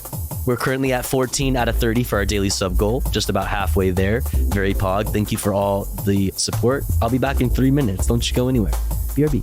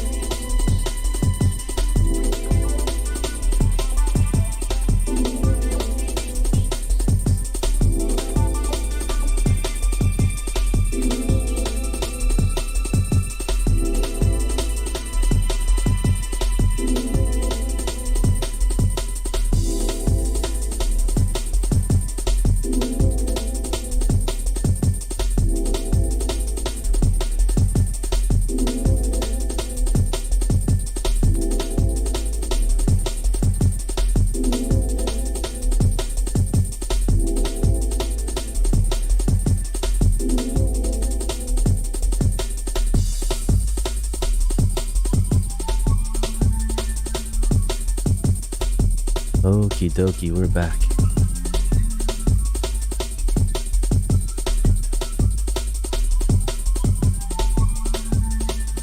Poll. Should cum be renamed to Poggers Juice?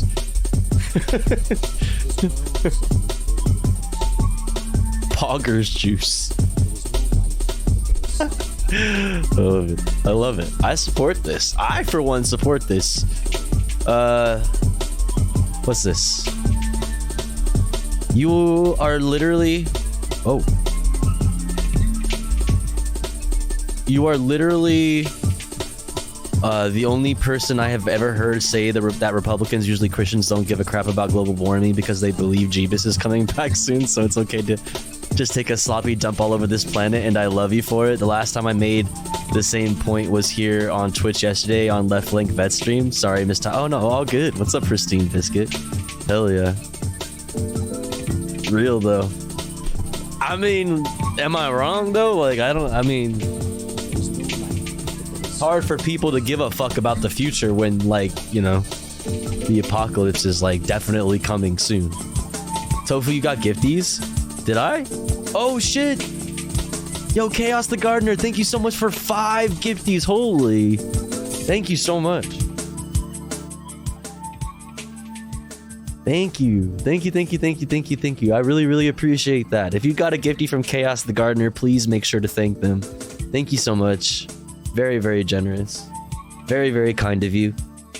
Now we are at 19 out of 30. Thanks to Chaos the Gardener. Very cool. Thank you so much. Thank you. Tofu, what's next on the agenda? The agenda? Next up, we got Trump gives insane explanation on ending Ukraine war in 24 hours with Good Politic Guy. And then we're going to go to the new More Perfect Union video about abortion and how there's an election in Ohio that is very important. And also we have a new Ugopnik video, Becoming Rich Will Not Make You Happy, apparently. And a new Climate Town, and we got a whole bunch of new stuff that we're going to check out. Whole bunch of cool shit. Is Good Politic Guy still bad audio guy? It's still not the best audio guy, yeah. But we got to support, fellow small creators, small leftist creators. Oh God, his whole one day believe me, folks. Yeah. All right. So, former President Donald J. Trump recently sat down on Fox News with Maria Bartiromo to sort of double down on a claim that we've heard him make before, that he would somehow magically be able to end the war in Ukraine in 24 hours. If I was there, folks, believe me, if I was in the White House, it wouldn't have happened. Honestly, that's something that I think many people would want to see, but we're going to get a little bit of a clarification, or like lack of clarification here from him in terms of how exactly he would actually go about pulling off that kind of a feat. So let's go ahead and jump into this clip here. Putin would have never. The war in Ukraine in 24 hours. Yes, I How do. would you do that? I know Zelensky very well. I felt he was very honorable because when they asked him about the perfect phone call that I made. Perfect phone call. Remember? It was indeed. He said it was. It was so good. I was thinking the whole time, this phone call is fucking holy shit. This phone call is so good. This is such a perfect. This phone call is probably the most perfect phone call I've ever had the ability, the pleasure, the honor of being a part of. Even know what they were talking about. He could have grandstanded. Oh, I felt threatened. Well, that's not going to be enough for Putin to stop bombing Ukraine. No, I'm not saying that. Okay, so just pause it real quick. We're about halfway through this clip. His first instinct, right? His first justification for is to just go off track and just start fucking riffing on other shit. Semi-related. He is going to end a war that has been ongoing for over a year at this point, okay, is that he has a good relationship with Zelensky, the guy who's being invaded right now, and we're gonna convince Zelensky to get Putin to stop.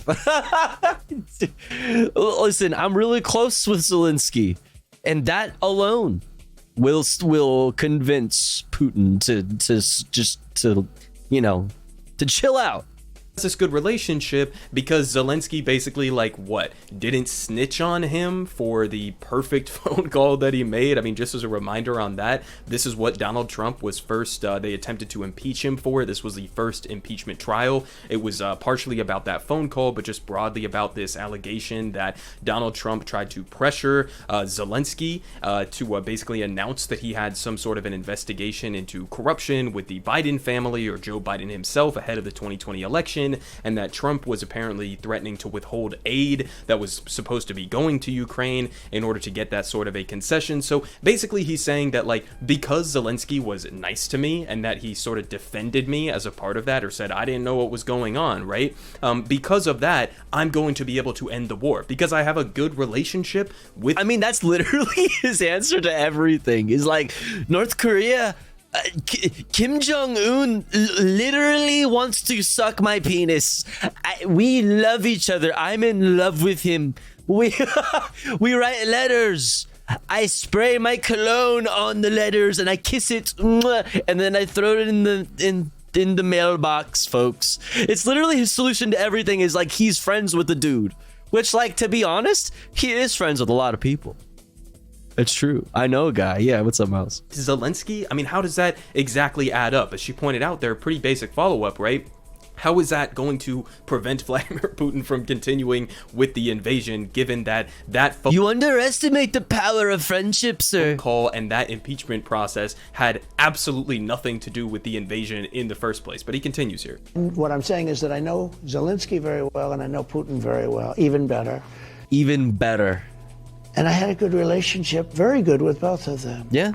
I would tell Zelensky, President Zelensky, I want no quid pro quo. No more. You got to make a deal. I would tell Putin, if you don't make a deal, we're going to give him a lot. We're going to give him more than they ever got if we have to. I will have the deal done. Wait. What's all this about you fucking complaining about all the funding? This guy is so silly. What a silly goose. I think that they're spending all this money on a war.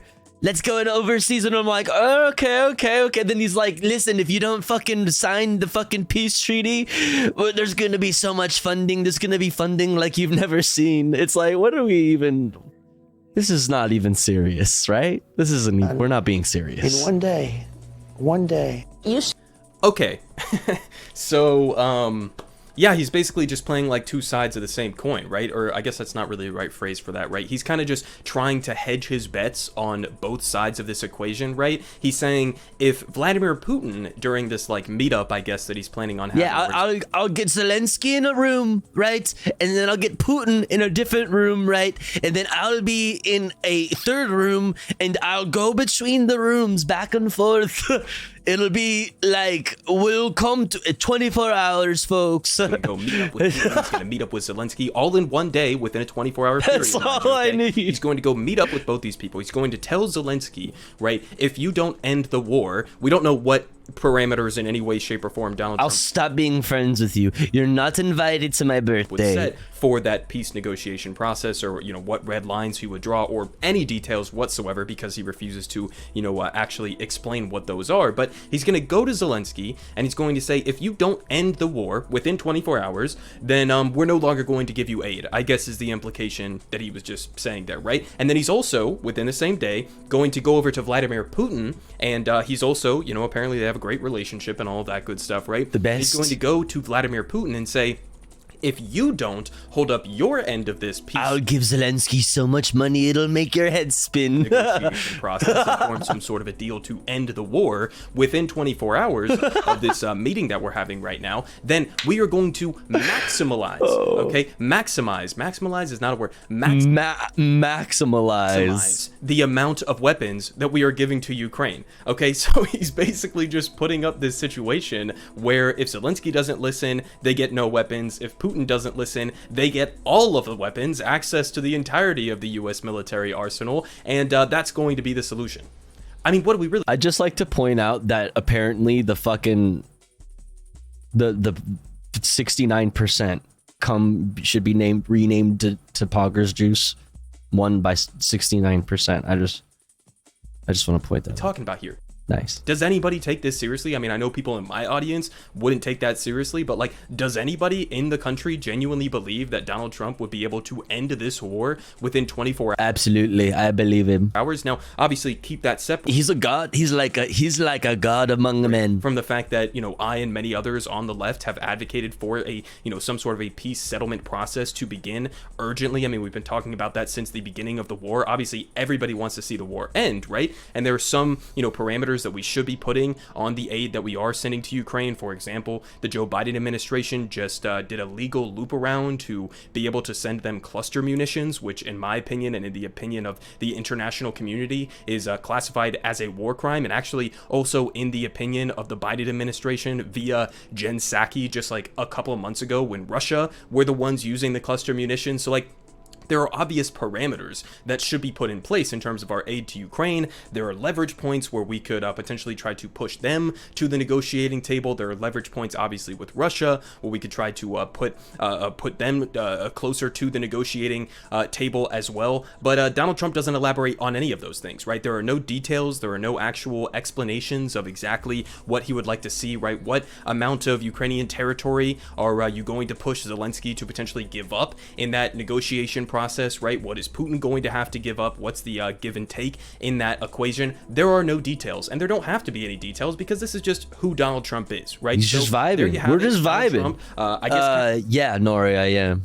Of explaining, but also completely refusing to explain how he is going to magically end this war within 24 hours, which is honestly just an amazing claim, right? 24 hours. He could have said, when I get into office, when I'm the president, okay, folks, we're gonna get this war done, right? We're going to end the war. I don't know how we're going to do it, but we're going to get it done, folks. And he could have just kept it vague like that, but no, he said 24 hours. That's a pretty bold standard to be putting up for yourself there, right? So I meant what I meant to say is it's going to be like 24. The show, you've heard of it. It's going to be exactly like that. I don't know really, but it's going to be like that.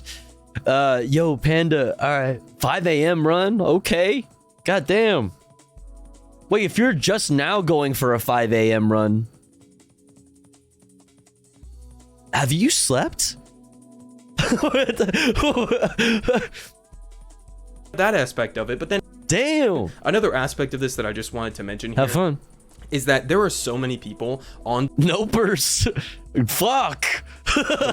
Okay. Okay. Many Trump supporters Shit. who seem to think that because he says he can end the war in 24 hours, that you know, he's some sort of like a dovish president. That he is not a hawkish, you know, a militaristic imperialist type of president, as every single American president has been throughout the entire, you know, especially post World War II, but even pre World War II history of the United States of America. Donald Trump obviously was no different on that. But there are a lot of people on the right who seem to think that Donald Trump is somewhat of an anti-war kind of guy. So I just wanted to use this as an opportunity to remind people that no, the fuck he's not. Dude, 2020, we all forget, understandably so, because of all the crazy things that happened in 2020, right? Like, there's a lot of stuff happened, right? But at the very beginning of 2020, we started that shit off with fucking deleting Soleimani. Just fucking a missile. Fucking, like, dude, we all thought we were going to World War III was trending on Twitter, and we were all like, oh, how many times have you seen World War III trend on Twitter now since 2020? It's not shit now. It's like every day. It's like, yeah, bro, I get it. That was like 100 years ago, right? Ah, yes, 2020. I haven't thought about that year in a long time. Any way, shape, or form, right? Obviously, endless a forgotten past. Military budget, expansions and increases, all of that stuff. Obviously, we all know about his connections to the Saudi Arabian government and wheeling and dealing and doing business deals with not only their government, making hundreds of millions between him and Jared Kushner, even billions of dollars off of that relationship while continuing to sell them weapons, while participating in a genocide in Yemen. He just cut a deal recently, actually, with the government of Oman with something related to one of his Gulf ventures, and just a lot of different relationships in the Middle East that I think think you could say are questionable at best. But then we also have examples like, number one, this clip that we just watched, where he basically said, if Putin doesn't listen to him, you know, I'm going to give Ukraine everything within our arsenal, essentially, right? That's the implication of what he was just saying there. So that doesn't seem like anti-war, really, because then you're escalating the war. But then we also have previous statements like this that it seems like time to drink some water. Not Mitch says time to drink some all water. the time that it gets sort of like lost in it. But this was one of those things, right?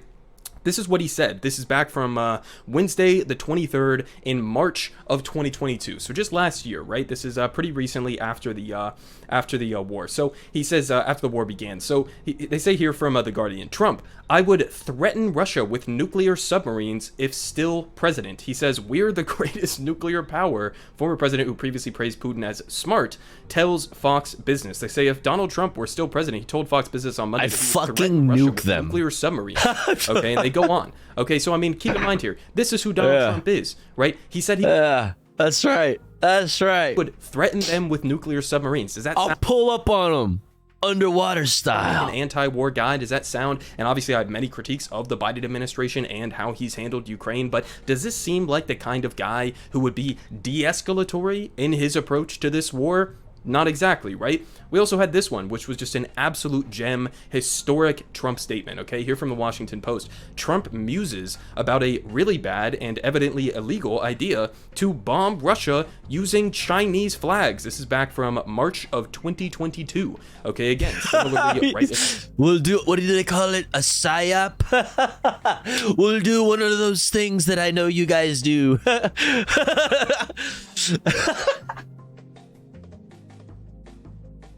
Yo, Donald Trump over here playing fucking 5-dimensional chess.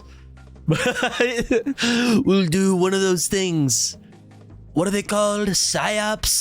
This war was sort of kicking off, right? He wanted to bomb Russia directly, okay? Not even just increasing the amount of weapons we're giving to Ukraine or whatever the case may be. Directly bomb Russia, and then somehow we're going to skirt around the direct confrontation between the two largest nuclear-armed superpowers in the entire world. We'll just make them think that China did it. Russia. We're going to skirt around that because, you see, we got these big stickers that we're just going to slap on the side of our jets, of our planes, and then we're going to strike them, and then Putin is going to, I guess Donald Trump just called smart, right? Putin, this, absolute dumbass, is going to not see through that, and he's going to think that China, okay, one of the allies that has sort of been like, not necessarily propping up, but at least not condemning him during this war, he's going to think that actually China is bombing them. Okay, China is bombing Russia, and then I guess we're going to cause them to go to war. I mean, you know, good way to take down, I guess, two of the American State Department's perceived political adversaries, right? A 2-for-1, right? Killing two birds with one stone. Okay, so we're going to slap on the stickers on the side of our planes and go and bomb Russia. Okay, just another example there. One more here. GOP embraces a new foreign policy, bomb Mexico to stop fentanyl. Yeah. This is something that Trump is... Simple. Just simple. been leading the charge on is literally... It's that easy. It's really that easy. Going to war with one of our largest trading partners, if not the single largest trading partner that we have in the entire world, in Mexico. Liberals want to make everything so confusing and so convoluted, and they just want to talk about stuff and read books. I say we bomb the fuck out of it. I don't care what it is. Is it a problem? Bomb it. Bomb it. Mexico, okay, and starting a war with the country that is the same country that all of these Republicans are complaining has too many migrants coming to the southern border. What exactly do you think is going to happen if we start a perpetual war? Another forever war just dropped. War. Wake up, honey. Within the new forever war just dropped. Okay, with the cartels, which, believe it or not, you can kill as many cartel members as you want, right? You can bomb them into oblivion. It's not going to change the fact that there is a market for illicit drugs here in the United States, and that if you take out El Chapo or whatever the fuck, somebody else is going to take his place because that market exists, right? So this is, I mean, taking the metaphorical war on drugs that has been a complete abject failure failure for the entirety of its history, right? Decades and decades and decades, leading to mass incarceration, leading to higher amounts of overdose deaths, because we're not treating this as an addiction issue. We're not treating this as a mental health issue.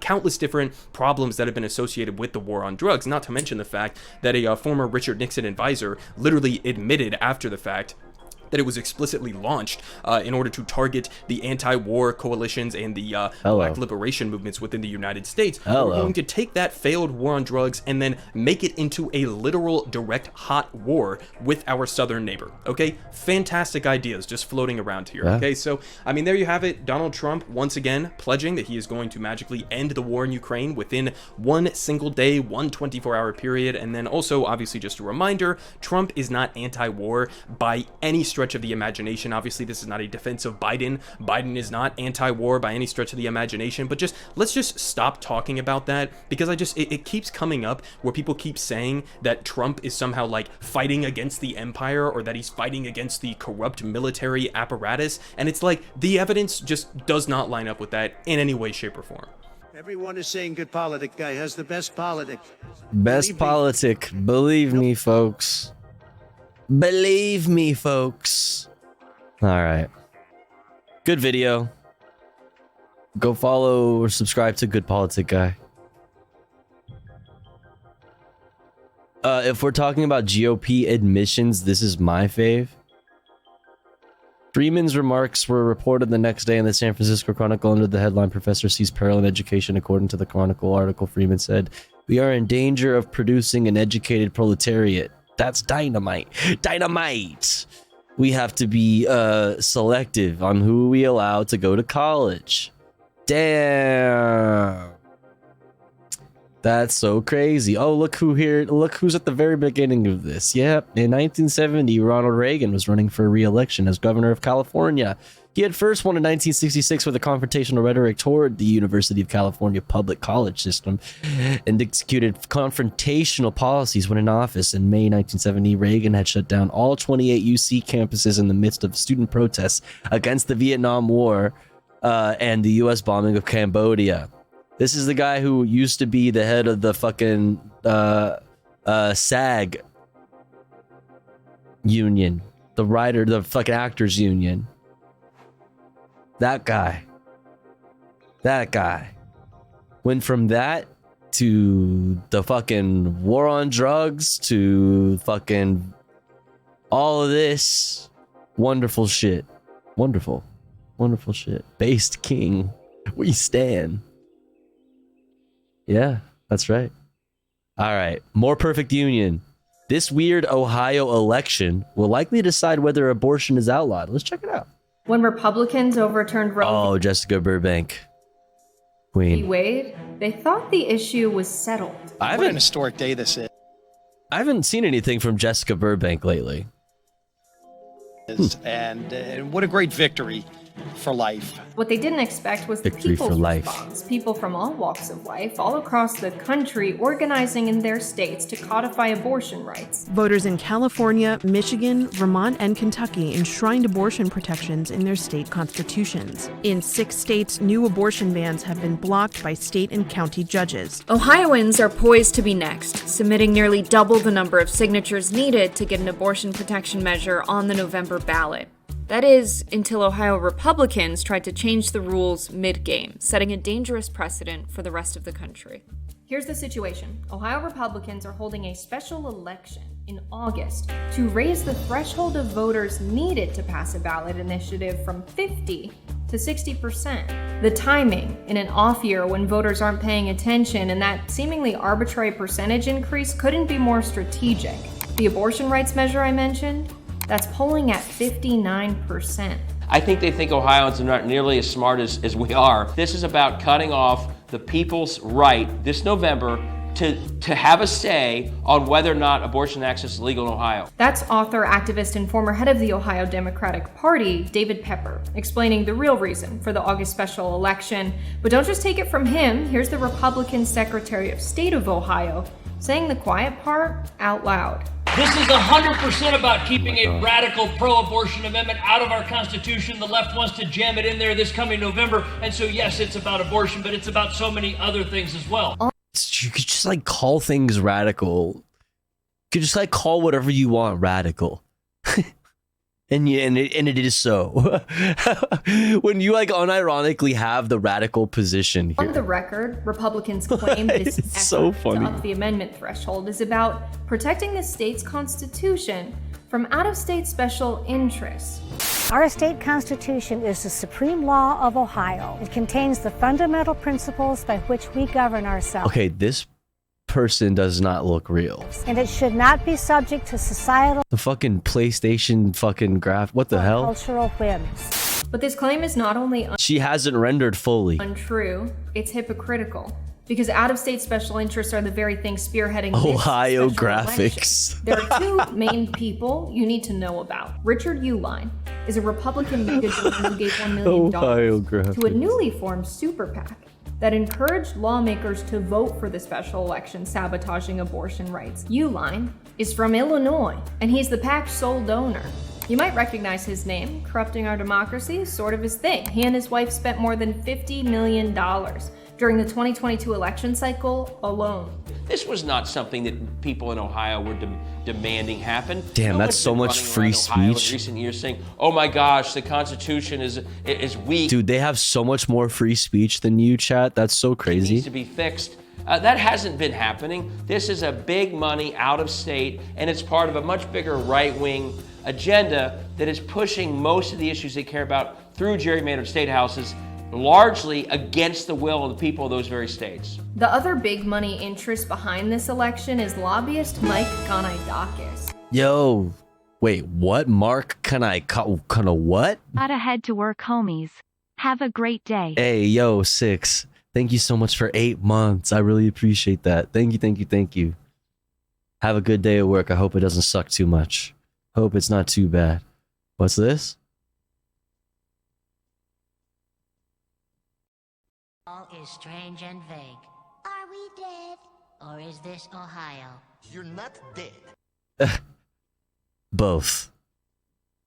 He's the head of anti-abortion organization Ohio Right to Life, a key backer of the August election, and he's made a career out of saying things like this. How many countless little girls are aborted every day in Ohio and the United States? That's the real war on women. Ohio Right to Life has built a lot Oh, come on. of political power Oh, come on. Stop, dude. in Ohio. Very connected at the state level, very connected with the leaders at the state house. And they said they wanted a special election, and there is a special election. Ohio Right to Life announced earlier this year that it's the founder of a dark money coalition called Protect Women Ohio. They launched a $5 million ad campaign to defeat November's abortion amendment with ads like this one. Brace yourselves. Your daughter's young, vulnerable, online. You fear the worst. Pushed to change her sex. Oh or to my get an abortion. You have some right to help her through this. But activists want to take all that away. I have seen Dude, holy fuck. Holy ew. Oh my god.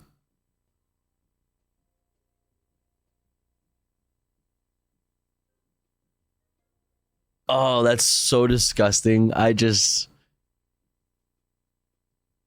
Oh, that one really hurt. That really fucking hurt. Man.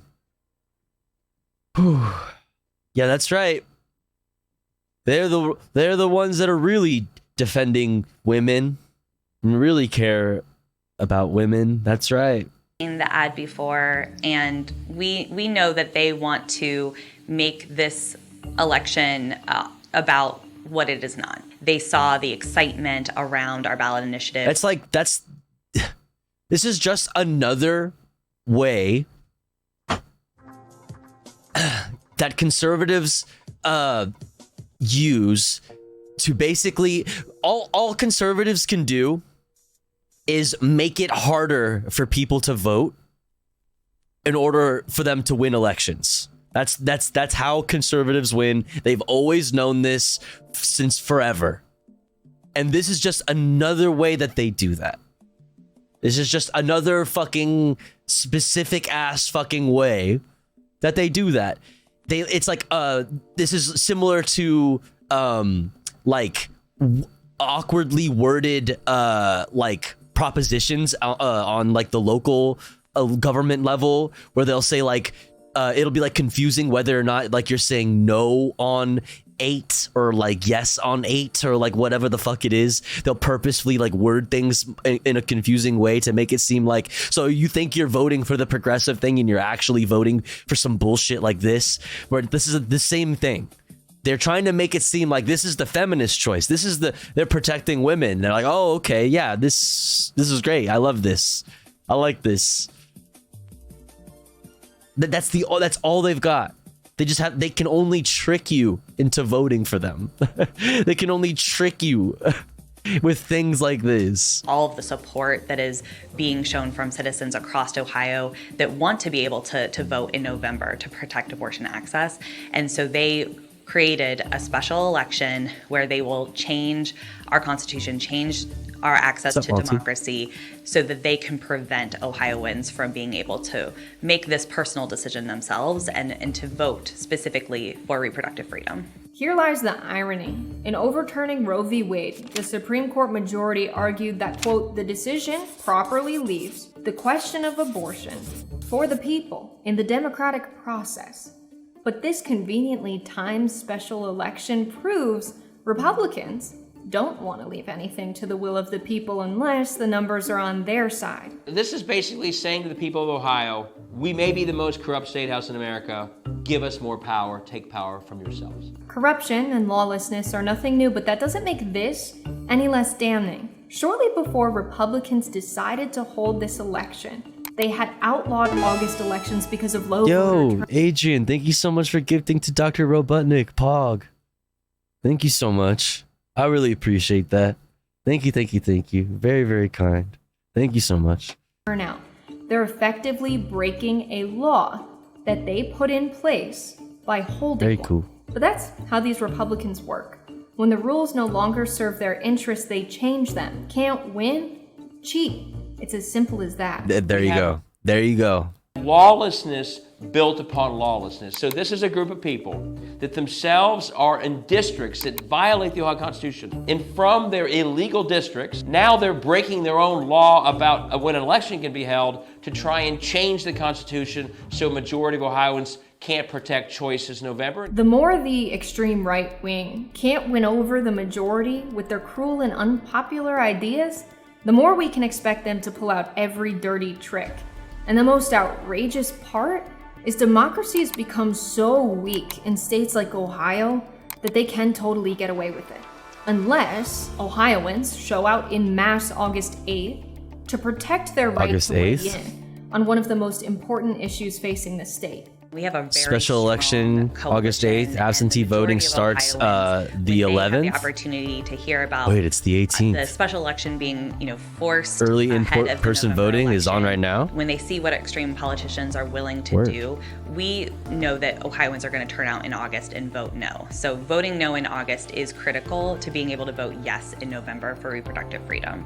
It is essential that we win in August and essential that we win in November. Republicans in Ohio and many across the country do not want you to make choices about your life, even if you're in the majority.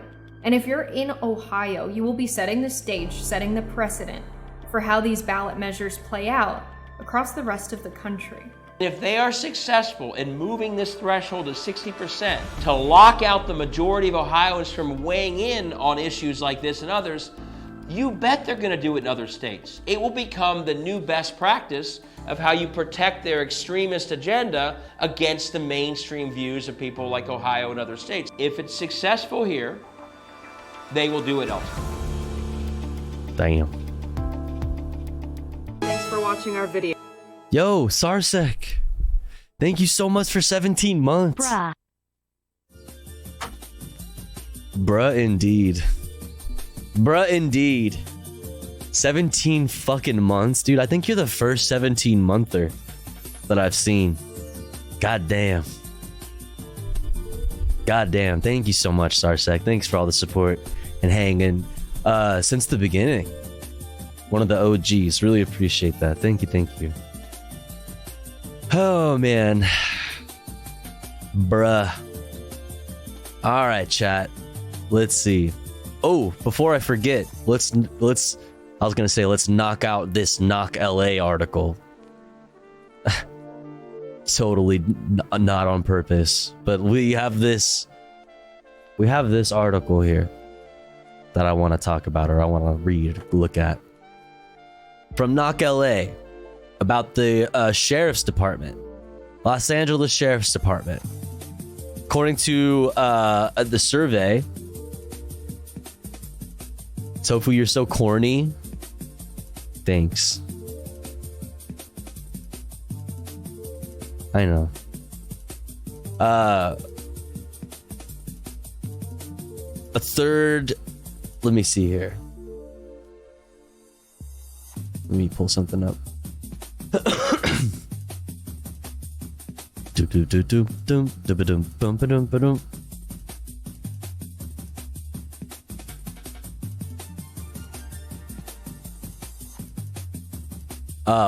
One in every 3 shooting is an unarmed person. A third of all of the shootings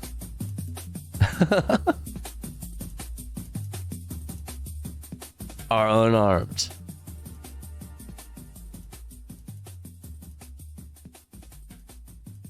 Crazy.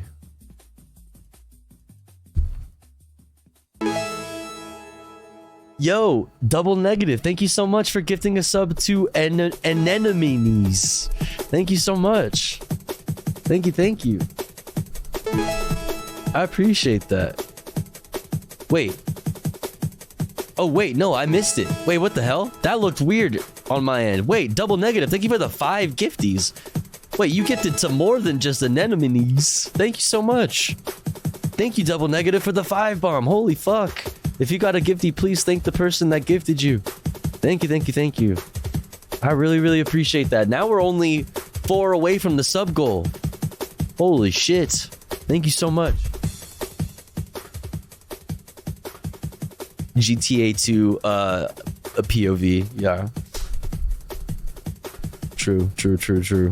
Thank you so much, Double Negative. I really appreciate that. Thank you. All right. Life under the gun. An analysis of shootings by the Los Angeles County Sheriff's Department. In the last few minutes of August 17, 2018, 28-year-old Akachi Farmer, whose name has been changed, and 2 other young black men rode through the streets of Compton in an acquaintance's car. A Los Angeles County Sheriff's Department patrol vehicle pulled up behind them, lights flashing. The private vehicle's driver, also a young black man, turned down a residential street and hit a curb. The driver fled the scene, according to the department's investigative summary of the incident. Farmer climbed out the car's driver's side window, and a deputy fired twice at him. They shot at me for no reason, Farmer told Knock LA. I was in fear for my life. Farmer said he received a grazed gunshot wound to his back and arm. The deputy who shot him claimed in his statement to internal investigators that Farmer had a gun. I never had a weapon. They said that but never recovered one, Farmer said. They're saying that to justify shooting me when they know they was wrong. LASD records state that no weapons or rounds from Farmer's alleged firearm were found. A year-long Knock LA analysis of LASD records reveals that since 1984, at least 916 people have been fired upon by deputies. Of those, 387, or 42%, were killed by the gunfire, and 311 were wounded, while the shots missed another 209 people. Compton, a city of mostly low-income Latino and black people, is an epicenter of these sheriff shootings. Since 1984, deputies have fired their weapons at 88 Compton residents. On average, one person in Compton population 93,500 is killed by deputies every single year, according to Knock LA's analysis. Knock LA's investigation has revealed that these shootings have left a deep and lasting mental and physical toll on not just the people who were shot, but their families and their neighborhoods. Nearly all of the people who were shot at were men, and just over half were Latino, while a quarter were black. In comparison, Latinos make up 49% of the county's total population, while black people are 9%, according to the U.S. Census. At least 60% of people who were fired upon were between the ages of 18 and 30. Many people in Compton told Knock LA that they suffer depression, heart conditions, and other health problems. Experts say gun violence, regardless of the source, can play a role in many health problems in the community, including heart failure, hypertension, headaches, and post-traumatic stress disorder. There is a term called secondary trauma, where people whose lives aren't directly affected by a particular event nevertheless experience fear, insecurity, and traumatic symptoms simply because of the degree of exposure to the event that, itself, said Dr. Lawrence A. Palinkas, a professor of social policy and health at the University of Southern California. The more tightly knit the community, the more likely you are to experience secondary trauma, Dr. Palinkas said. Wait, what is this? Shootings outcomes by percent. Wounded, no hit, other, fatal, gunshot. Gotcha. This is really confusing with these like backgrounds. A 2018 law analyzing shootings from 1984 to 2023. A 2018 law requires disclosure of specific police records, including any incident when a peace officer fires a gun at someone. Utilizing this disclosure law, Knock LA reporter Cerise Castle obtained nearly 1,000 LASD records of shootings dating back to 1984. The records are incomplete as the department continues to review and redact the records on a rolling basis. In spite of disclosure laws, shooting records remain heavily redacted. In several records, often those dating prior to 2000, the names of LASD personnel, their station assignments, and serial numbers have been obscured. What's up, Mary McCheese?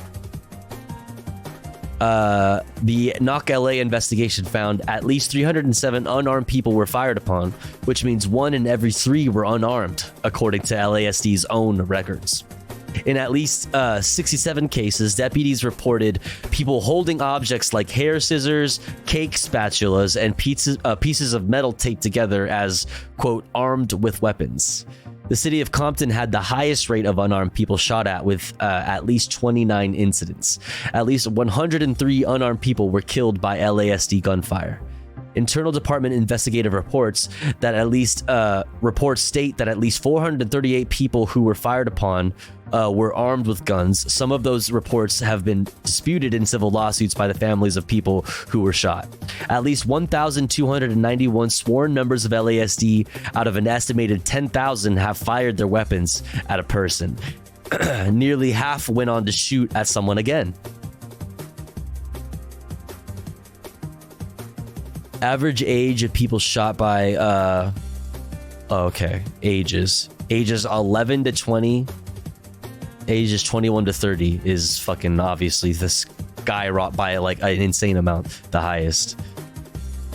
At least 2 deputies have fired their weapons at more than 5 people. Angel James, a self-admitted member of the Regulators deputy gang, fired his gun at 7 people. 2 were killed and 1 person was wounded.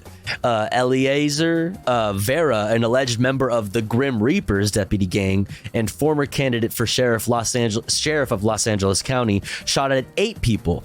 He killed 16-year-old Julio Castillo in 1999 and wounded 2 others in later shootings. LASD personnel in the southern part of Los Angeles County appear to be involved in shootings more frequently. You don't say. Deputies at the Century Station, located in Linwood and currently serving Linwood, Florence/Firestone, Walnut Park, Willowbrook, and Athens Park, were responsible for 32% of the shootings. Gang. Stop. Oh. LASD did not respond to a request for comment on this reporting. No spicy. No spicy. Stop. This is not funny. This is not funny. Oh, man. Unreliable deputy narratives. In several instances, the circumstances surrounding the deputy firing the weapon have been inconsistent, and the deputy's reports conflict with evidence. Oh, whoa, you don't say.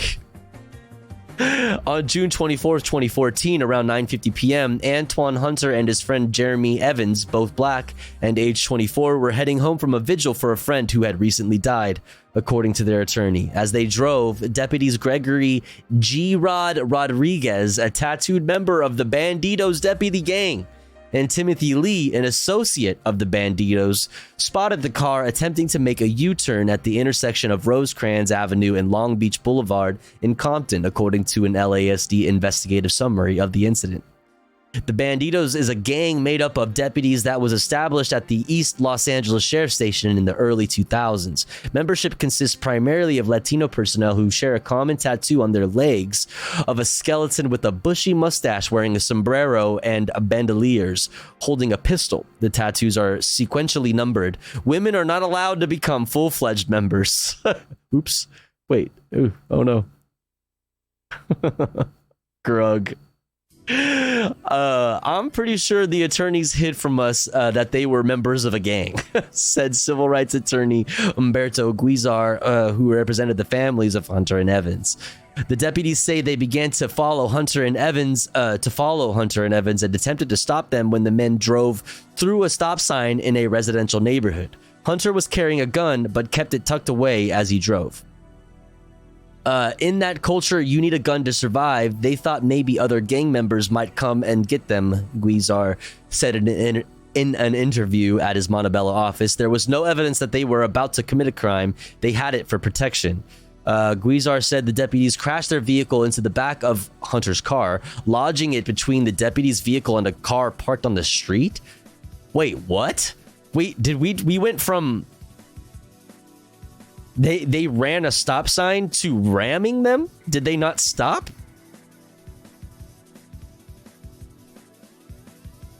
The fuck? The deputies exited their car and began firing into Hunter's vehicle, killing him. Evans was also hit twice by gunfire but survived. The fuck? The deputies claimed in interviews with internal investigators that Hunter had pulled out a gun when they approached the car, prompting them to shoot. But Guizar says when Hunter's body was removed from the car, his arms were frozen from rigor mortis in a position that indicated he had been holding the steering wheel when he died. Jesus fucking Christ. The detectives didn't say anything or account for the rigor mortis. Contrary to what Rodriguez said, that he had a gun in his hand, that was a lie. Both Lee and Rodriguez were cleared of any criminal wrongdoing by former Los Angeles County District Attorney Jackie Lacey.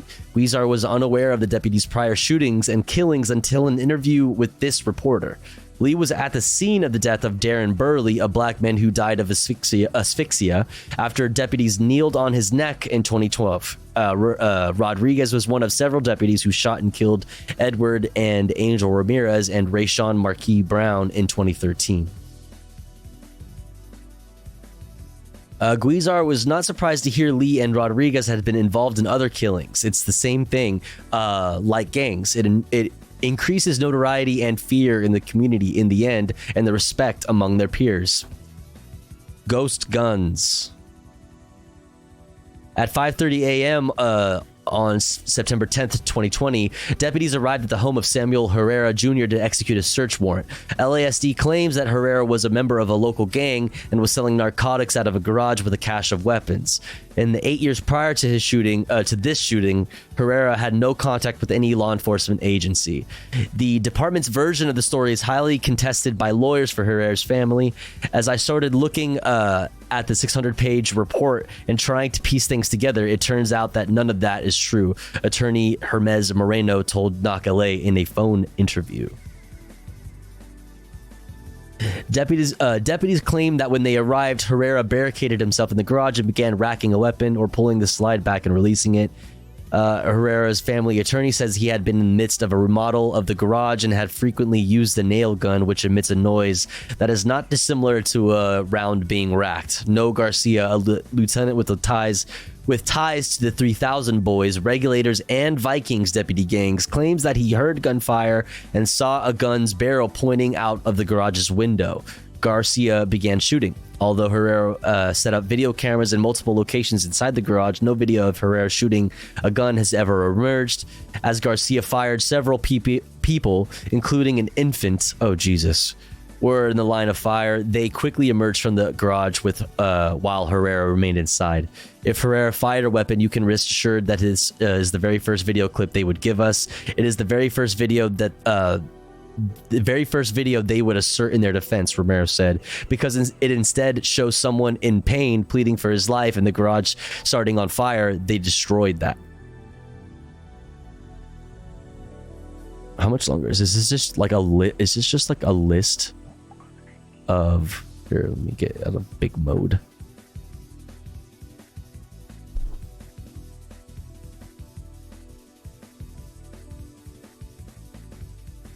Dun, dun, dun, dun, dun, dun.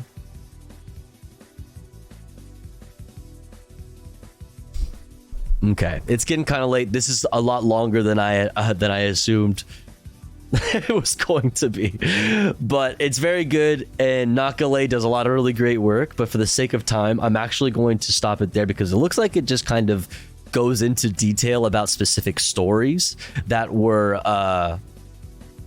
like uncovered through this report and Nakale's research, which is good, but it's getting late and there's about to be an ad hitting you. So instead of letting there be ads interrupting it anyway, we're just gonna get ahead of it. And next up, chat, we got a new Ugopnik video and a new Climate Town video. And then we probably have some fun stuff that we could get to after that if we have time. But we're gonna run an ad break now. And when we run ads, as you know, we run them while the streamer is away from the stream. That way, even if you are unsubscribed to the channel, you don't miss out on any of the content.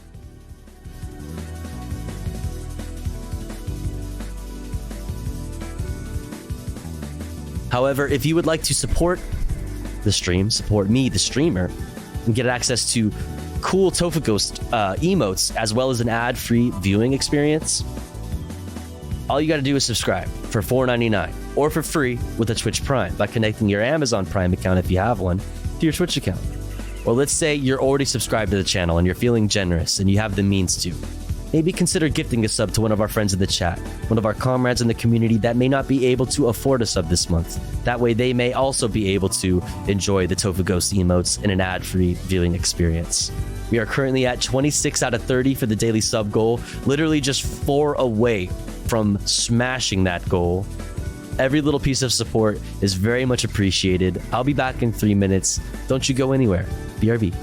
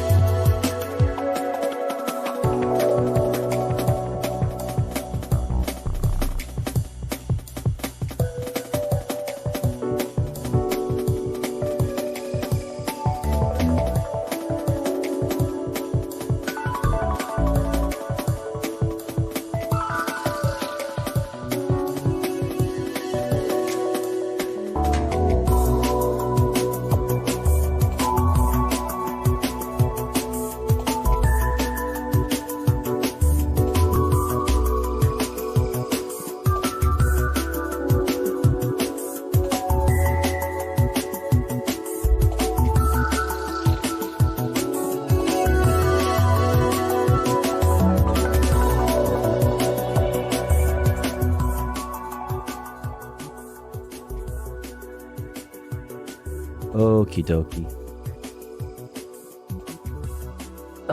We're back. We're back. We are so fucking back. Holy. What time is it? 3:24?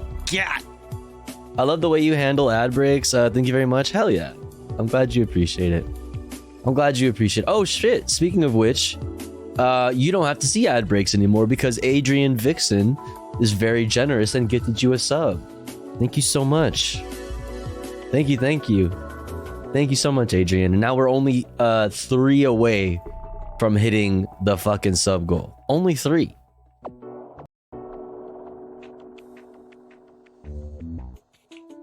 Dun, dun, dun.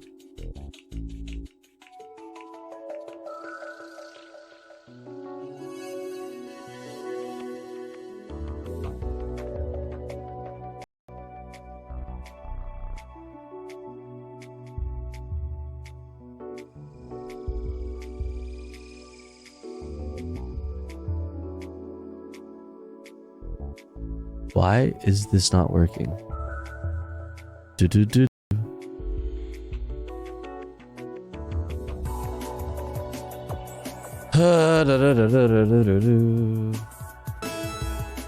Yo, Car Talk, thank you so much for 13 months.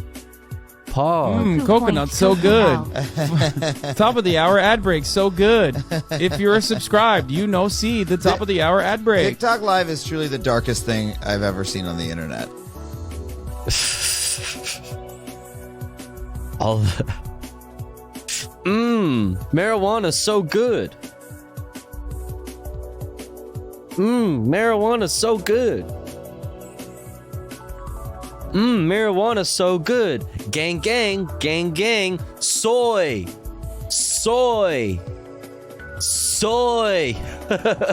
Gang gang, gang gang. Marijuana's so good. Marijuana's so good. Gang, gang, gang, gang. Liberal. Liberal. Liberal. Gang, gang, gang, gang.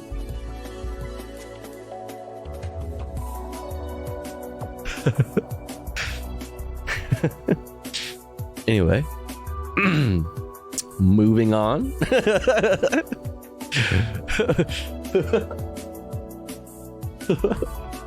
Need to do a leftist version. How would you do that? I mean, I guess like I just did it. No spicy. No spicy. Gang, gang. Liberal. All right. All right. Next up, chat. Dude, it's already late.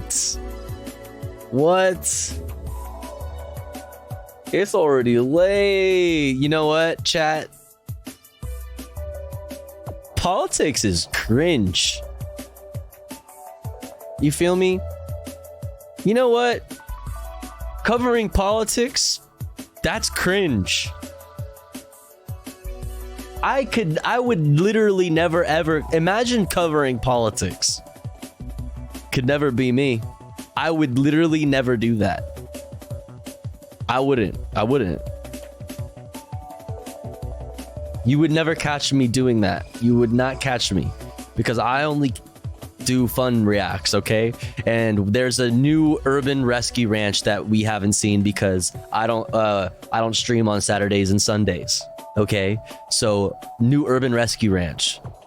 Fuck politics.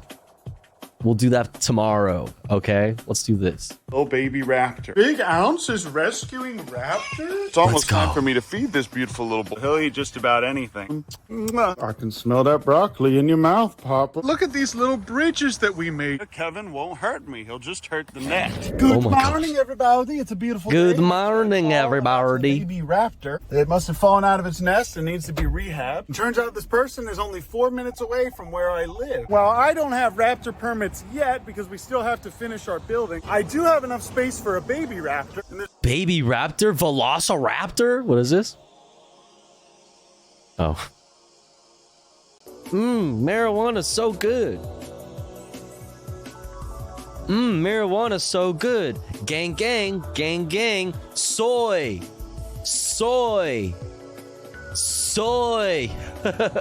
Gang, gang, gang, gang. Marijuana's so good. Marijuana's so good. Gang, gang, gang, gang. Liberal. Liberal. Liberal. Gang, gang, gang, gang. Marijuana's so good. Yo, chat, should this be my first TikTok video? I'll just put this clip on TikTok. It'll be my first time I ever posted on TikTok. Huh? Right? It works, right? Yo, Innoband, thanks for the raid. What's up? Welcome in. You came just in time. I'm an NPC now. Marijuana's so good. Gang, gang, gang, gang. Soy. Soy. Soy. Yeah. Gang, gang, gang, gang. Marijuana's so good. Marijuana's so good. Gang, gang, gang, gang. Liberal. Liberal. Liberal. We see you. Gang, gang, gang, gang. Yeah. Yeah. Marijuana's so good. Yeah. Yes. Correct. Popcorn. Yes, popcorn. What's up, Innoband? I hope you had a good stream. Marijuana is so good. So true, bestie. Everybody go follow Innoband. Hope you're having a good one. There's a few older rehabbers about an hour away from me that I could work as a sub-permittee for them. If we can do that, I should be able to take care of the little pipsqueak. Somebody called our number about this adorable little cringe baby boy that fell It's out a of the nest Velociraptor. covered in ants. That's just a little baby. This is the closest big tree. Typically, what you should always do in a situation like this is look around for the nest and see if you can get the guy back up in there, even if you have to climb. But there's a lot of outdoor dogs around that might have scared this little boy away. He is a baby. He's pinching me real hard, but it's not enough to break the skin. Yeah. And he was already getting eaten by ants. He already had some fire ants messing with. Look, there's one right here messing with that ant that's stuck to him. These ants are not leaving him alone. Oh. Thank you, appreciate it. All right. He's being him. He broke character. Him being like a normal person around people. Everybody, here he is. This is either a red shoulder hawk or a Mississippi kite. And I got permission from our rehab contact. Mississippi kite. On Saturday morning. I also let our game wardens know. And what's great about this situation is that I needed more hours anyways before I could get my raptor permit of working with these guys. And now I get some legal hours in with this little fella. Because I really need hours, I'll be spending every waking moment with this creature. Oh, just kidding, guys. It's not that hard to take care of /S. raptors. And you don't even need permits to own exotic ones like your Asian eagle owl. Big Ounce is rescuing raptors? Just kidding, guys. I'm going to move Big Ounce into my bedroom because we have to keep domestic animals separate from the wild animals. Oh. So Big Ounce will just stay in here while I feed that raptor in the other room. Look at this little boy. Poke. We're also rehabbing pigeons. Like, I feel like they're not gonna get along, but god damn it. Yeah, dude, Big Ounce is the fucking cutest thing ever. And Big Ounce's little wahoo! Wahoos! So adorable. Look at this little boy.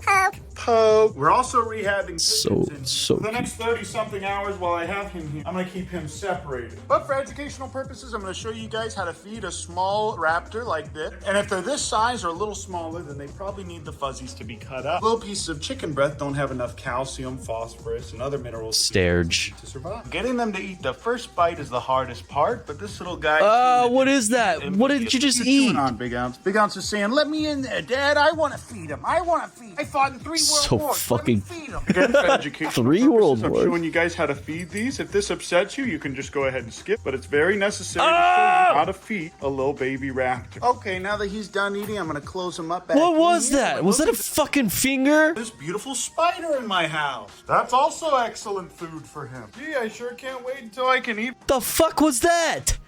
Was that a huge... What the fuck was that? Don't ask questions. That's like... What?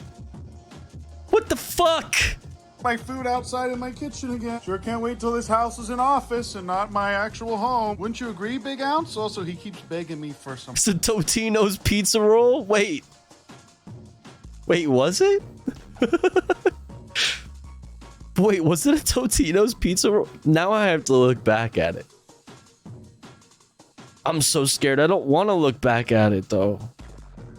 Oh, it's so gross. That's not a Totino's pizza roll. Oh, I swear that looks like a fucking finger, bro.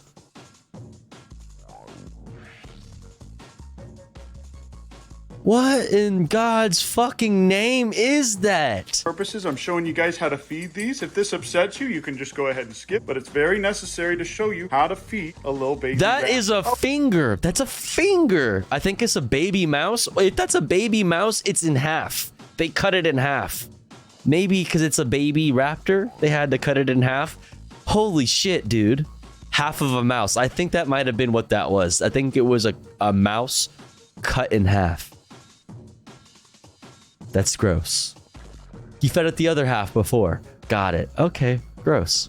Okay, now that he's done eating, I'm going to close him up back in here. Oh, and look at this beautiful spider in my house. That's also excellent food for him. Gee, I sure can't wait until I can eat my food outside in my kitchen again. Sure can't wait till this house is an office and not my actual home. Wouldn't you agree, Big Ounce? Also, he keeps begging me for some broccoli. He says, please, Papa, please give me some broccoli. I can smell that broccoli in your mouth, Papa. Please open up. Just one more. Go stand. Gee, sure can't wait till this house is done so I can live there and not here. And then we can take this bed out of here and turn this entire room into just a raptor room. This man just walks around the room, picking up little specks, chewing on them, and then putting them back down. He simply wants to explore and taste the world.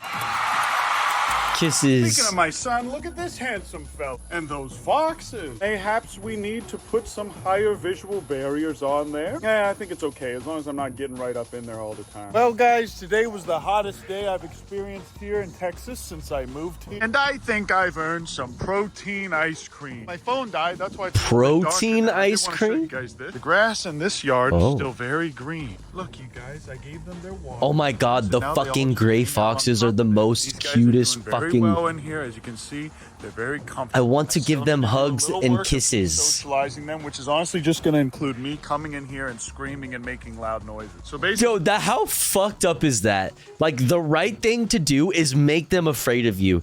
And in order to make them afraid of you, you gotta be a dick to them. And it's like, how do you the pain of of loving something so much that you have to be mean to it. When I need to come in here and do chores or clean a place, I just have to go stupid about it.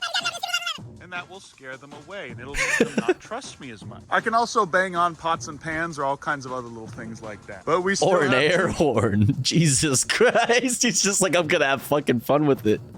These guys and I have they're so cute. That with them. Look at these little bridges that we made, you guys, and this was all so easy to make. It's just 2x4s, 4x4s, and cedar log, and they still have all of this watermelon to eat. I'm not concerned one bit about these guys being too friendly in 2 months whenever we need to release them. But there will be a day, and it's coming very soon, where I'm just gonna come in here. Also, look at their little diving board. I'm just gonna start coming in here and screaming. Give it their chances of survival when we do actually release them back to the wild. And they've come a long way from when they first came in here, when they would just jump straight on top of me and climb. It's an Eevee or some shit. It's like a fucking Pokemon. They're so goddamn cute, dude. Look at that face. How could you scream at that and be mean to it? What's up, Banshee Bree? Dude, how cute is that? Yeah, Vulpix. Oh my god, it's so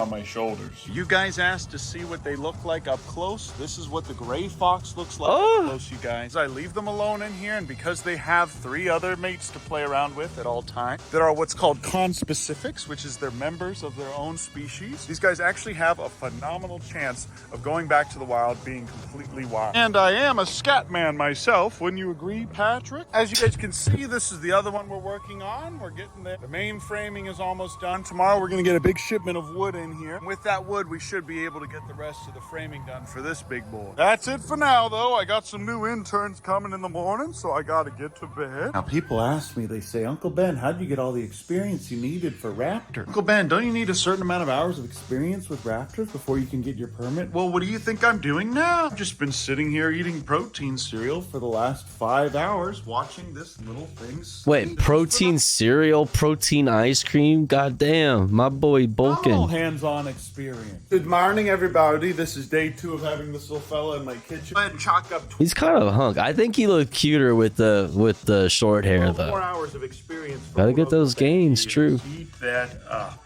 Eat that up. Okay, guys, this is the end of day 2. He just ate most of 2 pinkies.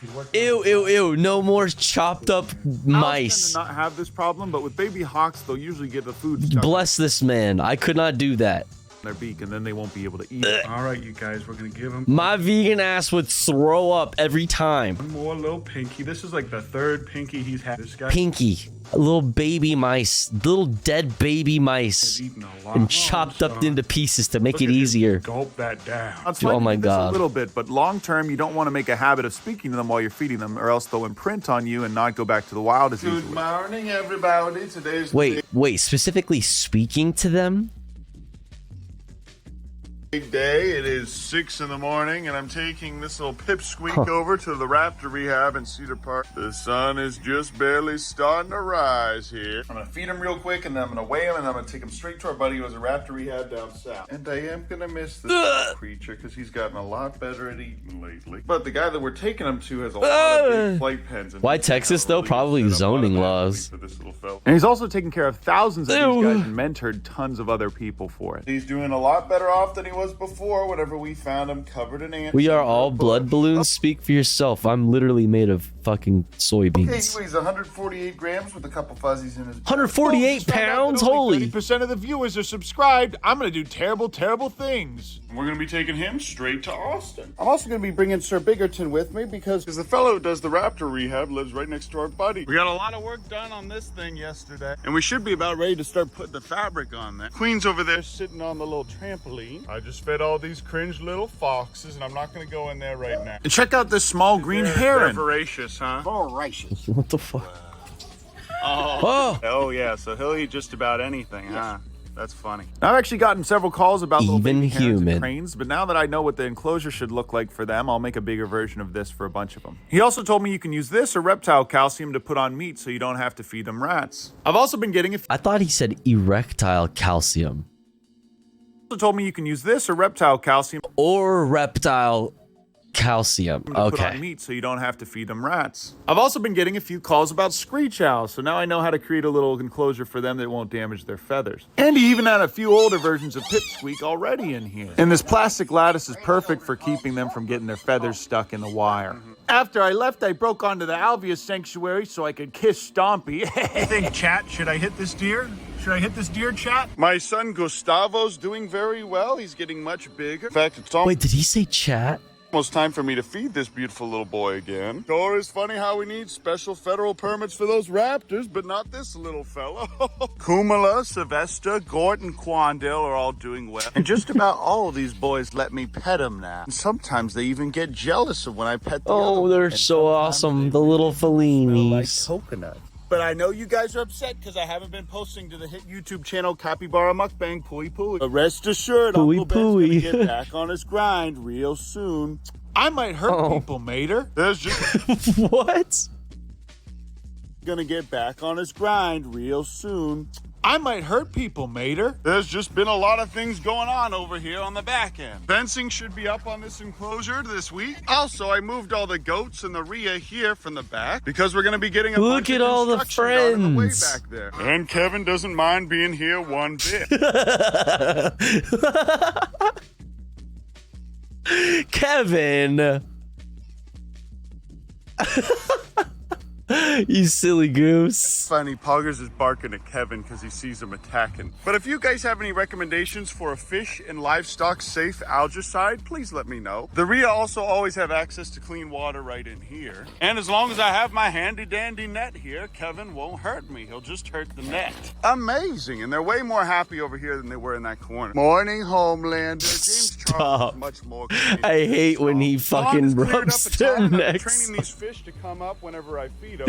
Guys, there's the bar right there. While we've gone ahead and emptied all of this out, we're going to start to get a lot of construction done in this back area here to make a 100-foot long flight net. This is going to be a huge project, so we'll be able to rehab eagles. We'll also have it to where it can be sectioned into smaller flight pens. That way, whenever we don't have eagles, we can just take care of a lot of different raptors. And if a corporation would like to... Bro, how the fuck do you make a big enough thing to rehab eagles? To sponsor that project, I'll even call it Raid Shadow Legends Park or something crazy like that. Raid. Send me an email. Love to appreciate you. Also, Raid somehow all Shadow. those tiny little goldfish that we released in here are now giant, and they thrive in here, even if there's a ton of algae. Oh, now though, that's it for now though, you guys. I love you. I appreciate you. Thanks so much for watching this video, and I'll see you in the next video. Oh, I forgot to tell you. Now that dude, the little wahoos are so ridiculously adorable. I want to fucking scream. And I'll see you in the next video. Oh, almost forgot to tell you. Now that was an epic big ounce moment. So cute. So cute. So cute. Chat, I found this video, or it was suggested to me randomly. We've been really like deprived of our UrbX content. We've been super deprived of UrbX content lately. But I got suggested this and I thought it seemed cool. Or maybe let's look at their, it's just 6 months old. Let's see if they have anything else like more new. Mysterious blue hole inside a river, and deep inside a river cave. Okay, see, I'm glad I fucking looked because this looks fucking tight. What the fuck? And it's got 1.8 million views. Actually, fucking change of plans. Mysterious blue hole. Ayo, deep inside a river cave. Let's fucking go. Check out this crazy river cave we're going into. We came here last time and we couldn't even get in. There was just so much water pumping out. So we're going in now. It's calmed down a good bit. Wait, that's natural? Bro, this is some fucking... What's the artist who did Alien? Geiger? Who is it?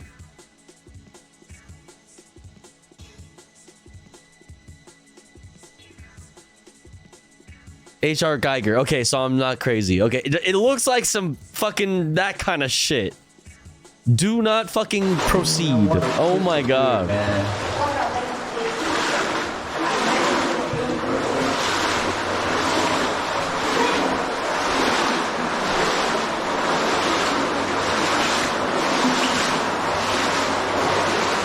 Love to be found dead in a cave.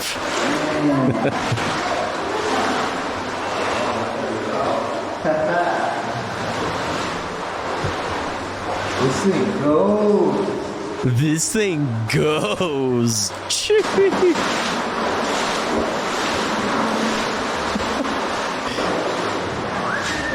Yo, this cave goes hard.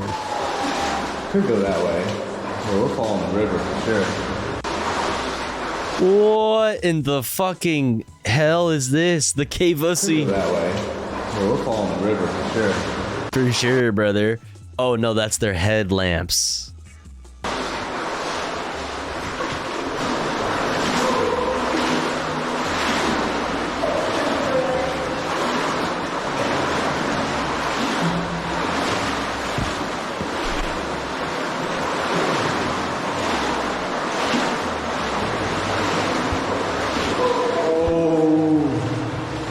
Oh, guys.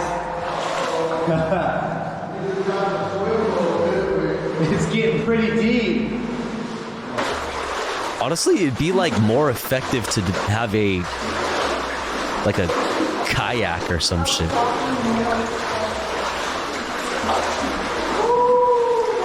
Like honestly, I feel like you could just like kind of lay on your belly and just like float and just like kind of I would just swim. What are we doing? Like walking around sloshing. Oh, yeah. It's getting deep. That's hitting my back now.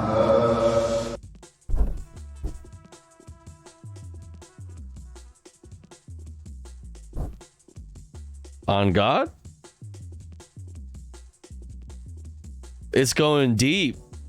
Chat. It's hitting my back now. It's getting deep. That's hitting my back now. We're gonna need the raft, ain't we? I think so. Yeah. Yeah, we probably might.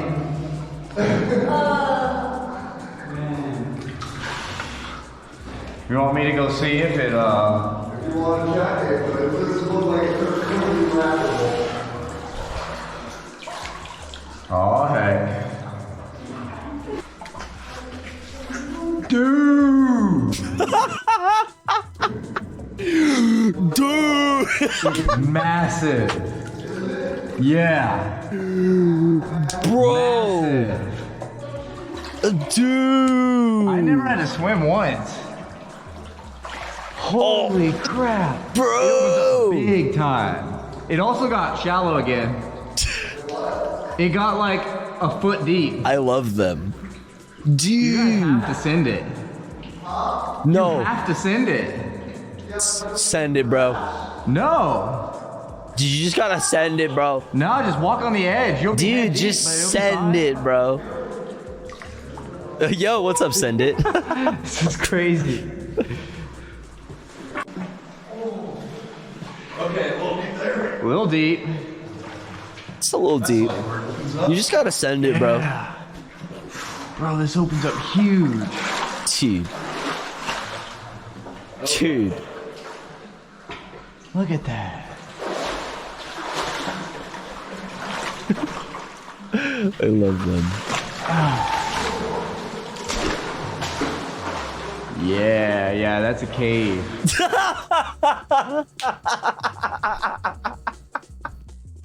Yeah, yeah. Yeah. That's a cave. Yeah. Yeah.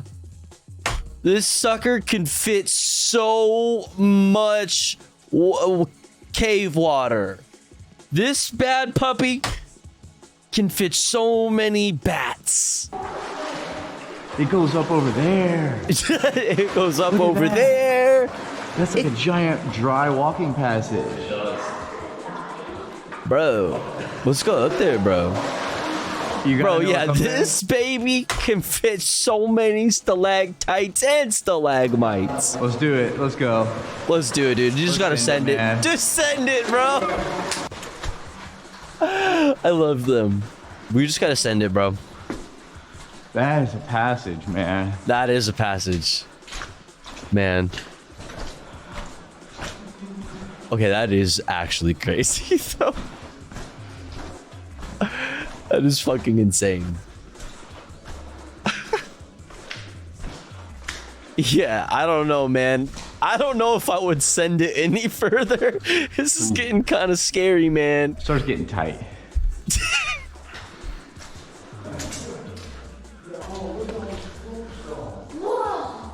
I didn't even notice that. Whoa! I love them. They're just so like hyped, dude. Everything is so like fucking radical. I noticed this one over here.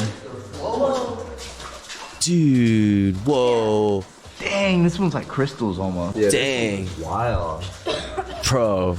What is that deposit coming out of it? I don't know, like a different color mineral or something. Dude. Look at it up close though. Like, you don't really notice it until you're up close. Oh, no way. Bro, you smell it, bro. I saw that. Oh! Oh, shit! I picked it up. Did everybody just wear the wrong shoes? I don't know, I walked right up it. No hands? Awesome hands.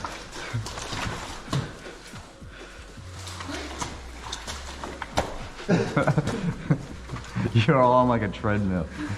Gotta put it in 4 low. I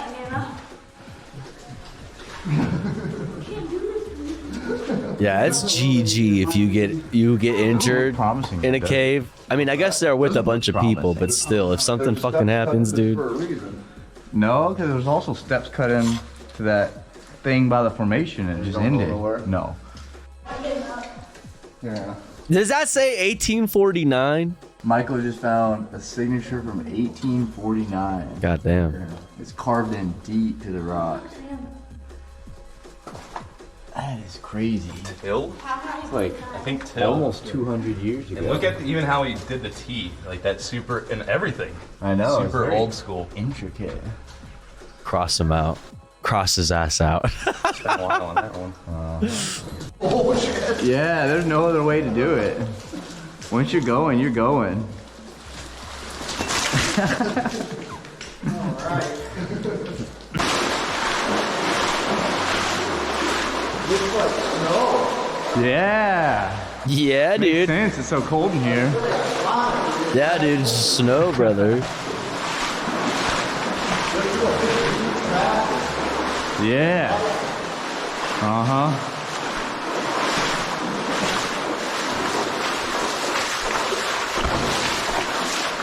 Very yellow. Very yellow. This side's white, that side just... Oh, dude.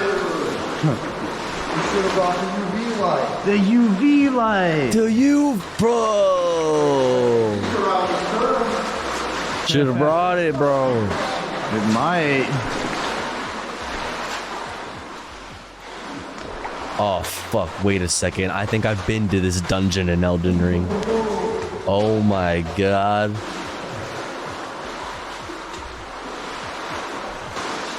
It's a little bit deep.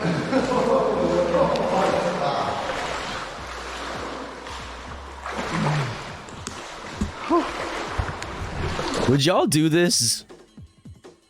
I mean, I've done stuff like this. Okay, I'm a different person than I used to be. I used to do shit like this. I could actually go find some photos. We could do story time someday. I could find photos of me like in stupid doing dumb crazy shit like this. But now I've like got shit to like live for and stuff, man. The fuck? Oh yeah, that's a little bit deep. Yeah, that's what I'm saying, systems enjoyer. It's like, I'll just watch this on YouTube with my friends on the internet. You know what I mean? Get a shower back out. Yeah, let's get in shower.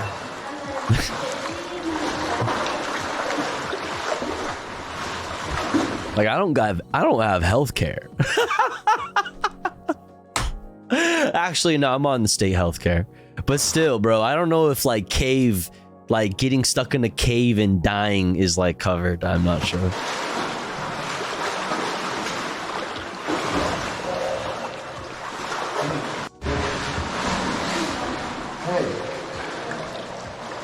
What the fuck? Is that a lobster? Rock lobster? Wait, no, for real though. Is that a rock lobster? Like, shit like that lives in caves? I hear water. Waterfall. Water. We gotta go find the water. Oh, look, a little the fishy. Blind cavefish is gonna show us the way. Blind cavefish. A little cavefish. That sounds like some shit you would loot in a fucking dungeon. You know what I mean? Like you just like break open a fucking like some old pottery or whatever with your fucking staff, and it's like, oh, like 2 blind cavefish. Pog. Yes, Zelda loot.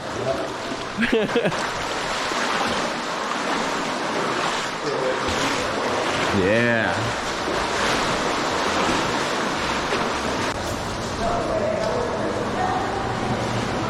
Oh damn, there's a ton of names. Is all that noise coming out of there? The Cavusy. Oh damn. Yeah. Oh yeah. Enter. That's so insane.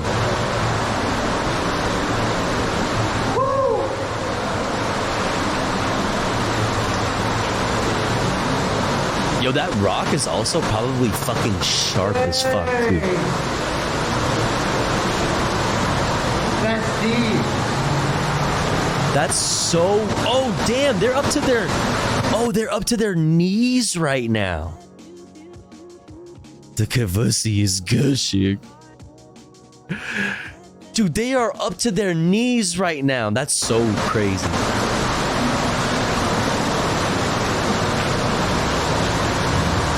Look at that. Oh, it's so loud. Wow. Wow. Knee deep in the Cavusy. Oh yeah, keep going. Oh yeah. Oh yeah, keep going. Don't stop. Yeah, fucking keep going.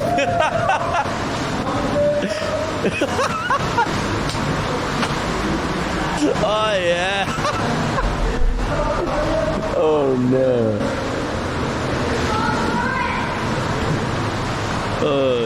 Good night, CX. Y'all need God?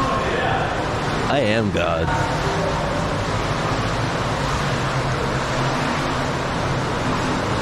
Bitch.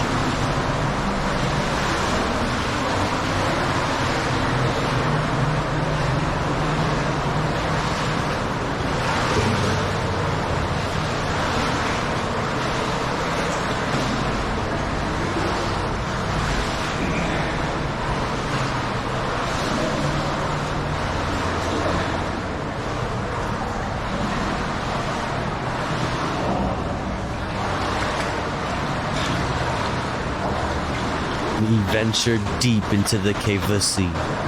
We found God. Woo! Cheers! I've been kind of just swimming my way through this passage. Just kind of making my way downtown, walking fast.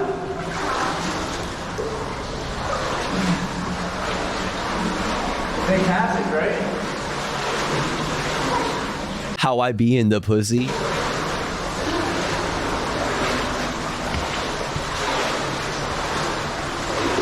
Oh. That gets. Oh my god. It's like a different color right there. Guys, you have to come see this. Yeah, there's no bottom. There's no bottom. So was Mario holding me captive? Mario was holding me captive. I fucking broke away. Look, that's at What's up, Jazz Bread? At least 20 feet deep. You go first. You can straight dive that. Dude, you could straight dive that, bro. Also, look at my fucking crotch, bro. That is very deep and scary, though. I think it might come from that way. All the water? Or maybe, dude, it might be welling up from in here. It's clearly a spring, man. That is Dude, so deep. look how blue it is. That's scary looking. Is there light coming from over there, or is that just their light?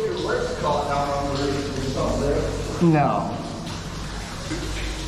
It's just a face. I'm gonna go swim across it. Over to that hole.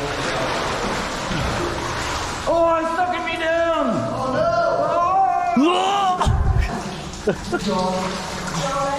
no! Johnny? Bro, Johnny, stop fucking playing, dude. Dude, Johnny, it's not funny, bro. Bro, Johnny! Stop, bro. It's not funny, bro.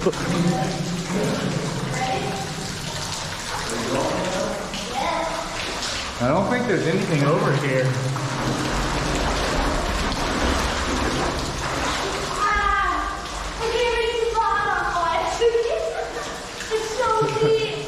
There's like a tight squeeze.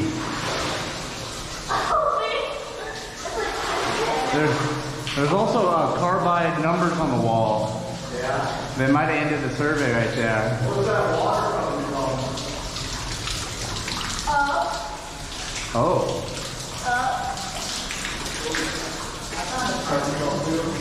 It does go up there.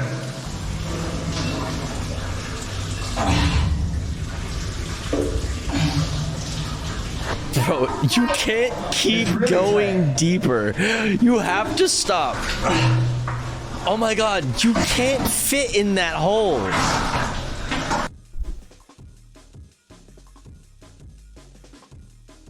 We can try. Proceed.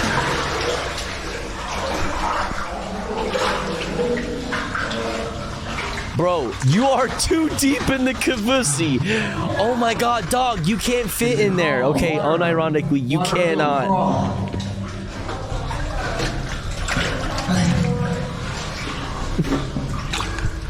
Dude, you are going too deep. This is how tight it got. This is found footage, by the way. By the way, this is found footage. Dude, you are too deep in the...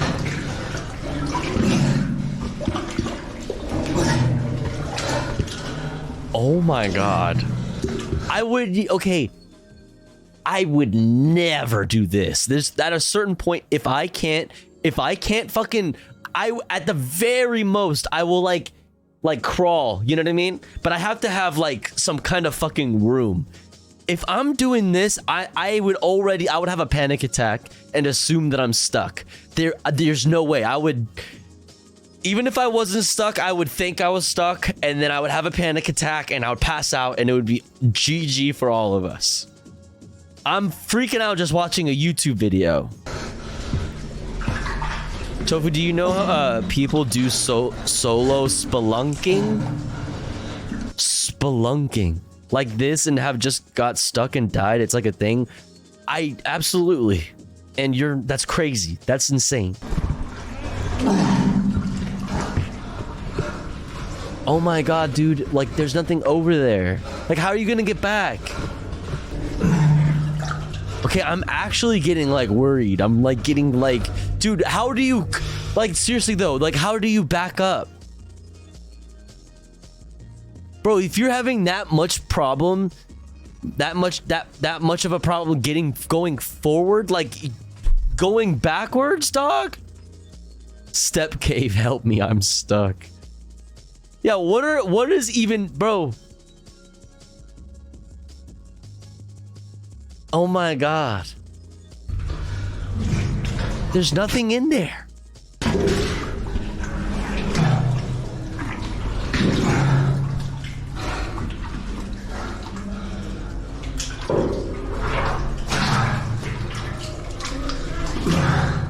Why are we doing this? Does it get bigger? Please, God, tell me it gets bigger. Ayo. Yep. Please tell me this cave is a grower and not a shower.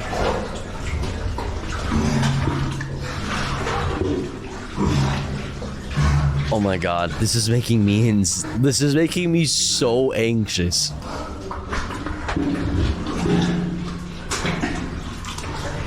Notice how they're not talking to each other anymore? They were like joking and having fun before, going, whoa, dude! And now they're just like silent and grunting. Like this pool. And before I stood up the sill, I could see it dove down about 10 feet. But that way, it drops way deeper. It's like a sump. So, gotta turn back now. Oh, he's alone.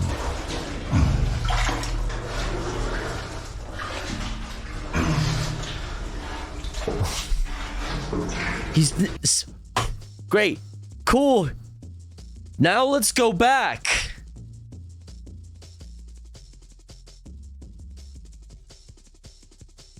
All right, yeah, let's just... All right, well, just as I suspected, more rock and water. Better turn around now.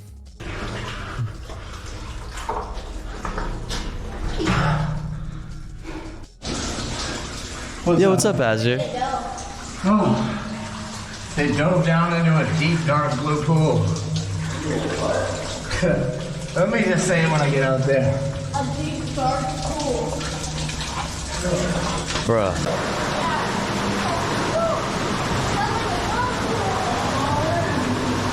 Can we get out of the caboose?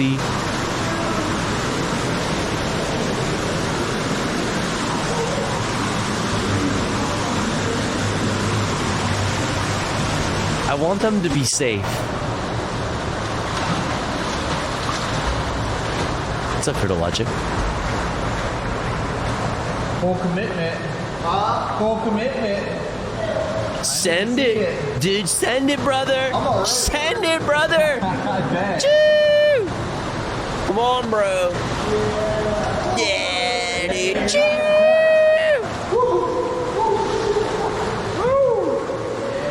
Send it. Choo! What? What was hanging? What? Oh my god, they're not hanging. That's... Oh my... Okay, dude. Bro, I'm like, they fucking pan over. Oh yeah, dude. And they pan over and it's just a body. It's just a body hanging. And then they just continue venturing on in the caboose like nothing happened. I'm like... Hey, I'm gonna get her off. I got you, yeah. I don't think it's good. Alright, we'll see you. We won't be long, you know. Tofu for another time. Dog. Is this from the same people? It is. Stuck alone in a cave. Anxiety warning. Oh my god, dude. You've seen it, Azure? Oh my fucking stuck alone in a cave. Shut up, Nori. Step bro? Watched it to fall asleep? What? Just some nice, end of the, just something to cap the day off with. Something nice that has an ASMR effect. You know what I mean? A nice little, something relaxing. Oh my god, dude. Yeah, it took us right out. Oh my god. His face is in water. Lo-fi screams of the damned to sleep to. Oh my god, dude. Chat. Oh my fucking... Bro, what is that big... Oh.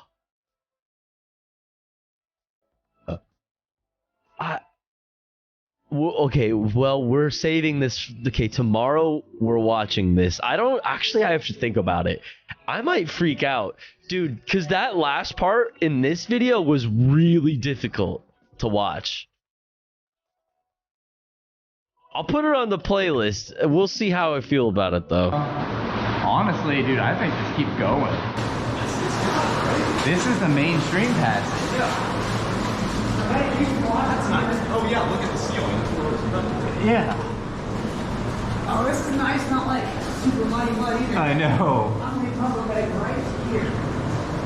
You might want to take it, man. Who knows how far it is? Yo, good night, not Mitch. Thanks for hanging. See you next time. I know, dude. Whoa, we're going pretty fast. Oh shit.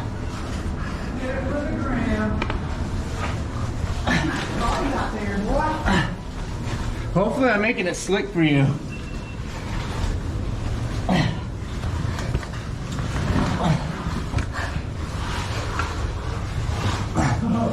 Good job, you turd. Oh, yeah.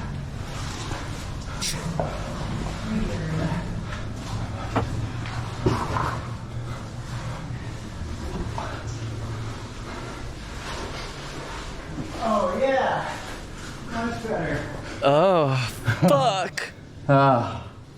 So tight in here. Too soon. Fuck. No. They're like just grunting and just talks. It seems like it's extremely tight. Oh, crap. Dude. Like, bro, dude, nah. Nah.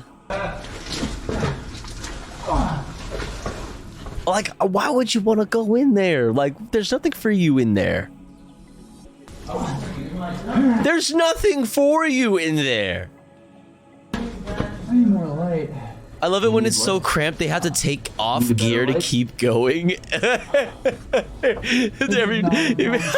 It's like you just progressively get more naked the deeper into the cave you go.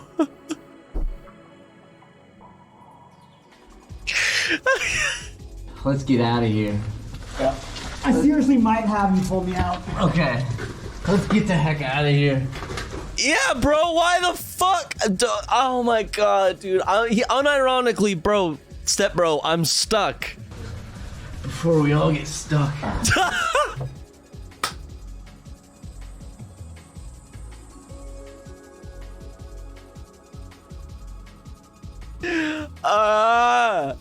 Yeah, dude. I'm about there. Yeah. Oh. I just spilled on myself. Yeah, Just really fuck. And it's slick too, by the way.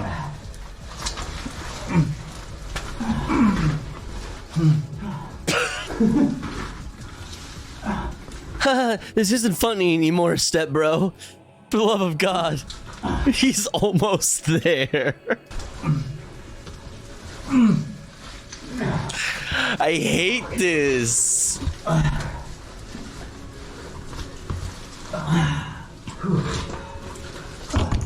My feet out yet? Your feet are way out. Oh, okay. You going there? Yeah, your butt's the only thing left. Holy shit. Nice. Nice. We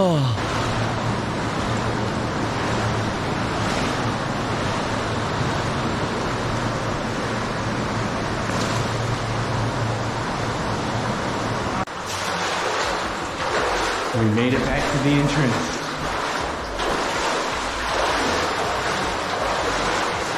Oh my god, dude.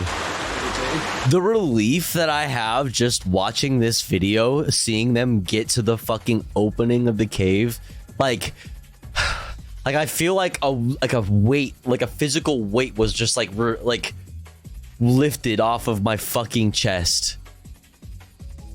Dude. We made it. Haha. There's David and Hannah. Hey, we made it. That was awesome. Dude, it was so awesome, bro. Remember when we got stuck, bro? That was so sick, bro. Their channel, Fun Finding for Two. Go check out his channel. It's Mineral Dude. And Mineral Dude. What was your channel again? Phoenix 9. Come on. Phoenix 9. I'm a little loopy from the cave. Yeah, a loopy off that cave-ussy. Yeah, that about wraps this one up. I'm gonna put a link down in that description. Heck yeah, guys. Heck yeah, brother. Hell yeah, brother. Damn. That was fucking an adventure. I'm like, I feel like I was right there with them, man. I fucking stressed out. That was very stressful. There were some moments of that were very fucking stressful. Holy shit. All right, chat. Listen. Listen.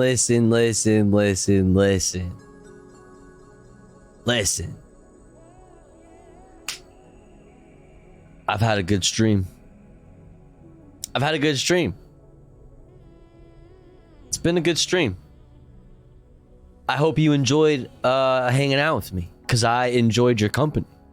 It's been a blast. It's been a banger. We did a lot. Covered a lot of news. Covered a lot of politics. Did a little comfy stuff. I don't know. That last video wasn't very comfy. I'm not gonna lie. No cock size pole. Rip. I appreciate you hanging out with me, chat. Your streams are chef's kiss. Hey, I appreciate that. I'll be back again tomorrow, 9 p.m. Pacific Standard Time to 4 a.m. Pacific Standard Time. More news, more politics, more comfy reacts, maybe gaming, who knows. Come hang out with me again tomorrow.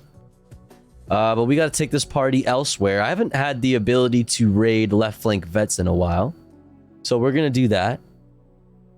We are going to do that. Thanks for all the support tonight, chat. Chat, speaking of support, we are only 3 away from the daily sub goal. I'm just saying, listen, thank you for the support. Thank you for the 27 gifties. Very fucking cool. Thank you. Just throwing it out there, though. 3 away. Just 3.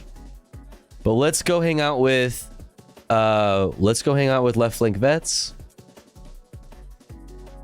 And when we get over there, let's spam these emotes. Dun dun dun dun dun. And tell them hello. Spam some good vibes over there as well, just like you spammed all up in this chat.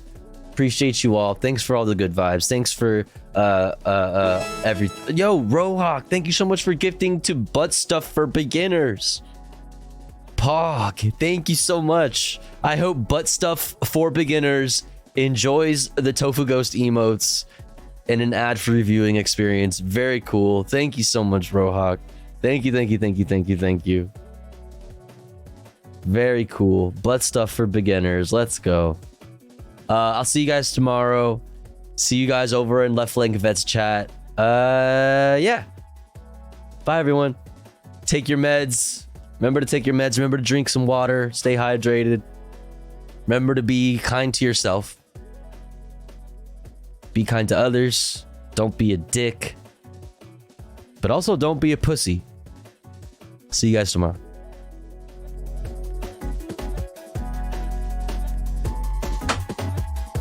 Night night. Bye bye.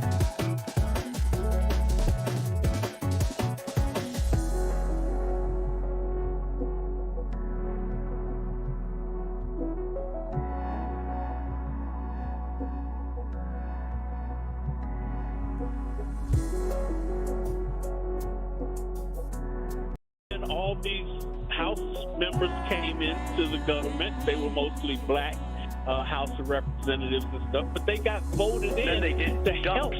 They call them to dumps, contribute big massive to what dumps. Lincoln was doing. Who was a third partier? Okay, Michael there in Silver Spring, Maryland. Similar thoughts were expressed recently on this program by New America Foundation's Lee Drutman, talking about the no labels approach to presidential elections. Here's a portion of what he had to say on the program. At a presidential level, third parties are always going to be spoiled. So if you want to give people more choices, you've got to build from the bottom up. You've got to build more parties in state legislatures. Ted Cruz, go fuck yourself. And ultimately, and in Congress.